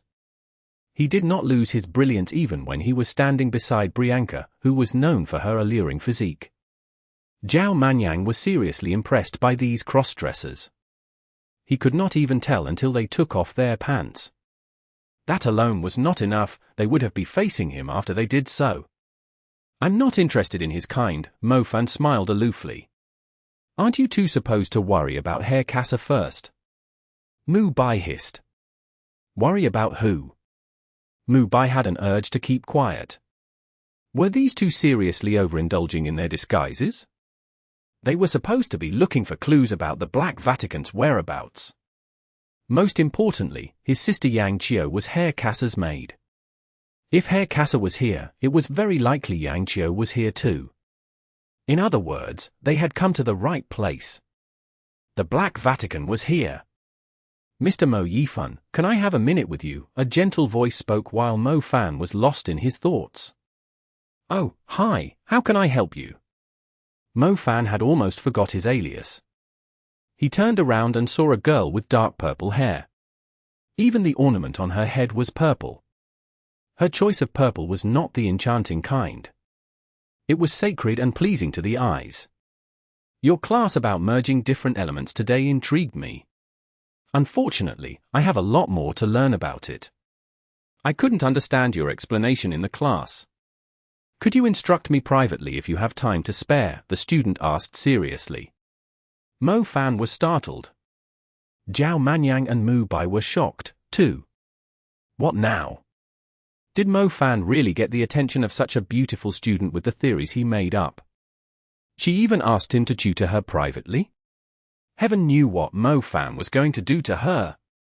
Mo Fan did not respond. However, Miyamoto Shin looked very surprised. He quickly introduced them when he saw Mo Fan did not respond. Mr. Mo Yifan, this is the Student Union's president, Sharjah. Chapter 2188. A Studious Girl. Exodus Tales. Exodus Tales. Translated by Zephazid. Edited by Aelrianth. Mo Fan could tell Miyamoto Shin had great respect for the Student Union's president by his tone. He might have acted humbly in front of Herr Kassa previously, but he was only going through the motions. However, he was doubtful and surprised when he saw the beautiful girl who looked like a purple elf. He did not understand why Sharjah would attend a guest lecturer's class. Perhaps she really was interested in the possibility of merging different elements.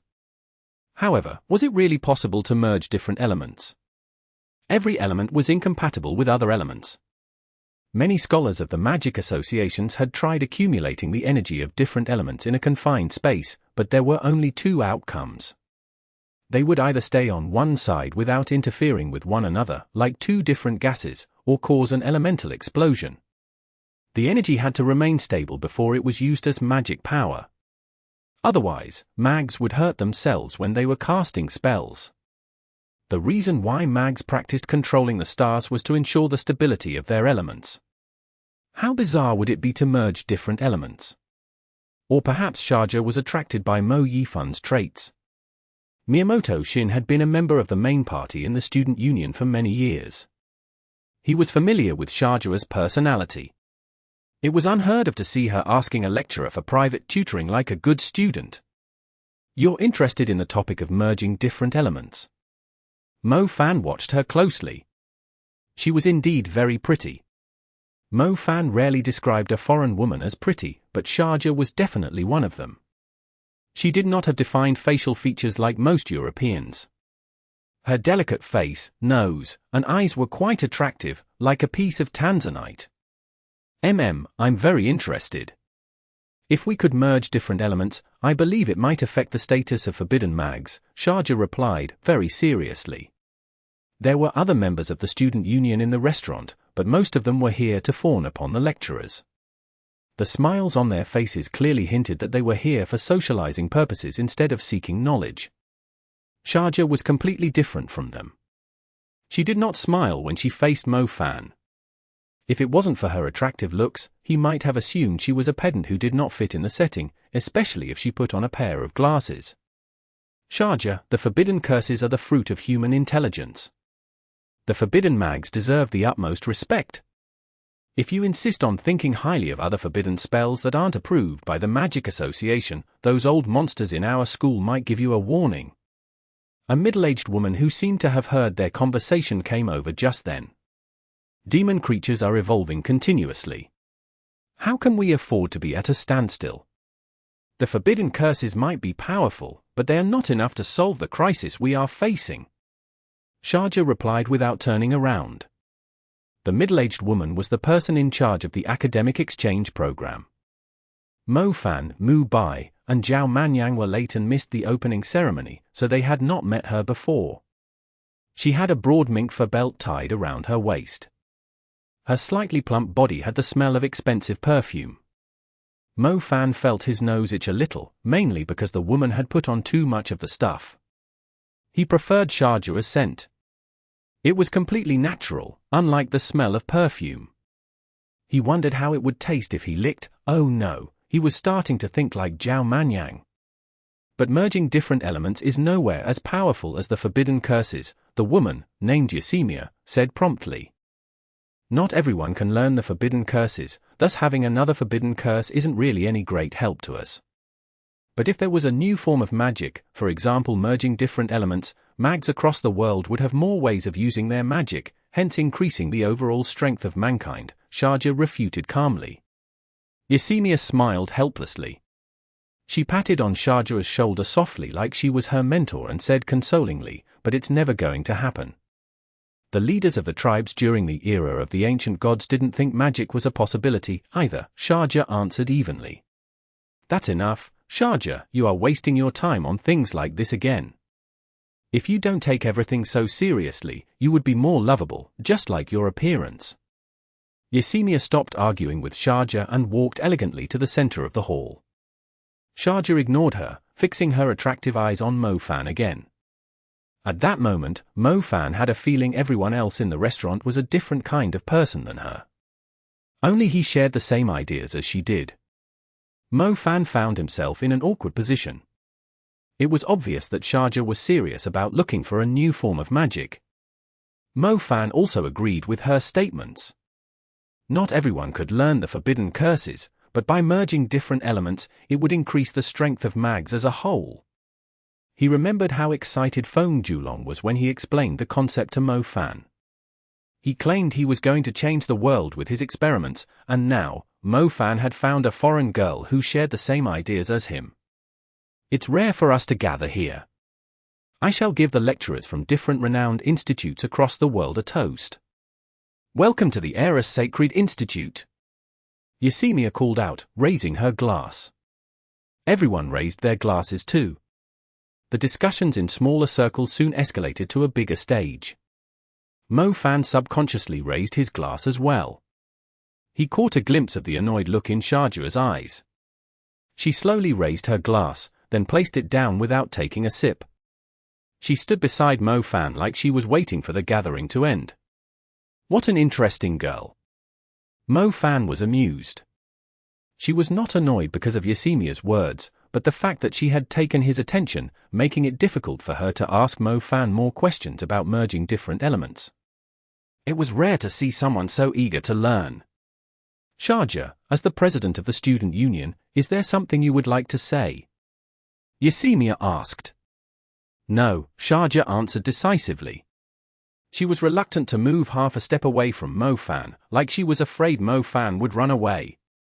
If you really have questions, we can meet up again next time. I'll tell you everything I know. You don't have to stand beside me like a bodyguard. Mo Fan was at something of a loss for words. How stubborn could she be?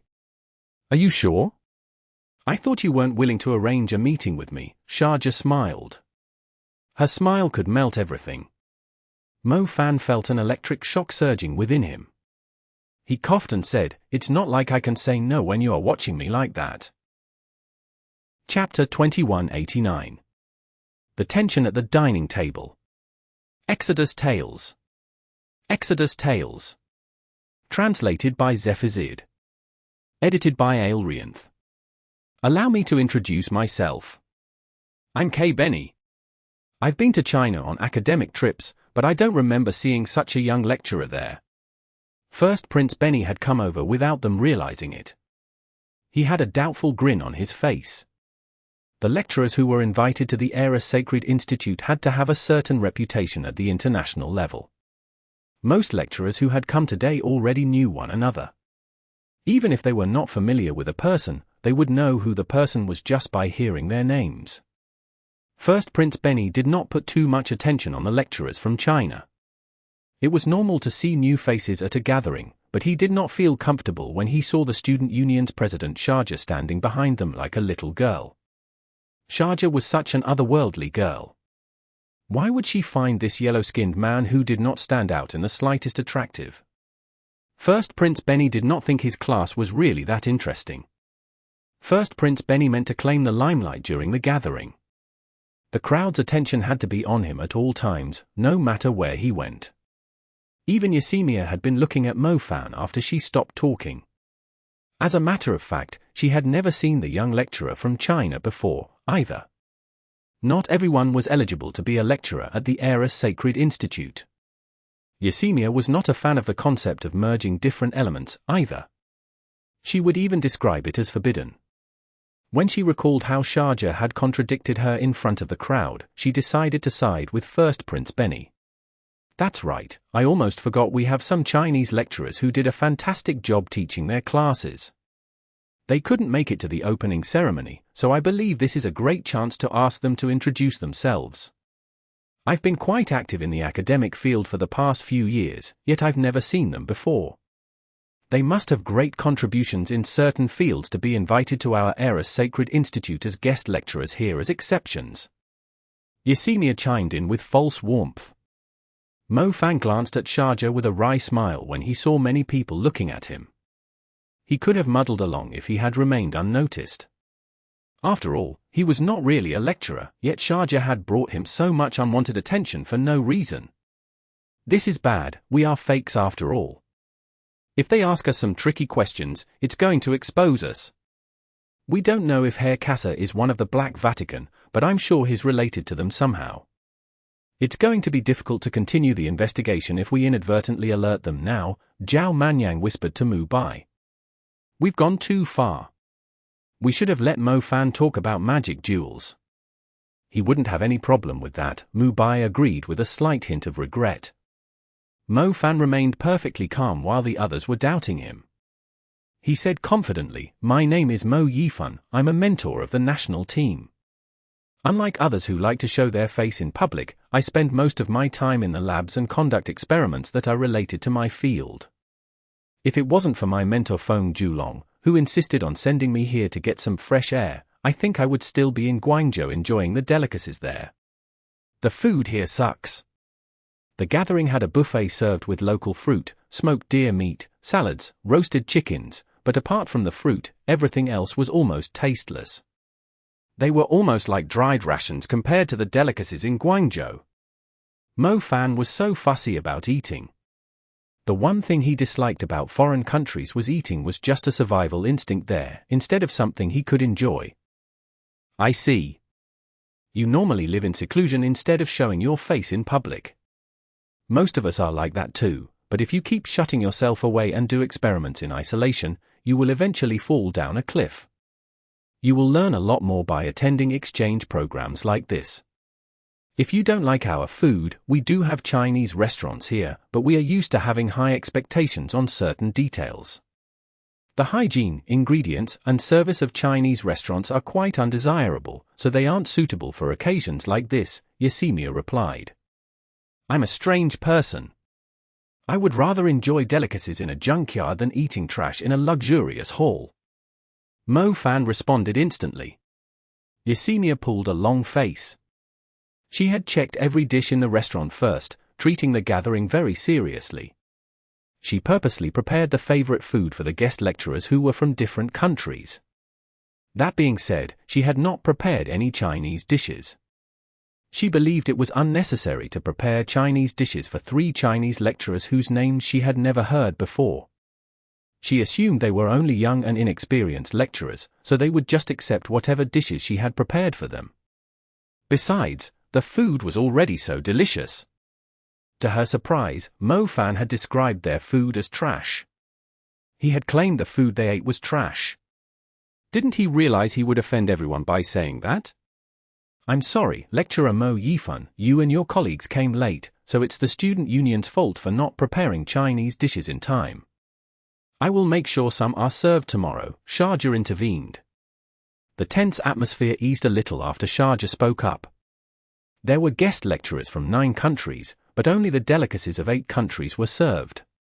Not a single Chinese dish was served, which obviously indicated Yosemia did not treat the Chinese lecturers seriously.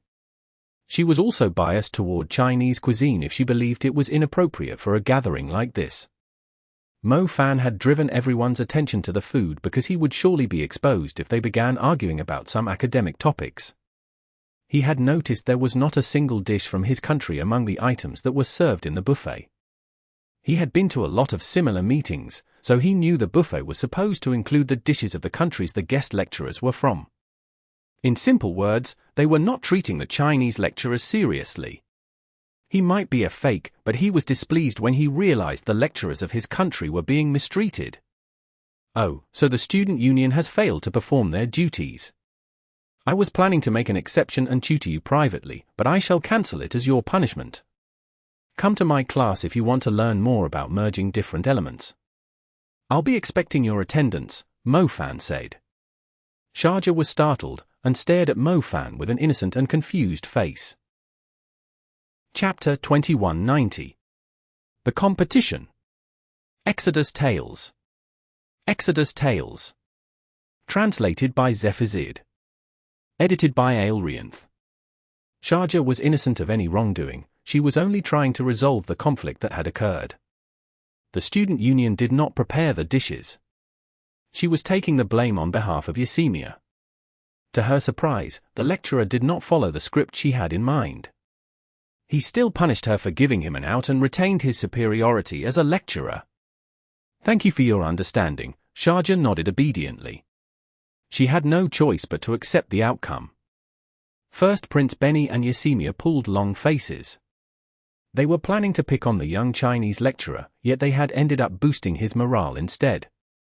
They did not feel comfortable when the proudest student of the Aorus Sacred Institute was as obedient as a mere intern in front of the Chinese lecturer. Sharjah was like the noblest Persian cat of their school. Many lecturers tried to get her attention or at least some response from her, but not many had managed to do it. Most lecturers were attracted by Sharjah's unique temperament instead. The people who attempted to conquer her ended up becoming her slaves. However, the good-for-nothing Chinese lecturer had turned the proud and arrogant Persian cat into an obedient golden retriever in just a single class. Forget it, Sharjah has always been like this. She's always curious about new things and will chase them passionately. However, when she figures out their secrets, she will just cast them aside, First Prince Benny murmured. Sharjah was as heartless as a cat. Our fellow lecturers from China, I believe you must have heard about the competition. Basically, we will evaluate the guest lecturers on 3 areas. Yosemia switched the topic. Please explain it in detail, Mo-Fan said agreeably. That's the reason I've gathered everyone here, to explain the details of the evaluation process to every guest lecturer. We have split it into 3 main parts. The first part is the magic theory classes. We will evaluate everyone based on students' attendance. In simple words, whoever has the highest attendance in their classes will score the highest. From today forward, all guest lecturers will be teaching classes, and the classes might even occur at the same time. The second part is related to demon creatures. The Aorus Sacred Institute has always emphasized on teaching students practical knowledge about demon creatures. We don't just stick to textbooks, illustrations, and verbal descriptions, we want our students to be equipped with practical skills. The lecturers who take these classes will bring their students on excursions while looking after their safety. The Andes Mountains have a lot of different species. You will teach them the demon creatures' attributes, capabilities, and habits as they observe the demon creatures in person. We will evaluate you based on the feedback from the students and the grade of the demon creatures. The third part is the classes about magic duels between mags. You will teach the students practical combat skills and techniques. The evaluation is quite simple. Each country will choose 9 students they teach to take part in an open tournament across the Americas, Yosemia said. An open tournament across the Americas? It was going to be a grand tournament. It sounded like 9 countries were going to compete with one another. Mo-Fan liked the idea, but this time, he would not participate in the tournament himself. The students he taught would be fighting for glory instead. He found it pretty interesting, too. He would earn the most glory if his students were able to emerge victorious. It was better than winning a tournament himself. I have a question, Brianca spoke up. Go ahead, Yosemia smiled. She was like a completely different person when she was talking to Brianca, compared to her attitude toward Mo-Fan. Certain topics in the magic theory classes are related to demon creatures too, as are the practical skills in magic duels and fights against demon creatures. Do we have to split the classes? Brianca asked. You may teach the classes at the same time. For example, you can combine a class of magic theory and a class on demon creatures into one. The lecturer who handles magic theory will teach about magic theory while the other lecturer teaches about the demon creatures. We will still evaluate the lecturers differently, but as a kindly reminder, there are only a limited number of classes available. For example, you are only given 10 classes of magic theories and 10 classes of demon creatures. If you combine 2 of the classes into one, you will expend a class of each field, Yesenia clarified. Okay, I understand, Brianca nodded. Mo Fan had the exact same question that Brianca had asked. Mo Fan felt like he would go crazy if he had to teach 10 classes on magic theory. The topic about merging different elements would only last for 3 classes at most. He did not have any other topics that could intrigue the brilliant students of this school. It would be a lot easier to deceive the students by combining the classes. There's one more thing. We'll only subsidize the first class for the students, but you may charge for the rest of your classes. You will receive Aorus gold as your payment.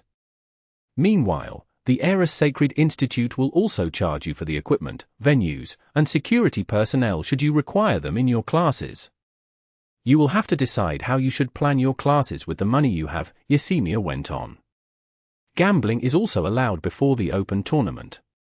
If the lecturer who's in charge of classes of magic duels plans to obtain more money, they can ask their students to challenge the students from other factions. We also allow people in the Aorus Sacred Institute and outsiders to bet on the duels.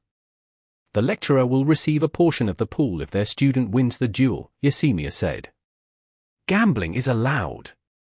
The whole school and outsiders are allowed to bet on the duels. The Aorus Sacred Institute is blatantly challenging the Magic Association. The Magic Association did not allow private duels between mags, let alone betting on magic duels. Most importantly, the school even allowed outsiders to bet on the duels. It was going to be a huge betting scheme. As expected of the Aorus Sacred Institute, which was its own nation. It could just do whatever it wanted. Every faction will have 1,000 gold coins. The lecturers will allocate the funds themselves. The gold here did not refer to a kind of currency that was made of gold. Everyone in the Americas knew it was referring to the Aorus Sacred Institute's own currency. Every student would receive a certain amount of gold when they enrolled in the school. They could spend it within the boundaries of the Aorus Sacred Institute on food, classes, magic equipment, and resources. One might find themselves at the bottom of the ladder after enrolling in the school, but by saving up a lot of gold, they also had a chance to become a top dog. The Aorus Sacred Institute was like a little kingdom with its own rules. Most importantly, it was possible to exchange their gold with US dollars, and the exchange rate was 1 gold to 1,000 USD. Chapter 2191. Stealing Students. Exodus Tales. Exodus Tales. Translated by Zephazid. Edited by Aelrianth. As expected of the Aorus Sacred Institute, their education system is completely different from our country's. As long as you have some reputation as a lecturer at this school, you can easily become a millionaire. Zhao Manyang exclaimed excitedly. Yeah, it's our first time being lecturers, yet we are teaching in such an exciting school. Ha ha ha, I like their system. It's straight and to the point. Mo Fan smiled. Mo Fan found this very interesting.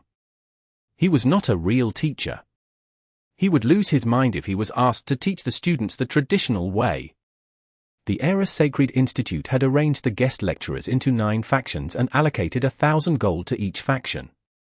The factions would constantly be competing with one another, thus it simply came down to how good the lecturers were. There was no reason to show consideration for others. The 9 factions were most likely unbalanced, too. Some would be crowded, while others were almost deserted. The Aorus Sacred Institute had no compassion for anyone. The guest lecturers who were not well received by their students would end up as laughingstocks. The students had to pay to attend classes. The Aorus gold was basically as valuable as their lives. No student would waste their money to attend some classes they were not going to benefit from just for the fun of it. They were only willing to pay if the content was useful to them. The guest lecturers would have to give their best. Otherwise, no one would bother attending their classes. The rules might be exciting, but I have no clue why you two are so happy about it. The guest lecturers here are famous across the world, except for us three fakes. They have made headlines after publishing their papers through the magic associations. The students of the Aorus Sacred Institute are elites, too. They are either geniuses with outstanding talents or very hard workers. They aren't stupid enough to give us their gold. I think we should be prepared to come last in the program, Mu Bai said pessimistically. Mu Bai, can't you be a little more optimistic? Don't you think it's a waste to live with negative thoughts all the time? Zhao Manyang shook his head. I'm just speaking the truth. You don't have to analyze everything rationally. It will take away the fun in your life, Mo Fan said. I'm no longer a kid who gets excited about everything. I like dampening the enthusiasm of myself and others. It helps me to be calm all the time and stay safe. Mu Bai argued back. That's why you are still a virgin, Mo Fan pointed out. Screw you. Mu Bai instantly lost his calm. Why could they not debate properly? Why did they always bring the same thing up, regardless of what he said? Did a virgin steal their food or girls? Did virgins not have the right to live in this world? The timetable for the classes was very flexible. The first class was taught by First Prince Benny, who was from the Royal Spanish Imperial College. Many students were looking forward to it. First Prince Benny rented a hall with the capacity of 1,000 students and utilized impressive technology to teach the class about the grades of elemental magic. The class also explained the classifications of elemental seeds. Pseudo-spirit grade seeds, spirit inferior seeds, lesser spirit seeds, and greater spirit seeds. Pseudo-soul grade seeds, soul inferior seeds, lesser soul seeds, and greater soul seeds. Pseudo-heaven grade seeds, heaven inferior seeds, lesser heaven seeds, and greater heaven seeds. It was the new classification that the Magic Association had declared recently. The elemental seeds varied in size, strength, and additional effects, and were classified into more groups. It was a hot topic for the class. First Prince Benny was basically teaching the students how to differentiate between elemental seeds of different levels, in case the students ended up buying or digging up the lowest level elemental seeds. The reclassification of elemental seeds was new. Most mags had never heard of it before, so the hall was packed with students. The truth was, Mo Fan also attended the class, which cost him 2 gold. 2 gold just to attend a single class. First Prince Benny was basically robbing them. He had earned 2,000 gold just by teaching a class. Even if it took him 100 gold to prepare for the class, his faction would still be the richest now. Many recording devices struggled to record magic, as the images would suffer from light exposures. First Prince Benny was actually presenting the elemental seeds to the class. The students would not learn as much by watching a recording of the class. Mo Fan, are you out of your mind? Why did you give 2 gold to First Prince Benny? Do you think we are rich? Can't you tell that guy is nothing but a pervert? Not only is he interested in Miss Brianca, he even sees Sharjah as his prey. He's going after them all. Zhao Manyang grumbled. His character doesn't contradict with his knowledge of the elemental seeds. I was there to learn. You know how many elements I have and the number of elemental seeds I would need to improve them all. If I can't distinguish between them, I might be tricked by those evil merchants out there, Mo Fan replied righteously. Then you should come up with a better topic that will grab the students' attention. Your concept of merging different elements isn't officially accepted yet. Do you really think they're going to pay 2 gold to attend your classes? Zhao Manyang said. You're right. There were around 300 students who came to my class, and that was because it was free. There might only be 1/10 of them if they have to pay to attend my class. Mo Fan realized. The cost of renting the smallest hall is 50 gold. You might lose money if you don't have more than 25 people attending your class. Zhao Manyang said. How did Brianca's class go? Mo Fan asked when he thought of something. She's a famous lecturer from the Alps Institute and a great beauty. Do you think her class attendance is any worse than Bennis? The Aorus Sacred Institute has a lot of nouveau rich, too. They are more than willing to pay 2 gold to please their eyes and masturbate under their desks. Zhao Manyang said. Her class had full attendance too. Mo Fan asked. Not only that, but Miss Brianca even underestimated how popular she is. Leaving aside how fascinating her class was, some students even sold their spots to other students at a higher price, like scalpers. Zhao Manyang informed him. Mo Fan was left speechless. Were the students of the Aorus Sacred Institute the kind that thought with their lower body? Had they not seen a beauty before? That being said, Brianca was just too gorgeous, especially for a teacher. The unique environment of the Alps also granted her a holy temperament, like an ice queen. I think the topic of merging different elements isn't that bad. Just you wait and see tomorrow. The demand is going to be higher than the supply. Mo Fan patted his chest and said confidently. He could not guarantee the outcome if it were any other topics, but the topic of merging different elements was something he and Feng Julong had discovered, experimented on, and discussed together. No one, other than Feng Julong, knew the topic better than him. Chapter 2192. At the End of the Line. Translated by Zephazid. Edited by Aelrianth. When it was time for Mo Fan's class, he carefully put on a formal suit he had not worn for a long time. He was making himself presentable before going to the class. Mo Fan thoughtfully made an overnight call to Feng Julong to prepare for the class, asking him to explain the principles of merging different elements in simpler words. Feng Julong was more excited than Mo Fan when he heard Mo Fan was going to teach the topic at the Aorus Sacred Institute. He even wished he could come to the school in person to teach it. If Mo Fan was not currently on a mission, he might have considered inviting Feng Julong over for the class. After all, this was the result of his experiments. Mo Fan could imagine the background music of the television series The Bund when he walked into the class, but when he saw how many people there were in the class, the imperious music was replaced by the funny-sounding Shi Shua Shua by the Flowers. Is this everyone? Mo Fan's eyes widened as he looked across the empty hall. Mo Fan knew his limits. He only rented a hall with a capacity of 200 students, one of the smaller halls in the Aorus Sacred Institute. The rental for the hall was only 100 gold, yet he could count the number of students in the class with a single glance. The first student he saw was none other than Sharjah, the student union's president. The students had gathered around Sharjah.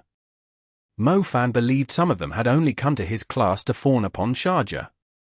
He was relying on Sharjah's reputation and beauty to keep his class going. Comparing to having 300 students in the first class, Mo Fan felt like he had just fallen from heaven to hell. In simpler words, if he had not turned down Sharjah's request to tutor her privately, there might not even be a single student in his class. A student would pay him 2 gold. There were 13 students. He had spent 100 gold to get 24 gold in return. He had lost 74 gold. What a great blow to his pride. He had put in a lot of effort to prepare for the class. Were the students retards? Couldn't they see the possibility of merging different elements was the future? Mo Fan forced a smile and proceeded to teach the class he had prepared for so seriously with hurt feelings. Mo Fan packed up his stuff and left in disappointment after finishing the class. Sharjah came over like she was going to tail him again. After noticing Mo Fan's disappointment, she said gently, "The truth is never accepted by the people. It's like how Columbus tried to convince the people that the earth is round, but no one believed him until Magellan went around the world. I won't tutor you privately even if you comfort me. I never planned to be a popular lecturer here. I'm only here for my duties, but I was quite sad when I saw the number of people who turned up," Mo Fan admitted. Merging different elements isn't publicly accepted yet. No one will bother spending their time learning something that isn't proven yet. If you want more students, you should change your topic. That being said, I'm really interested in the class. The others are only interested in things that can help them improve, but your class is about changing the whole world, Sharjah said. Mo Fan stared at Sharjah in astonishment. The thoughts of a genius were really different from ordinary people. Feng Julong would burst into tears if he heard what you said. Mo Fan exclaimed. Feng Julong, you mean the president of the research union under Guangzhou's Magic Association, who you mentioned before? Sharjah asked him. Yes, he knows a lot more regarding the topic than me. If you think my classes aren't enough, you can try to discuss the topic with him, Mo Fan told her. Guangzhou. Sure, I'll visit him after the open tournament. Sharjah nodded. The look in her eyes and her tone indicated she was not just saying it for fun. Sharjah, can I ask you a question? Mo Fan inquired. Go ahead, Sharjah nodded. Were the other 12 students your fans? Mo Fan asked. Sharjah hesitated for a moment and decided not to hide the truth when she saw the sincere look in Mo Fan's eyes. Actually, I hired them to come. I think I'm the only one who's interested in the topic. Sharjah, you're such a considerate student, Mo Fan said helplessly. I only hired 11. One of them came on their own. It's not too bad. Lecturer Mo Yifan, you now have 2 students, Sharjah said. Mo Fan almost burst into tears of self-pity. Thank you so much, Sharjah. He should not have asked her the question. At least he would have assumed he had 13 students, but it was now 2. He would not be hurt if he did not compare himself to others. He had done so much work before the class, yet there were only 2 students who came to his classes. Meanwhile, there was not a single slot in Brianca's class, even though someone was willing to pay 6 gold for it. Mo Fan realized even though his strength was on par with Brianca's, his teaching skills were just beginner level compared to her. The only relief was, Prince Ben's students had also decreased in his following classes. There were only around 300 students left. He was happy to see others failing slowly while he was in a bad spot. Mo Fan, don't rent a hall next time. You can just get a little room in the restaurant. Mu Bai and I aren't earning much from our classes, either. We can't afford to let you waste our money. Zhao Manyang chided him. Bullsh****. One day, even a venue that can hold 1,000 people won't be enough for me. Even 10 gold won't be enough to secure a slot in my class. Mo Fan snarled. He felt like Zhao Manyang was mocking him on purpose. It's almost time for the class on demon creatures, Mu Bai called out. I'm planning to teach the class of magic dueling together as well to save some cost, but you shouldn't teach your magic theory class. We are worried that we might not get even a single student, Zhao Manyang said. What are you trying to say? Who assigned me to teach magic theory in the first place? I'm telling you, if I was in charge of the class of magic duels, I could easily make a fortune. Is there anyone better at fighting than me? Mo Fan snarled. There's no point promoting your area of expertise. It's like a professional basketball player asking people to challenge him. The outcome is pretty obvious. It's more impressive if you can make a name for yourself in the areas you aren't good at. If a professional basketball player is also good at playing video games, people will be totally impressed. Zhao Manyang shot back. Chapter 2193. The Student Lecturer. Translated by Zephazid. Edited by Aelrianth. Mu Bai nodded in agreement. No one was better at fighting magic duels.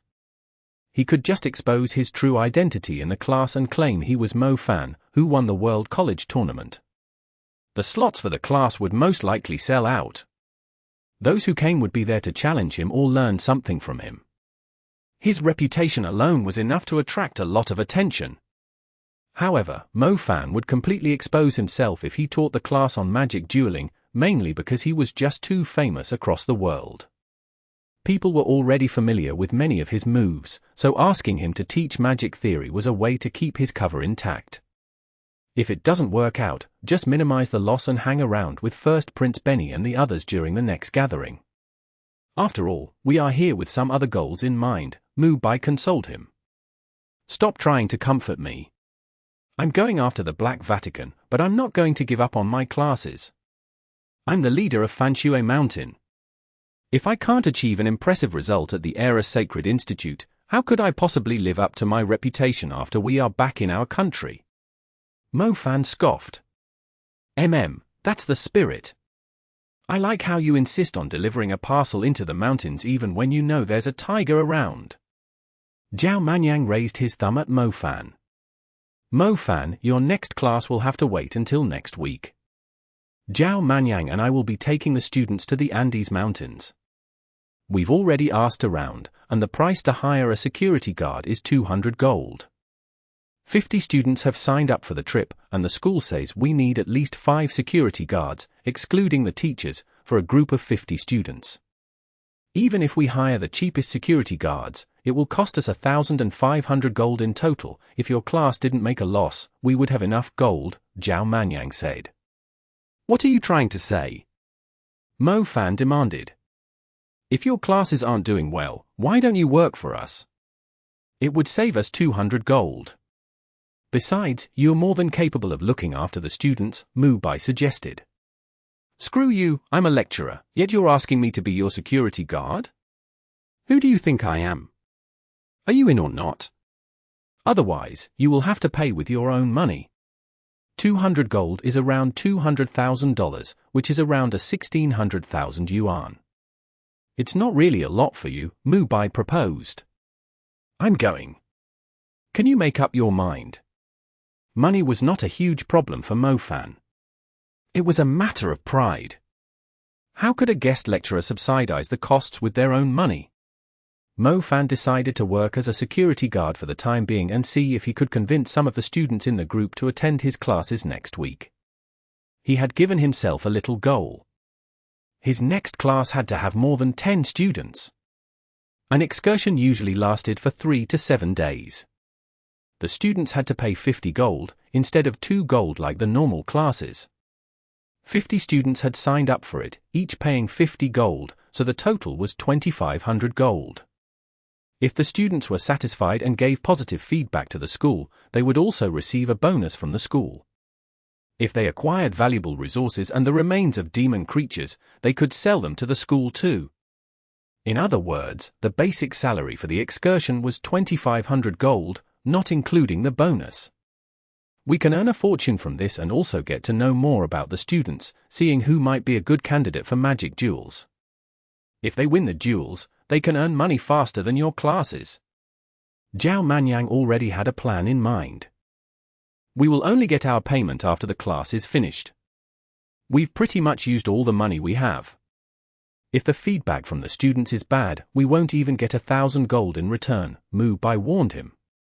Say, weren't we doing much better when we were students? Why do I feel like a beggar now that I'm a teacher? Changing profession is as difficult as traversing mountains. Most of the students had signed up for the excursion because of Mu Bai. Mu Bai had always been good at studying. His knowledge of demon creatures was not necessarily less than Mo Fan and Mu Bai, so most of the students were here because of him. After all, Mo Fan and Zhao Manyang were not good at teaching. Even though Mo Fan was not willing to admit it, he and Zhao Manyang were basically Mu Bai's assistants, since his presence was able to attract students to their classes. Mo Fan, your tail is here again, Zhao Manyang pointed at Sharjah, who stood out among the students. The students had no idea Sharjah had signed up for the excursion too. They were very excited to see her, especially the men. Normally, the excursions I sign up for would attract more than 100 students, so I decide to sign up anonymously to make it easier for you to see how many students you have. It's also easier to manage and figure out ways to improve your classes, Sharjah told them sincerely. Actually, you can leak a little information about your whereabouts. We are almost at the end of the line, Mo Fan said with a wry smile. If she could bring in 100 more students, that would be 5,000 gold. Why wasn't she being considerate this time? I'm also a student, and the student union's president. If you want to know what the students are interested in, I can tell you about it, Sharjah suggested to him. That will be great. You are my only hope. Mo Fan agreed instantly. It's best if you combine your theories with the classes of demon creatures and magic duels. I can tell pure theory isn't your area of expertise, Sharjah proposed first. You're right. I might have the knowledge, but I'm not good at teaching others, Mo Fan agreed handily. If you are confident in your strength and knowledge, I suggest you go after the mountain men in the Andes Mountains. The school always treats the mountain men as a serious threat. They are savage and difficult to track. They have two great hobbies, hunting humans and collecting humans' valuables. If there's an excursion related to the mountain men, a lot of students will sign up for it, Sharjah said seriously. Sharjah, we also plan to choose the mountain men as our topic, but not only does the school require us to hire 10 security guards, the students will choose the teachers they have faith in. The students of your school aren't familiar with us three, Mo Fan said. You can hang a sheep's head while selling dog meat. You might focus on the mountain beasts, but I believe every student is interested in the mountain men. You can just finish the class early and spend the rest of the time on the mountain men. As long as their lives aren't in danger, they will easily spread positive news around after seeing the mountain men. Our school student circles aren't that big. Next time, more students will be willing to pay and sign up for your classes, once they learn your strength and your willingness to go on adventures to take on higher-level creatures, Sharjah told him. Mo Fan nodded. He had learned a lot from Sharjah. She was right that every student was interested in seeing powerful demon creatures, instead of the weak ones which most lecturers would target as a safety precaution. The lecturers who were able to guarantee the students' safety while teaching them about stronger demon creatures were well received by the students. Thank you, Sharjah. You're welcome, Lecturer Mo Yifan. Zhao Manyang and Mu Bai rolled their eyes. Why did it sound like Sharjah was a knowledgeable lecturer and Mo Fan was just an obedient student who kept nodding like a chick pecking at grains? And yet, they were still referring to one another as lecturer and student. They were treating one another sincerely with a clear boundary based on their seniority. Could they be a little more reliable? Chapter 2194. Identifying Demon Creatures Through Their Feces, Part 1. Exodus Tales. Exodus Tales. Translated by Zephazid. Edited by Aelrianth. A female student who seemed a little slow pointed at Mo Fan and asked, "Huh? Aren't you the lecturer who teaches magic theory? I even went to your first class. Why are you a security guard now?" The young woman was quite popular, as a few handsome young men were following her around. They were obviously using this trip as a chance to get close to her. Mo Fan smiled awkwardly. What was wrong with the students of this school? Did they not have the slightest EQ? Couldn't they be more respectful to their teachers? I've always looked forward to visiting the Andes Mountains. My colleagues happened to be holding the excursion, so I decided to tag along, Mo Fan said. There was no way he would tell the student he had only tagged along to save 200 gold. The security guards were made up of people like Miyamoto Shin, other personnel of the school, or teachers with lower positions. As the guest lecturers were advanced teachers or professors. It was rare to see a professor looking after the students' safety. Oh, be careful, remember to hide if anything happens. If there aren't any security guards around, you can stick close to me. I might be petite, but I'm a strong mage, the young woman declared. Thank you. What's your name? Mo Fan asked with a straight face. You can call me Belle. Lecturer, I actually enjoyed your class. The way you teach is different from other lecturers. It's more interesting and I can understand most of the topic too, Belle said with an innocent smile. Oh, my next class is next Friday. Do come to my class again. Mo Fan's eyes glittered. He had found his next customer. It seemed like his charm was working. All students, please be cautious. There are traces of demon creatures ahead. It's most likely an adult mountain ridge beast. Please stay in your formations and stick closer to the security guards. If you see a mountain ridge beast, try not to engage it on your own, Mu Bai warned the group. Lecturer, I'm a sound mage too. I haven't picked up any traces of huge demon creatures within 2 kilometers. How do you know there's a demon creature nearby? A proud student demanded to know. They had to get the value of the 50 gold they had paid back. They did not come here for a picnic. The students of the Aorus Sacred Institute considered themselves the most brilliant mags in the world. Some of them were more capable than the teachers in other countries. In simpler words, they had to be convinced that their lecturers were far better than them. Otherwise, they would ask the school for a refund. "What's your name?" Mu Bai replied. "Sunny, a high achiever of the Aorus Sacred Institute." Sunny answered proudly. The title of a high achiever was a special grading system the school had implemented for the students. These high achievers received a lot more gold than normal students per month. "Sunny, try to listen carefully," Mu Bai said. "I already did, but I didn't pick up anything suspicious," Sunny said confidently. When a group is in the wild, the fighters do not play the most important role. The scouts with the sound element, wind element, or shadow element who help the group gather information are the most important members. You do know a sound mage is the most well-received for every group, right? Mu Bai did not answer the student's question right away. He pointed out the advantages of a sound mage instead. Sunny grinned. He seemed to be pleased with himself. A sound mage was as well-received as a healer. Almost every team in the wild would compete to recruit a sound mage. The former was able to predict danger, while the latter was able to help the group recover from dangerous situations. If this wasn't an excursion led by teachers and security guards, you would have to take full responsibility for the group's safety as a sound mage, Mu Bai continued grimly. Sunny pulled a long face, but he did not dare to talk back to Mu Bai, since he was a lecturer. "Listen carefully again," Mu Bai demanded, his voice harder. Sunny was startled.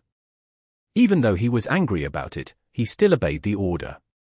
He closed his eyes and listened carefully. He could hear everything within 3 kilometers, despite the complicated terrain and hidden caves. A girl was saying how handsome lecturer Mu Han was to her friend around 100 meters behind him. A wild deer was sprinting around 500 meters ahead. A rock was falling down a cliff 2 kilometers away. He could not identify the sounds 3 kilometers away. He could still hear them, but it was too difficult to tell whether they were the movement of demon creatures or the sounds of nature. There was no presence of any demon creatures within 2 kilometers of the group. The lecturer had obviously made a mistake, yet he was still putting on airs. Thud! Thud! He suddenly heard a faint sound from around 500 meters ahead. Was it from the deer? Something was not right. It did not sound like a deer's footsteps. It was more like the sound of a drum. The wild deer picked up its pace as it was running past a shrub. It was fleeing for its life. Sunny heard the drumming quickening, but it soon calmed down and faded away. The sound. It's a beating heart. The heartbeats of an enormous creature. The wild deer had run away from where it was hiding. The creature was a little tempted to pounce on the deer, but it had chosen to stay hidden in the shrub instead, as if it was waiting for bigger prey. The only living creature in the vicinity other than their group was the wild deer. Damn it! There was really a threat nearby. In just a few minutes, they would have been walking past the huge creature. It would be fine if their guards could react in time. If not, someone would be eaten alive. Sunny opened his eyes. His forehead was covered in a cold sweat. His arrogance and resentment of the lecturer were replaced by disbelief. "Lecturer Mu Han, are you a sound mage too? Did you hear its heartbeats from further away?" Sunny had to ask. "Did you realize your mistake now?" Mu Bai asked him instead. "Yes, I was being too careless," Sunny admitted with a hint of remorse.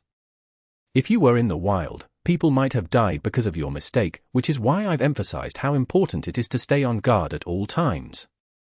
But you and the other students aren't treating this seriously. I expected much more from the students of the Aorus Sacred Institute," Mu Bai stated coldly. Chapter 2195. Identifying Demon Creatures Through Their Feces, Part 2. Exodus Tales. Exodus Tales. Translated by Zephazid. Edited by Aorus. The students were not pleased with Mu Bai's words. Someone immediately stepped forward and argued, the cultivation of your sound element is stronger. Of course you can hear the demon creature. You're a teacher, after all. Who told you Lecturer Mu Han is a sound mage? Zhao Manyang interjected. If he isn't a sound mage, how did he know there was a mountain ridge beast 500 meters away? Sunny blurted out in astonishment. Mu Bai did not answer the question. He led the group further ahead. Words alone were not enough to convince the students. When they approached the shrub, Mu Bai immediately froze it with an icebound coffin and turned the mountain ridge beast into an ice statue before it could attack. Most of the students were still unaware of the mountain ridge beast's existence. They stepped closer and saw a 7-meter-long mountain ridge beast concealed in the bushes. It was crouched on the ground with a confused look on its face. It did not understand how the humans knew it was hiding there. The students fell silent after seeing the mountain ridge beast. They were already so close to it, yet they had failed to notice its presence. Wouldn't they have been ambushed if they were on their own? I'm not a sound mage, nor did I hear its heartbeats. However, there are other ways to learn if there are demon creatures nearby. Mu Bai pointed at the nearby shrubs and said, the feces of demon creatures are like fertilizers for plants. When you see patches of vegetation scattered across the area like this, you should realize there have been one or more demon creatures actively roaming in this area for a long time. That's right, Lecturer Mu Han already told us this in his class. We can determine if we have stepped into a demon creature's territory by observing the distribution of vegetation. We can also estimate the creature's size based on the size of the vegetation, one of the students blurted out.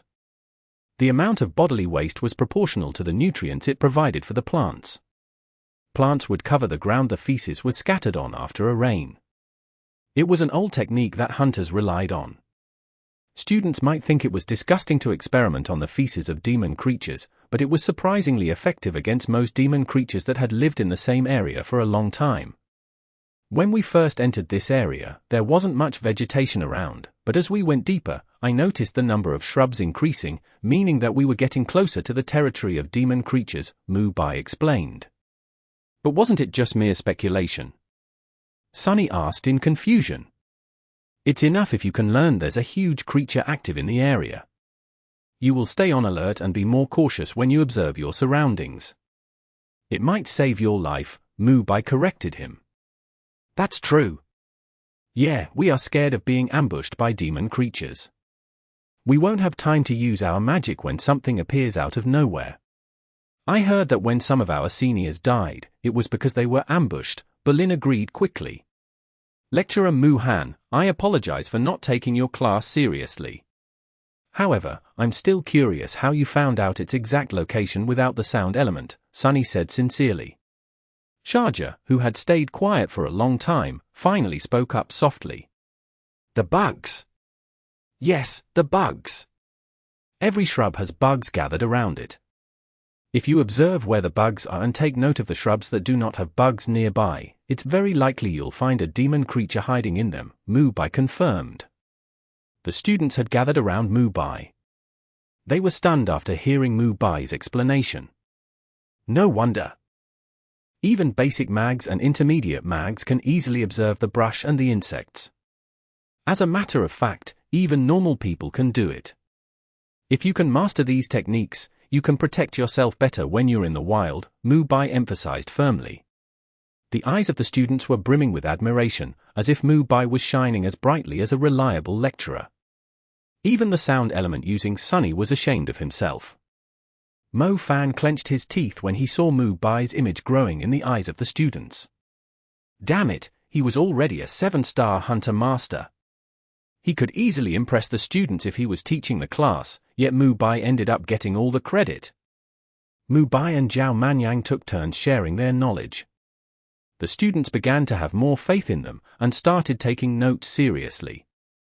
Meanwhile, Mo Fan was painstakingly working as a security guard. He could only chat with Miyamoto Shin while he was bored. Miyamoto Shin had tagged along to maintain security. He claimed he was here to earn some quick money, but the truth was, he only came because he was worried about leaving the students in the hands of 3 younger lecturers.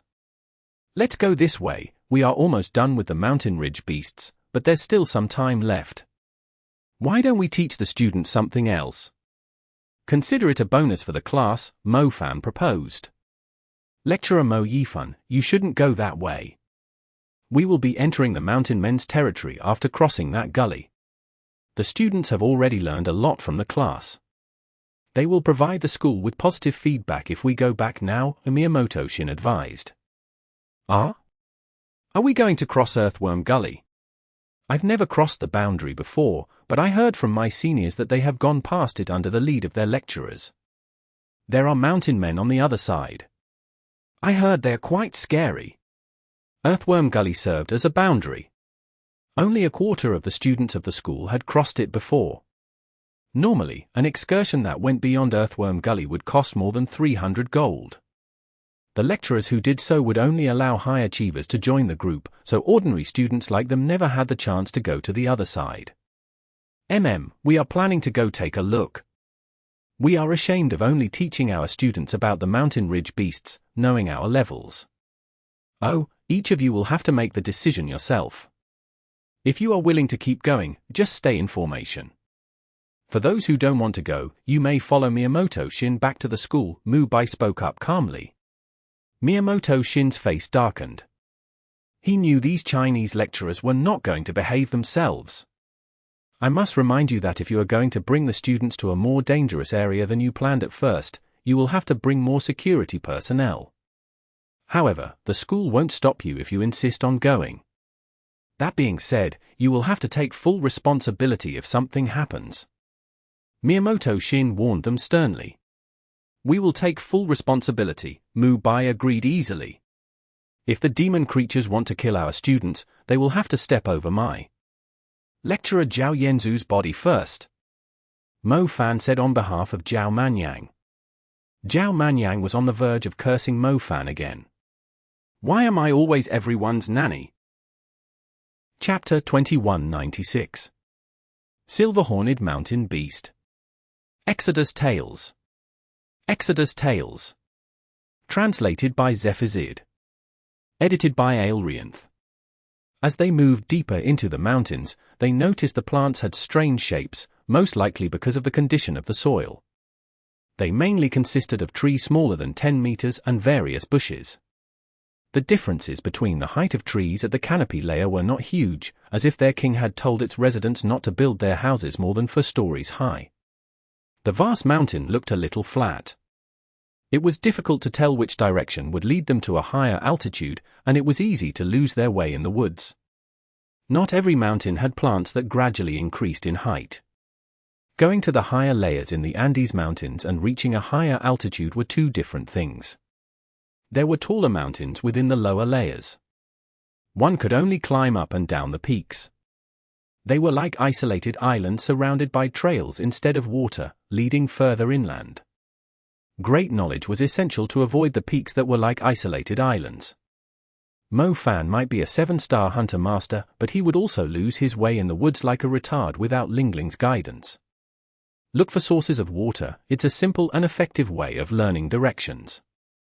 You might think you are going down the mountain, but the terrain is actually heading up. It will cause us to misjudge where we are going, but the flow of streams or rivers will never trick you. They are your best guide when it's not the rainy season, Mu Bai explained. He was a few hundred meters away from Mo Fan. The group had discovered a meandering stream. The clear stream was quite new, as it was not polluted. It was not wise to refer to it for directions, as there might be a basin nearby. The streams within a few kilometers might flow into the basin, resulting in a lake. However, Mu Bai did not misguide the students. Mo Fan already checked the vicinity.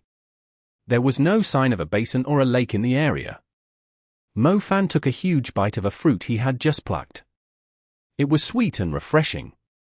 That's right, you should eat more fruit. If you keep eating meat, how are you going to keep fit? Besides, hunting meat is pretty dangerous.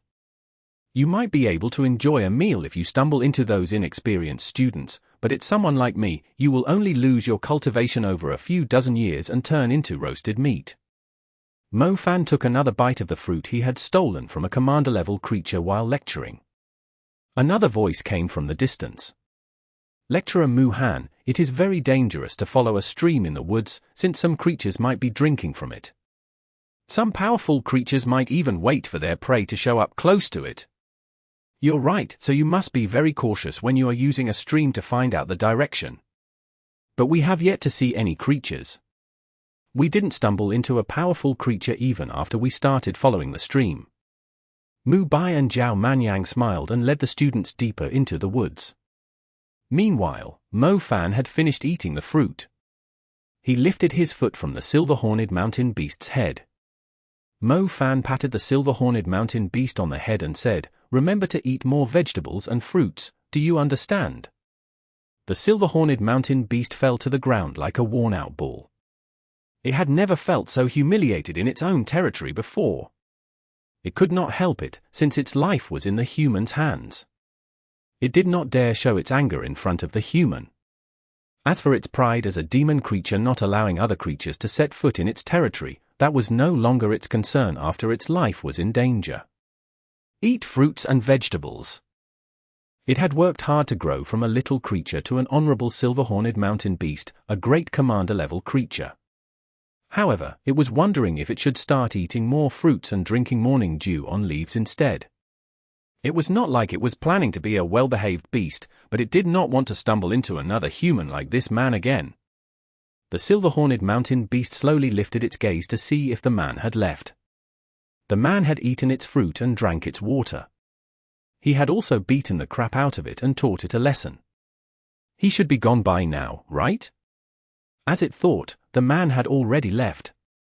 He was catching up to the group of students. The silver-horned mountain beast was relieved after escaping death. It slowly gathered its thoughts. There was no way it would start eating just fruits and vegetables. It would just avoid the stream next time if it saw humans again. Why do I feel like it isn't as dangerous as the seniors have mentioned? They always said we would never make it to the Earthworm Gully, let alone cross it, Berlin spoke up. Maybe they are just trying to scare us, one of Berlin's pursuers said. Speaking of which, where's the lecturer you were talking to? Where did he go after someone heard a strange noise? Is he hiding? Another pursuer wondered. Sure, he's coming. Mo Fan was carrying a bag of fruit. He tossed one he had already washed to Berlin. Thank you, Berlin took a quick bite at the fruit. She smiled after tasting it. You wild ducks should have some too. Mo Fan gave everyone a fruit too. Berlin was like a colorful little peacock. She stood out among the students the most, apart from Sharjah. The boys who kept sticking to Berlin were like wild ducks in Mo Fan's eyes. Not only were their feathers rough and ugly, their tempers were bad too. Did they really think they could earn a girl's affection like that? We are almost at the Earthworm Gully. Be careful of your surroundings, Miyamoto Shin warned them. Not a single student decided to go back to the school. Miyamoto Shin had no choice but to keep following the group.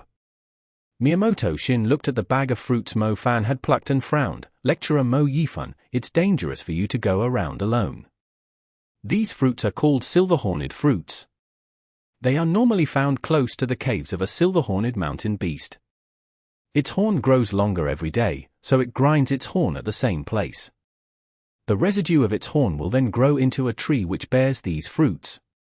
These silver-horned mountain beasts see these fruits as their precious treasures. They aren't willing to eat the fruits themselves. It's a miracle that you've returned in one piece. Oh, no wonder it looked so down when I took the fruits. I didn't realize I took all of its valuables. I'll take note next time. Thanks for the reminder. Mo Fan replied airily. There are many strange species and plants in the Andes Mountains. It's not the same as other places, so you have to be more careful. Miyamoto Shin said, totally missing the implications of the reply. Miyamoto Shin let out a weary sigh. Not only did he have to worry about the students' safety, he had to keep an eye on the lecturers too. Chapter 2197. Are you a dung beetle? Exodus Tales. Exodus Tales. Translated by Zephazid. Edited by Aelrianth. Mo Fan, are these mountain men the same species as the hillmen we saw on Mount Kunyu? Zhao Manyang asked. Earthworm Gully was a heavily broken-up river valley around 30 meters wide. Certain parts of the gully were deeper and wider. It was like two cliffs facing one another. The current was rapid, and the width of the river varied at certain points. Its meandering shape resembled an earthworm from above. Earthworm Gully was the usual spot where the mountain men got their water. The mountain men were used to living in places with low temperatures, so the Aorus Sacred Institute had used Earthworm Gully as a boundary. It did not allow students below a certain hunter level to cross Earthworm Gully. Even though students were not allowed to cross the Earthworm Gully on their own, most students of the Aorus Sacred Institute really did not dare set foot beyond the Earthworm Gully. Everyone at the Aorus Sacred Institute was well aware of how savage the mountain men were. Not only did they have a strong lust for blood, they enjoyed torturing humans too. There was even an unofficial reminder spreading around in the Aorus Sacred Institute. If someone happened to fall into the hands of the mountain men, they should try their best to kill themselves. Otherwise, they would regret staying alive. Mo Fan and Zhao Manyang had witnessed the savagery of the hillmen, but apparently the mountain men in the Andes Mountains were real devils when compared to the hillmen of Mount Kunyu. I'm not too sure either, but we shouldn't lower our guard against them, Mo Fan replied. Actually, I find them very disgusting. If you let me choose, I would rather fight the mountain beasts. Zhao Manyang muttered. The hillmen on Mount Kunyu brutally gutted and beheaded hunters, after severing their limbs. They seemed to understand how to torture humans since their body structure was similar. The two of them were not afraid of the mountain men if they were on their own, but they had to look after 50 students. Not every student was capable of defending themselves. Many of them were just nerds. Not every mage in the school was a fighter. A third of the students that enrolled in the Aorus Sacred Institute might have outstanding cultivation and could build a tower in minutes, but they would hesitate when trying to kill a servant-level creature. On the other hand, the mountain men might be dangerous, but they were also valuable for researchers. Their physical structure was similar to humans, but the research union was baffled by their explosiveness, strength, and fighting capabilities, which were comparable to other demon creatures. The Aorus Sacred Institute would buy an intact corpse of a mountain man for 500 gold, but it was difficult to subdue or kill a mountain man without damaging their bodies due to their savagery, not to mention the mountain men normally stayed in huge groups.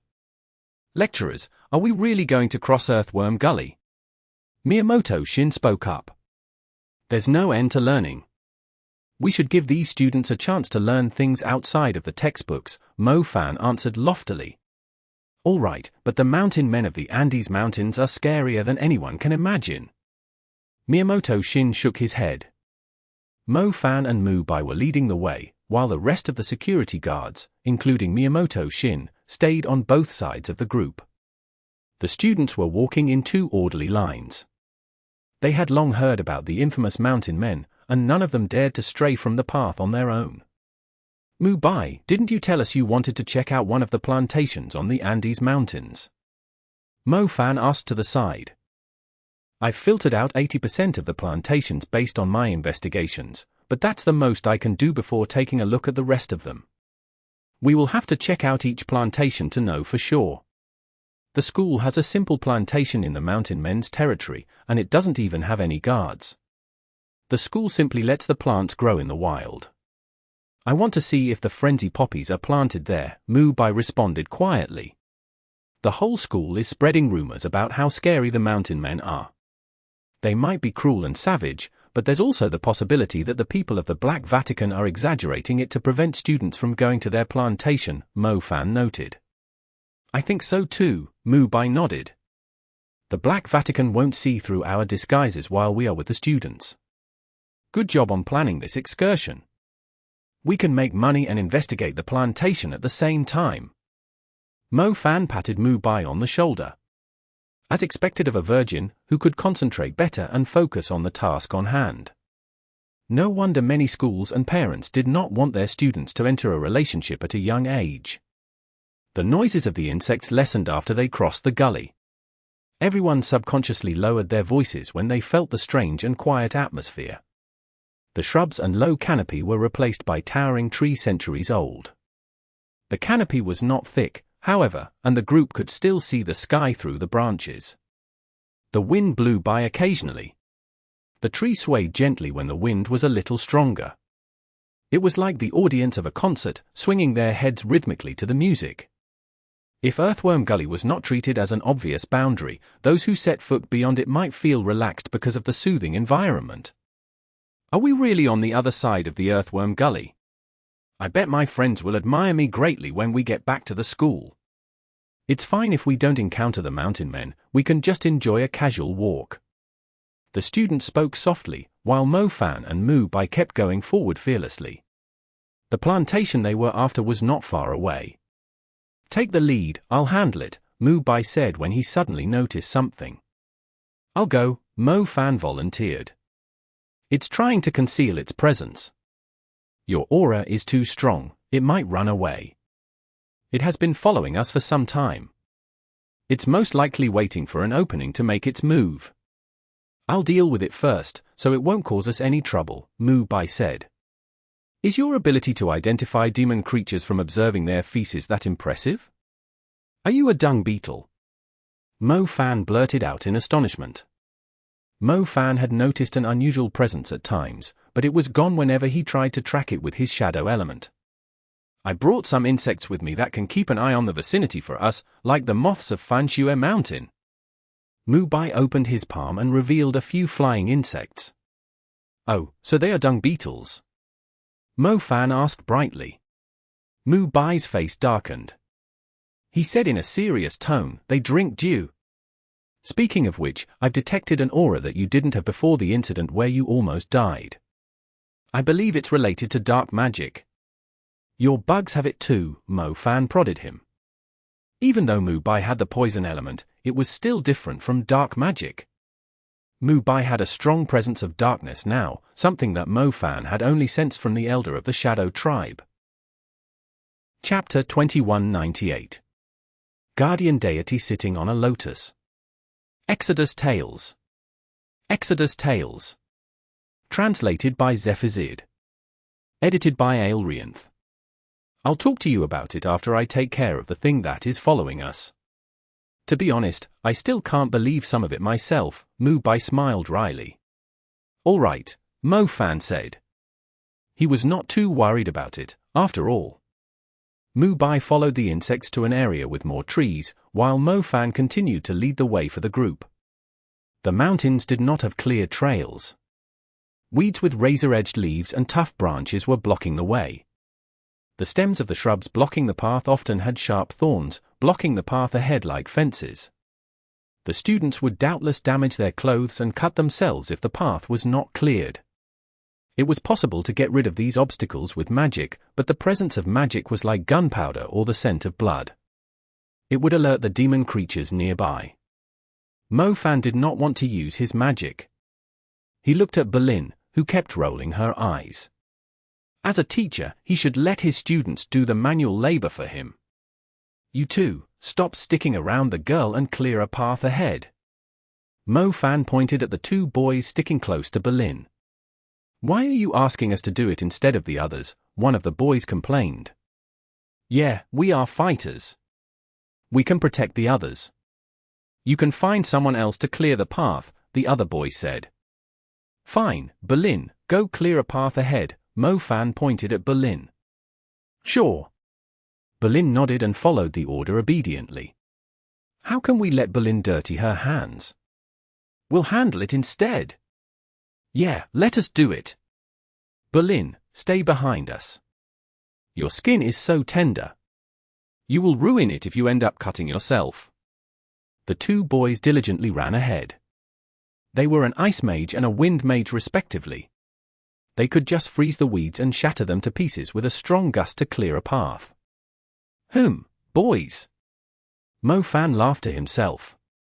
The two boys worked extremely hard, as if they were trying to show off. The group was advancing at a slow pace, but the two boys ran ahead and left Mo Fan's sight in the blink of an eye. Where did they go? Mo Fan lost sight of the two boys while he was busy maintaining order in the group. "Sir, I heard someone calling for help." "It's coming from behind us," one of the girls exclaimed. "But the number is right." Zhao Manyang purposely did a head count. There was no way Mu Bai would ask for help. He should just kill himself if he could not handle the demon creatures here, since he would just embarrass their country. We didn't hear anything. Damn it, where did those two go?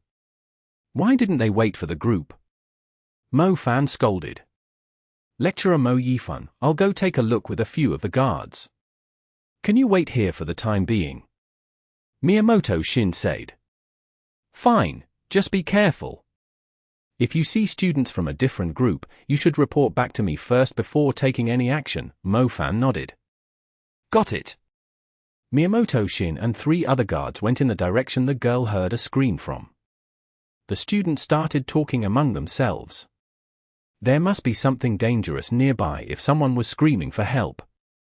Unfortunately, Lecturer Mu Han, whom they had more faith in, was not around. "Old Zhao, keep an eye on these kids.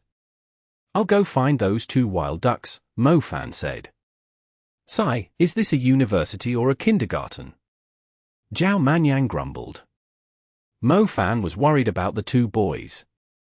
He told them to stay within 50 meters of the group, yet they had already gone far ahead. Luckily, Mo Fan had marked them with the seal of darkness. He should be able to find them in no time by following the traces of the shadow element. One of the boys combed his hair and grumbled while clearing the path that Lecturer Mo Yifan was acting so full of himself, even though no one is interested in attending his classes. He was acting like the boss in the group. "I think we should beat the crap out of him when we have the chance." I wonder what Belle is thinking. Why was she following his orders? Not only is he ugly and ordinary, he doesn't seem that knowledgeable, either. "He's more like a scammer," the other boy agreed. "What took you 2 so long? How long do you want me to wait?" Belle's voice came from a nearby shrub as the 2 were talking. "We are coming," the 2 boys immediately picked up their paces. "She told us she had something important to tell us. Perhaps she's finally going to decide on who she's going out with. She doesn't have to choose. She can go out with both of us, ha ha. Ha ha ha, it's good to be a student of this school. It's condemned in other countries, but it's totally acceptable in Aorus. I like her bust. Her tits are mine. I won't fight over them with you, hee hee." Many students in the Aorus Sacred Institute were very open-minded. The 2 boys had heard a lot of rumors about the others seeking thrills in the woods. They did not expect Belle to have such a fetish, despite her innocent looks. That being said, it was still necessary to avoid the others when doing it, just so they had plenty of time to enjoy the process. Knowing their endurance, it might take them more than an hour. The boys pried open the shrubs and saw a cluster of tall trees that surrounded the area like walls. There was not even the slightest gap between them. Belle seriously knows her way around. How exciting! The 2 boys went inside without any hesitation. They were already imagining Belle's sexy face as she was blowing their pipes, yet they were greeted by a face as ghastly and ugly as a witch instead. Its body had a piece of rugged cloth draped over it. Most of its muscular body was exposed. Its breasts were moving up and down together with its breathing. "You are finally here." The ugly face was surprisingly uttering Belle's sweet voice. The 2 boys found it extremely disgusting. Where did this old witch come from? "Piss off," one of the boys snarled. The witch had a ghastly smile just a second ago, but it was replaced by a twisted expression. It dove at the boy with long hair from above, like it was going to sit on him before he could react. Guardian deity sitting on a lotus. The boy's contorted face was enough to describe his feelings. Chapter 2199. Deceiving Voice. Exodus Tales. Exodus Tales. Translated by Zephazid. Edited by Aelrianth. The young man vomited blood. His delicate body could not handle the violence the creature was inflicting on him. Not only was he stuck in the ground, he also felt like his waist and hips were broken. The other student was dumbfounded too. How was the female barbarian with Berlin's voice able to move so quickly? He quickly cast an ice spell to pin down the savage, but she turned her head around and revealed her terrifying fangs. She jumped down from the first student and went behind the other. By the time the ice lock was flung forward, she was already behind him. He could feel a breeze behind his neck. Thick arms wrapped around his neck. The savage placed the boy in a headlock and tossed him to the ground. The boy's white shirt was covered in blood as he landed. His chin was dislocated, while his teeth and joints were broken. The savage beat her chest like a boxer who had just knocked out her opponent. The two students could no longer stand on their feet from the pain they were under, were totally dumbfounded. How did a secret date end up like this? What was this monster that was able to talk in Berlin's voice? The savage seemed to like the boy with a long fringe more. She approached him while swinging her solid buttocks with her eyes fixed on him. For some reason, the boy felt like he was a lady who had been captured by some mountain bandits. He could see a hint of lust from the creature's eyes, on top of the pure violence. My gods, don't tell me she was going to do something crazy with me. I'm supposed to be a real man. The creature went up to him and stuck its tongue out. The boy was not sure if the creature was going to eat him or do something else. He finally fainted when he saw the creature's ghastly face. You ugly piece of shit, have you asked for my lightning's permission before messing with my students? Mo Fan's voice came from one of the trees. The creature immediately raised its head. By the time it looked up, a fork of black lightning was coming down at its head. The creature's reaction was surprisingly quick. It dodged the lightning so quickly that it left a few afterimages behind. Homing lightning serpent. The lightning did not disappear after landing on the ground. It sprang forward again and bit at the creature like a dozen serpents. The creature's eyes widened. It nimbly climbed into the branches of a nearby tree. Mo Fan had applied the seal of order on his lightning spell so it could track its target. The lightning serpents promptly went right after the creature after it changed direction. Their bodies were as flexible as real snakes. They could even curl up and around the trees to reach a greater height. The creature had already climbed to the canopy and was jumping between the trees. It was so quick that Mo Fan's lightning was struggling to catch up to it. Mo Fan did not have time to tag the creature with the shadow element, as he was in a rush to save the boys. He would have a hard time chasing the creature if it abused the trees to run away. His earth element was only effective against targets on the ground. The creature was aware of Mo Fan's strength and left without any hesitation. Mo Fan did not chase after it, either. He would be in trouble if something else killed the two students while he was chasing the creature.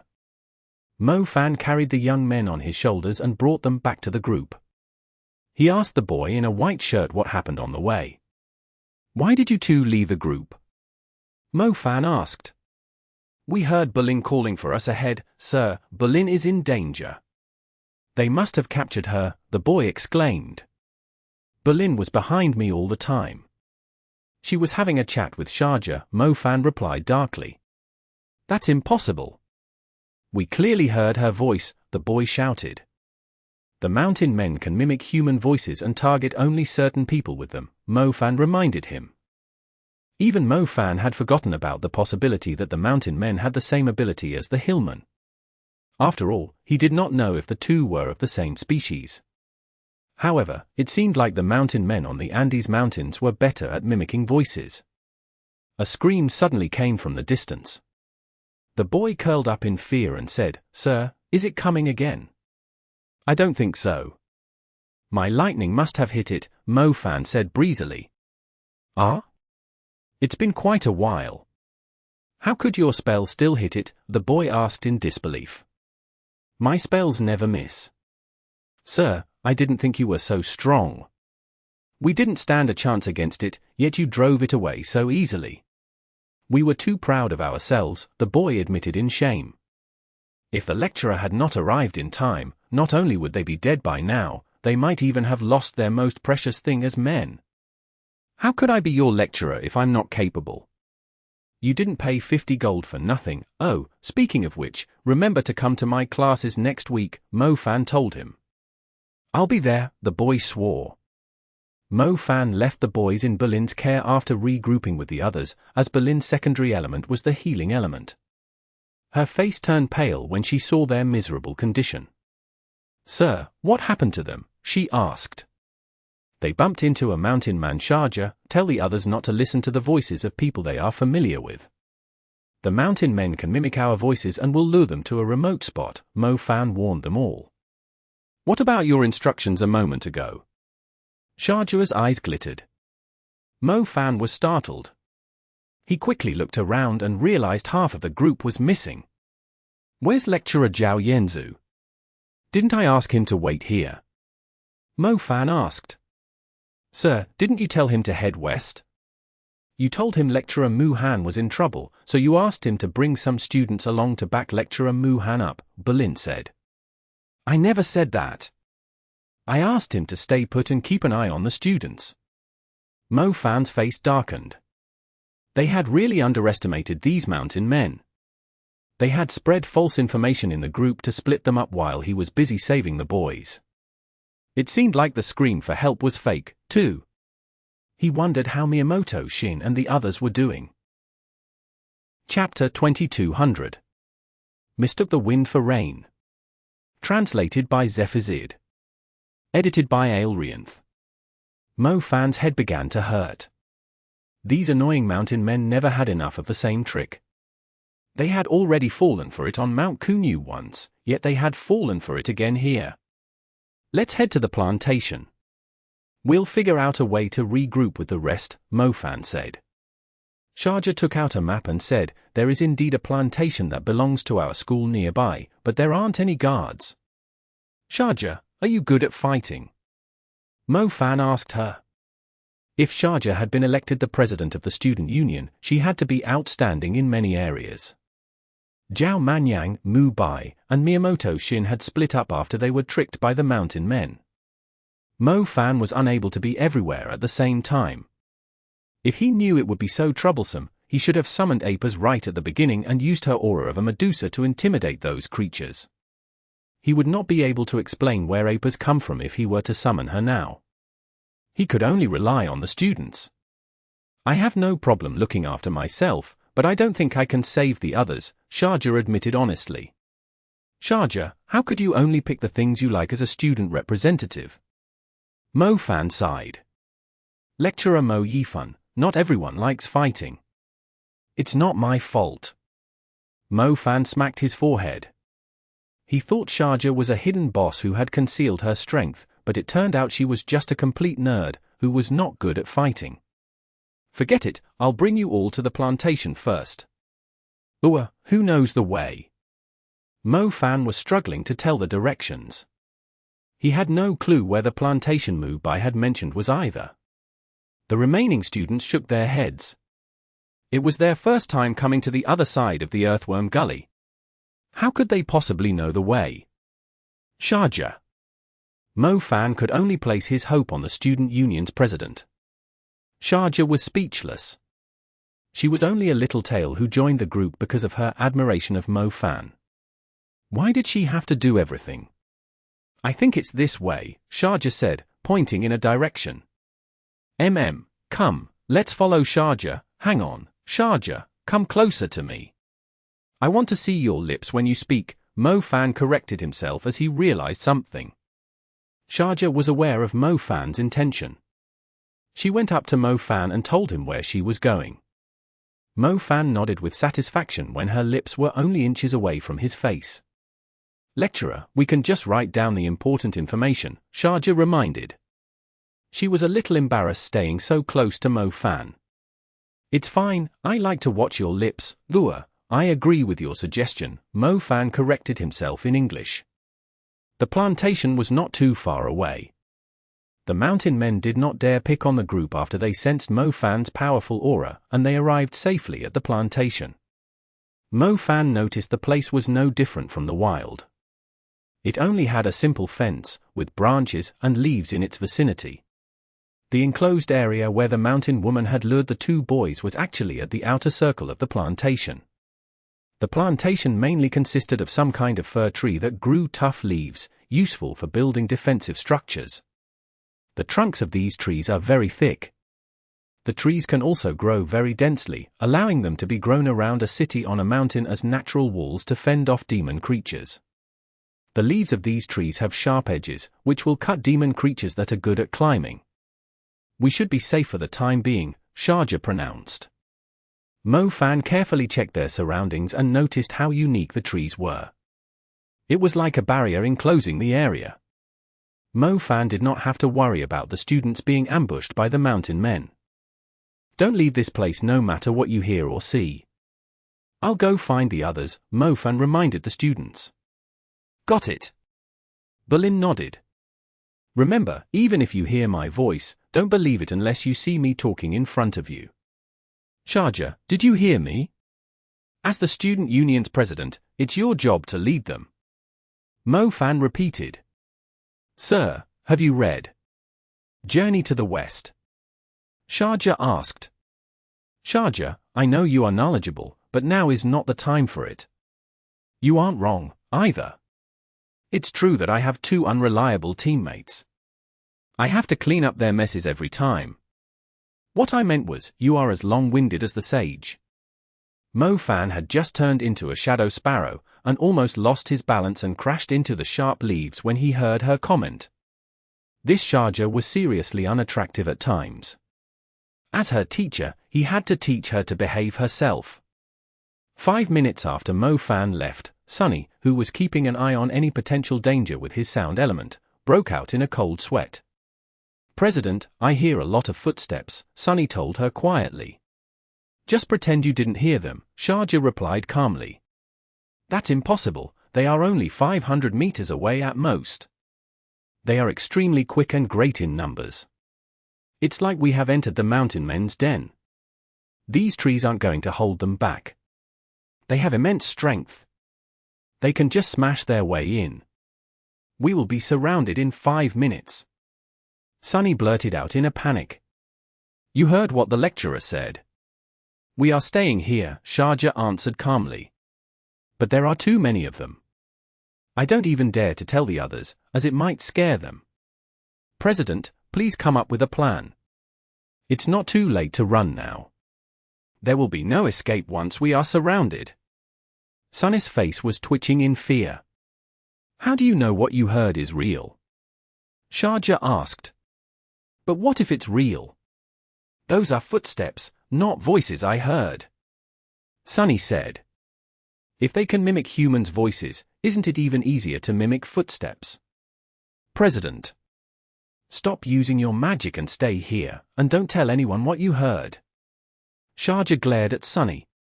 Sharjah suddenly realized something after she finished the sentence. She looked at the others and noticed they were all looking at her and Sunny. Damn it, I should have written it down. Sharjah cursed. It was obvious that the mountain men had passed on their conversation to the students. They all knew Sunny had heard a lot of footsteps approaching. One of the young men, his eyes now brimming with fear, blurted out, Are we really surrounded by the mountain men?